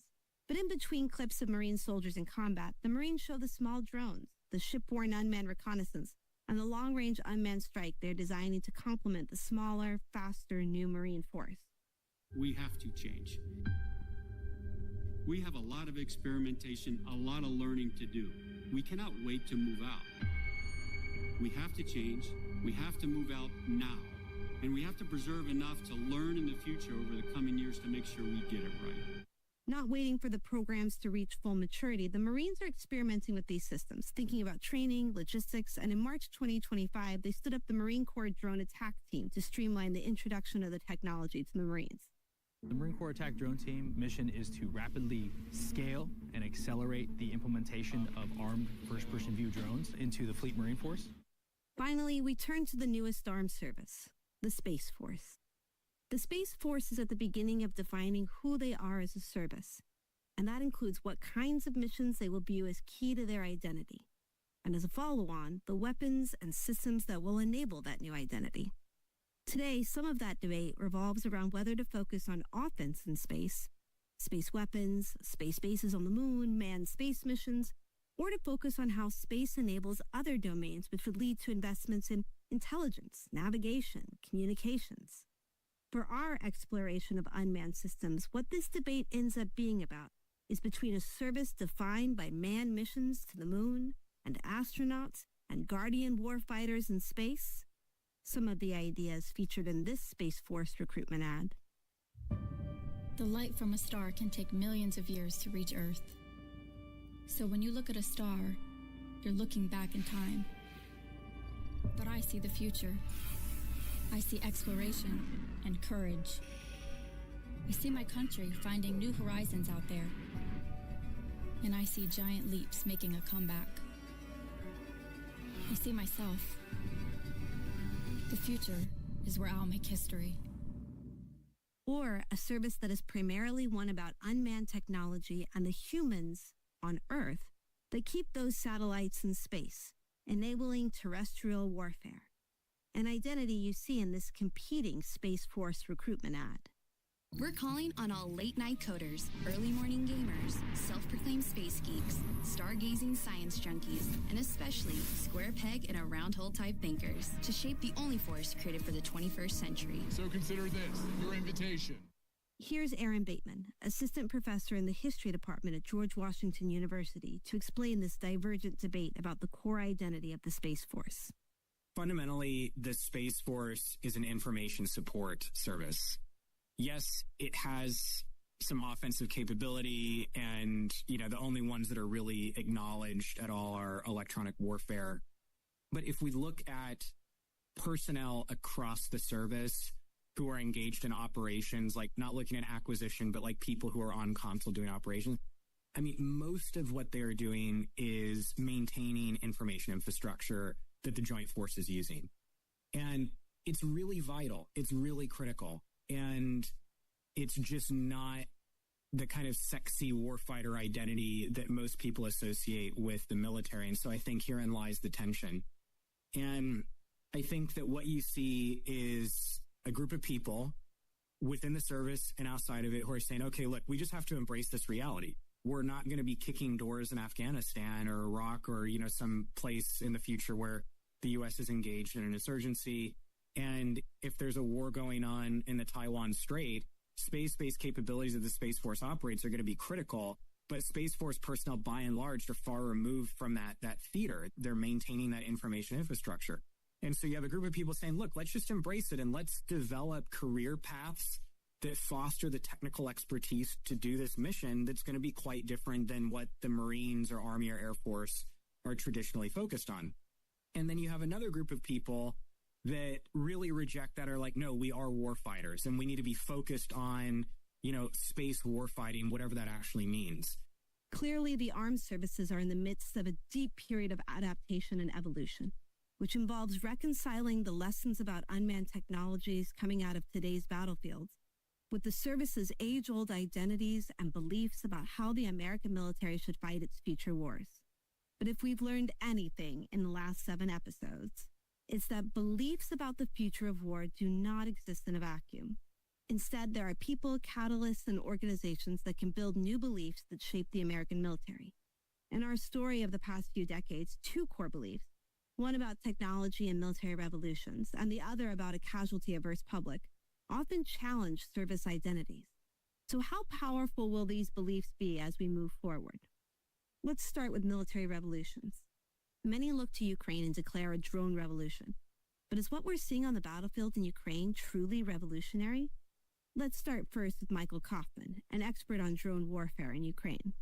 I often debate with myself between sort of the traditionalist and the futurist outlook. Futurists show up at the early cusp of any technology that's emerged and say, this has revolutionized everything, right? Traditionalists then show up and say, well, this has revolutionized nothing, and we're just going to duct tape it to the way we fight, and it's more of an evolution. And so I'm myself constantly debating which direction I see this taking. Ultimately, for Michael, who's perhaps one of the keenest observers of the Ukraine war, there have been revolutionary advances in how unmanned technologies are used to fight wars. But these technologies are unable to create the revolutionary strategic advantages that create victory. I don't think it's revolutionized the character of war, a bold claim, but I definitely see some pretty significant impacts from both these technological trends, but also the way it's changed how both sides fight. Okay, so let's say this is an evolution, not a revolution. If that's true, is this just the latest evolution of a precision-guided missile revolution that advented in the wars of the 1970s? Or alternatively, an extension of the information revolution that began in the 90s? What we heard from the Office of Net Assessment and strategists like Elliot Cohen, Thomas Mencken, and Andrew Krapinovich in the early 90s was that the information age was creating a revolutionary advantage for weapons of precision and range, changing the advantage in war from campaigns of attrition to those of maneuver and first strike advantage. Is this still the case? Do unmanned technologies enable campaigns of maneuver where long-range strikes from qualitatively superior platforms can create strategic victory? Or do today's unmanned systems enable different and defining characteristics of war? To answer this question, we turn first to military innovation scholar Thomas Mencken. I think what we see in Ukraine, what we see in the Middle East, and elsewhere is that the means to strike with precision has really diffused. And so it's not one side that has this capability and the other side that doesn't. It's really varieties of 2 different sides that have the ability to strike with precision. So I do think that the current revolution has entered a new phase. It's entered the mature phase where it's all about marginal advantage.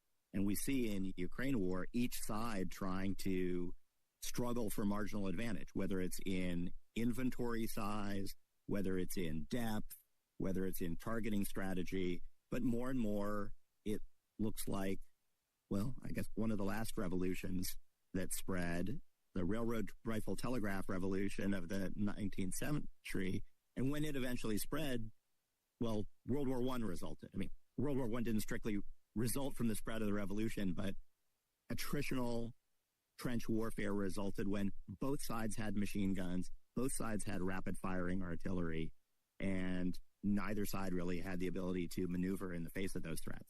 That's where we are today. And so the historian in me says we're not just in the mature phase of the existing revolution, but we're likely to see some new approach emerge.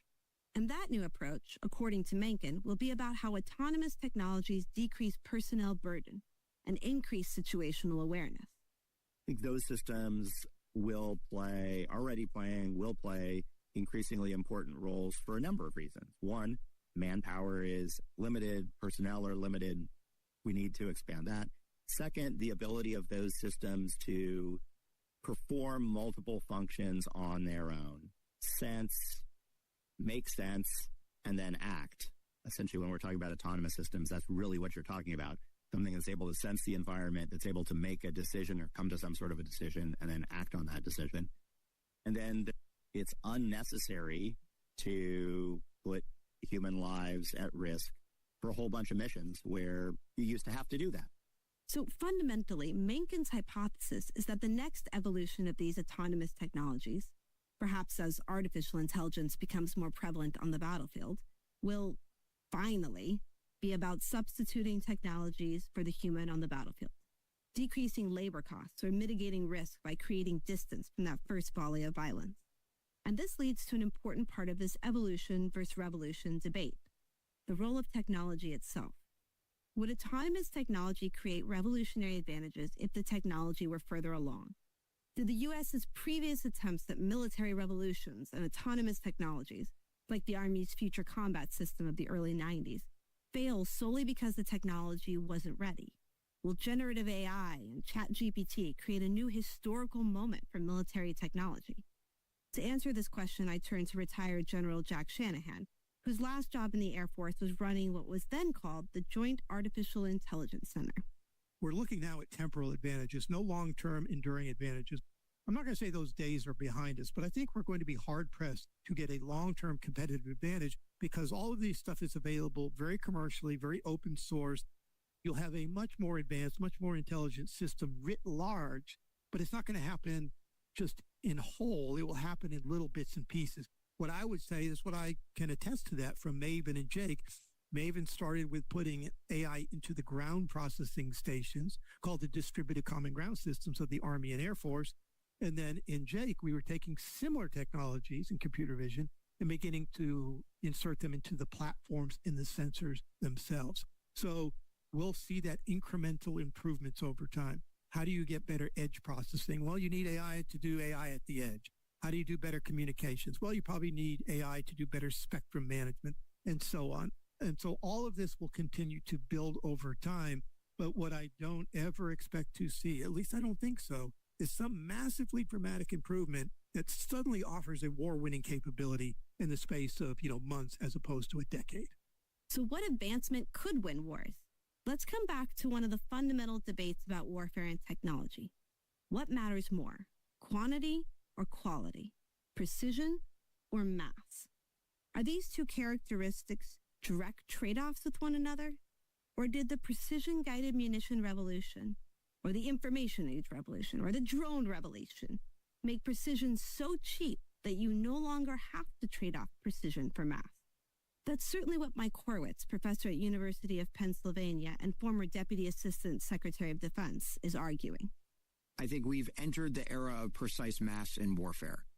And traditionally, it was mass that set the odds for who wins and loses wars. Smaller armies can defeat bigger armies, but generally, bigger is better, whether it's more spears, more bow and arrow, more guns, more tanks, more planes. But with the advent of precision strike, which really took off in the context of the second offset and then was publicly revealed in the first Gulf War in 1990, 1991, it really transformed how the United States thought about using force. And there are also advantages to, precision weapons in reducing collateral damage. But the intersection of that and military effectiveness meant that you have a strong incentive then to pursue precision that precision gets increasingly expensive to the point where the average precision-guided cruise missiles in the U.S. arsenal cost $1 to $3 million each. And the platforms associated with launching them, whether you're talking about F-35s or whether you're talking about submarines or whether you're talking about, other naval surface craft, et cetera, et cetera, et cetera, cost orders of magnitude more than that.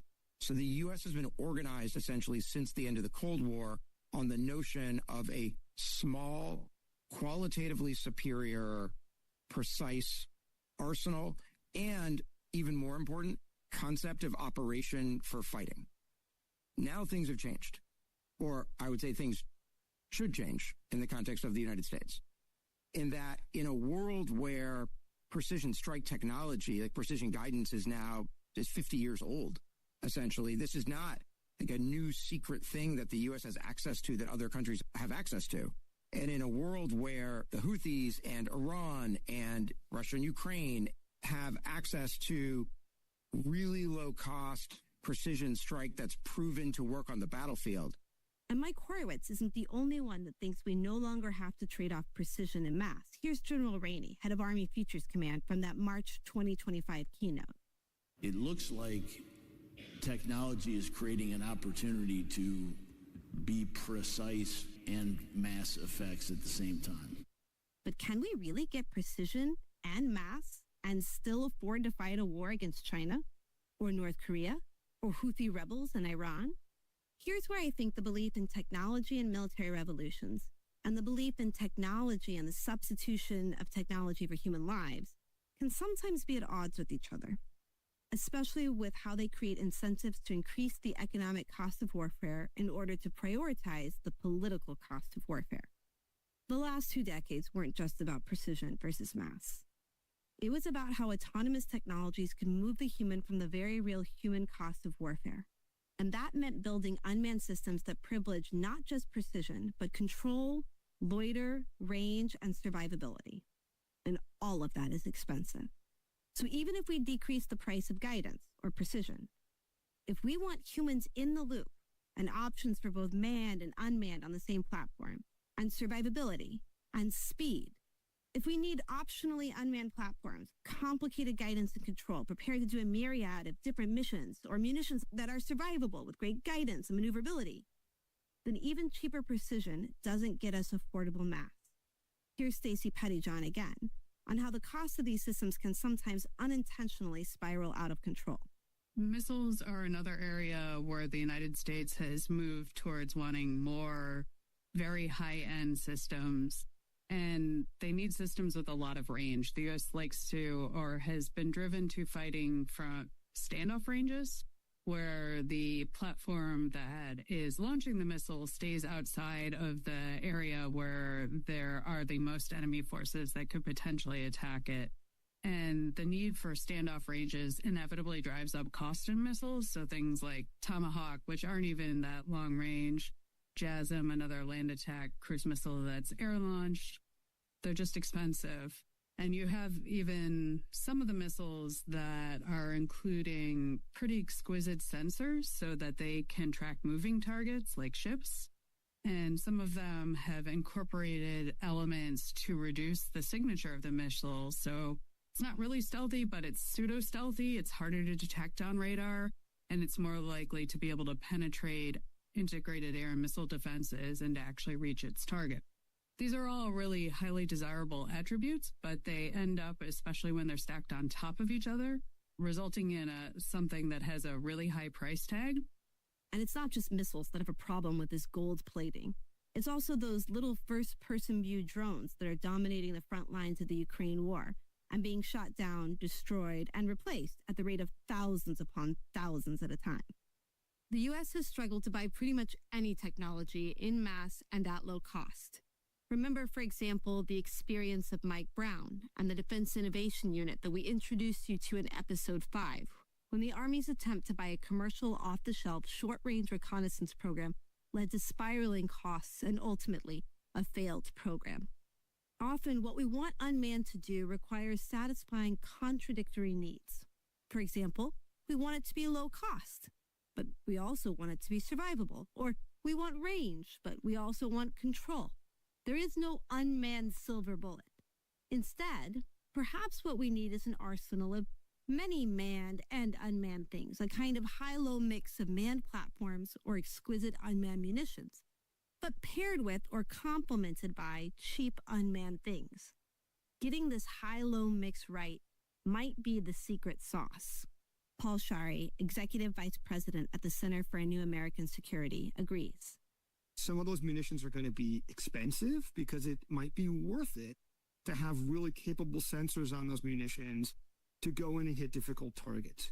We're going to need expensive platforms. It's almost always better to be investing in the Archer rather than the Arrow, right? So what I mean, like, if you can invest in, say, a bomber that is more capable and stealthier to get in closer, that allows you to, if you've got something that's standoff, and then you have to have more expensive munitions that are expendable, or low-cost systems as well, that's just the reality. Then having low-cost unmanned or uncrewed systems as adjuncts to that, like some of these low-cost aircraft that might be a loyal wingman to an F-35 or to a bomber, that's going to help make those crewed platforms much more effective, actually. And so I think that we need a more balanced force, and we don't have one today. We are massively overinvested in large platforms. We've already demonstrated that U.S. desire to create both overwhelming military advantage and remove the human from the battlefield can lead to pressures to increase the cost of technology. So what can the U.S. do to try and decrease the economic cost of unmanned warfare?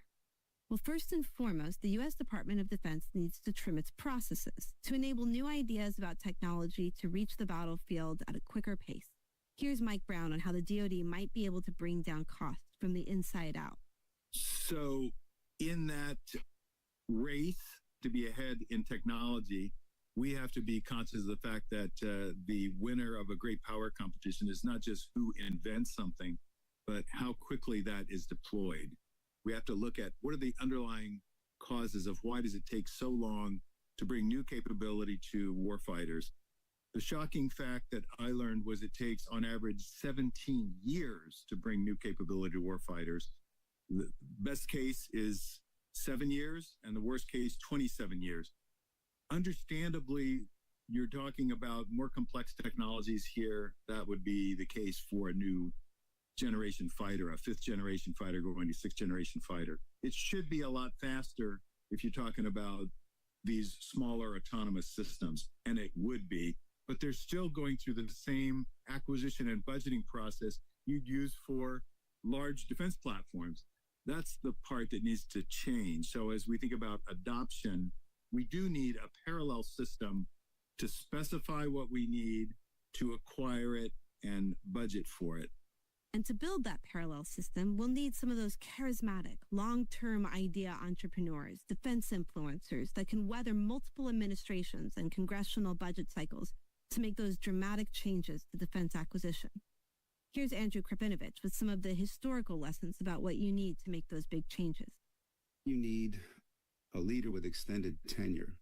Anybody who's trying to make a big change in an organization, I know typically there's a lot of resistance to doing things in new ways. You need civilian leaders within the Department of Defense that know enough about service pathologies and how things work inside the Pentagon to be able to build defense narratives about technology and the future of war that co-opt, defeat, or sometimes manipulate service corps constituencies. Michael Horowitz, former DASD, on the challenge that faces this current administration to defeat that bureaucracy. You have lots of people with technology backgrounds. And if you look at the confirmation hearings of someone like Feinberg, who's going to be the Deputy Secretary of Defense, he talked all about the way that he wants to, focus on accelerating more low-cost autonomy, AI-enabled systems, et cetera. Those are all good signs. The thing that we don't know is how successful they will be at navigating the military services and the defense bureaucracy to produce that actual change. One of the challenges that we ran into with the Replicator Initiative was that to reallocate 0.05% of the U.S. defense budget, the U.S. defense budget is enormous, but to reallocate 0.05% of the defense budget to be able to field those all-domain attritable autonomous systems by August 2025 required over 40 different briefings with congressional appropriators and Armed Service Committee members, because it was just moving at the rate of technological change and moving at the speed of relevance, not the speed of the DoD budget process, which is glacially slow on purpose. And you'll need a defense industrial base and a manufacturing capacity, either in the United States or allied countries, that is prepared to adapt, lean in, and quickly respond to changes on the battlefield. That will require government infusion of cold, hard cash, but likely partnered with private sector investment. I asked Mike Brown, who transitioned from leading the Defense Innovation Unit to leading a venture capital company, Shield Capital, that specializes in defense technology, about what the private sector will need in order to meet these demands. What the private sector is waiting for is more signal, demand signal, we would call it, from the Defense Department to say, this is going to be important. We're actually going to start buying in quantity. Replicator is one of the first signs of that. I will say the Army has been ahead on ground autonomy and has gotten going with the remote combat vehicle as an example. So there are starting to be some programs here. We need more of those that will stimulate not only more companies that are interested in providing autonomous systems, but also more investment. Are we moving fast enough, far enough, fast enough? That's the question, is the speed at which this is happening. So I do think there's going to be a lot of pressure to move faster. I think this administration, the Trump administration, second Trump administration, is going to be applying that pressure, certainly from what we're hearing. And I think that will be good. The challenge will be, is the Congress willing to either increase the amount of money that is going for defense? That's what Senator Wicker has called for. Let's go back to spending 5% of GDP on defense. Your listeners might know that we haven't spent 5% of GDP on defense since the Reagan buildup in the 1980s, when he was really trying to spend the Soviets into seeing that they couldn't compete with the U.S. So that means it's been a very long time. So we either need to be spending more money so that there is the discretion in the budget to go buy some of these new technologies, or Congress has to say, yeah, maybe we don't need quite as many aircraft carriers, or we don't need that extra F-35.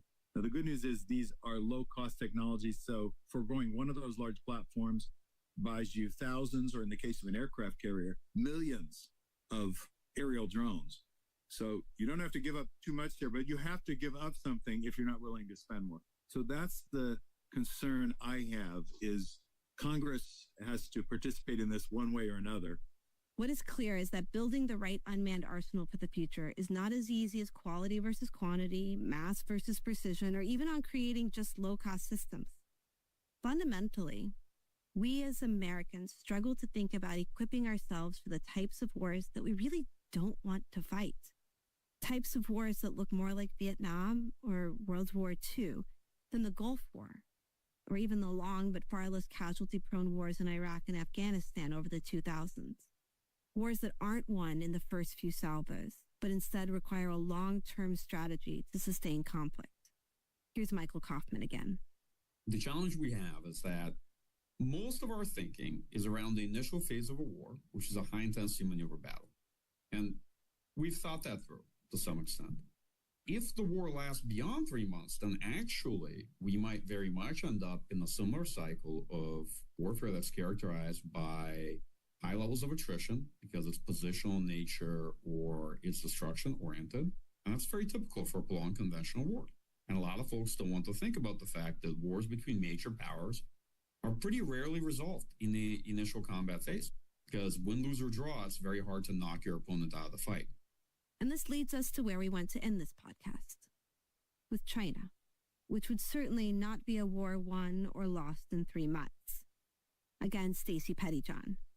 In terms of what the U.S. needs, because American forces had spent so long fighting terrorists in really pretty permissive environments where we would actually fly in really close, we'd have aircraft hovering above the skies, whether they were uncrewed or crewed, and then they would drop these very precise short-range weapons on a target and try to minimize the damage. Those are not the attributes that we would need for a war with China. We need missiles with longer range, which will be more expensive, We also sometimes would need area effects weapons that aren't very discriminate, that can cause either more damage or a wider area of damage to take out or suppress things like airfields that are big. You actually want a really big boom there and to spread out the effects instead of to make it as minimal as possible. We also did not buy anti-ship weapons. The U.S. military across the board basically got out of the anti-ship mission because the U.S. Navy was so dominant in the 1990s and 2000s that they stopped buying heavyweight torpedoes. They stopped buying anti-ship cruise missiles. The Air Force just completely walked away from the mission, which they had adopted at the end of the Cold War. And now we find that sinking ships and that there could be a Navy that's not going to sort of sail out and meet the U.S. Navy for a big force-on-force battleship fight, but more of an amphibious invasion like we're worried about with China and Taiwan, and that sinking ships is one of the key operations that would need to be conducted. The other types of missile that we are short on are air defense missiles.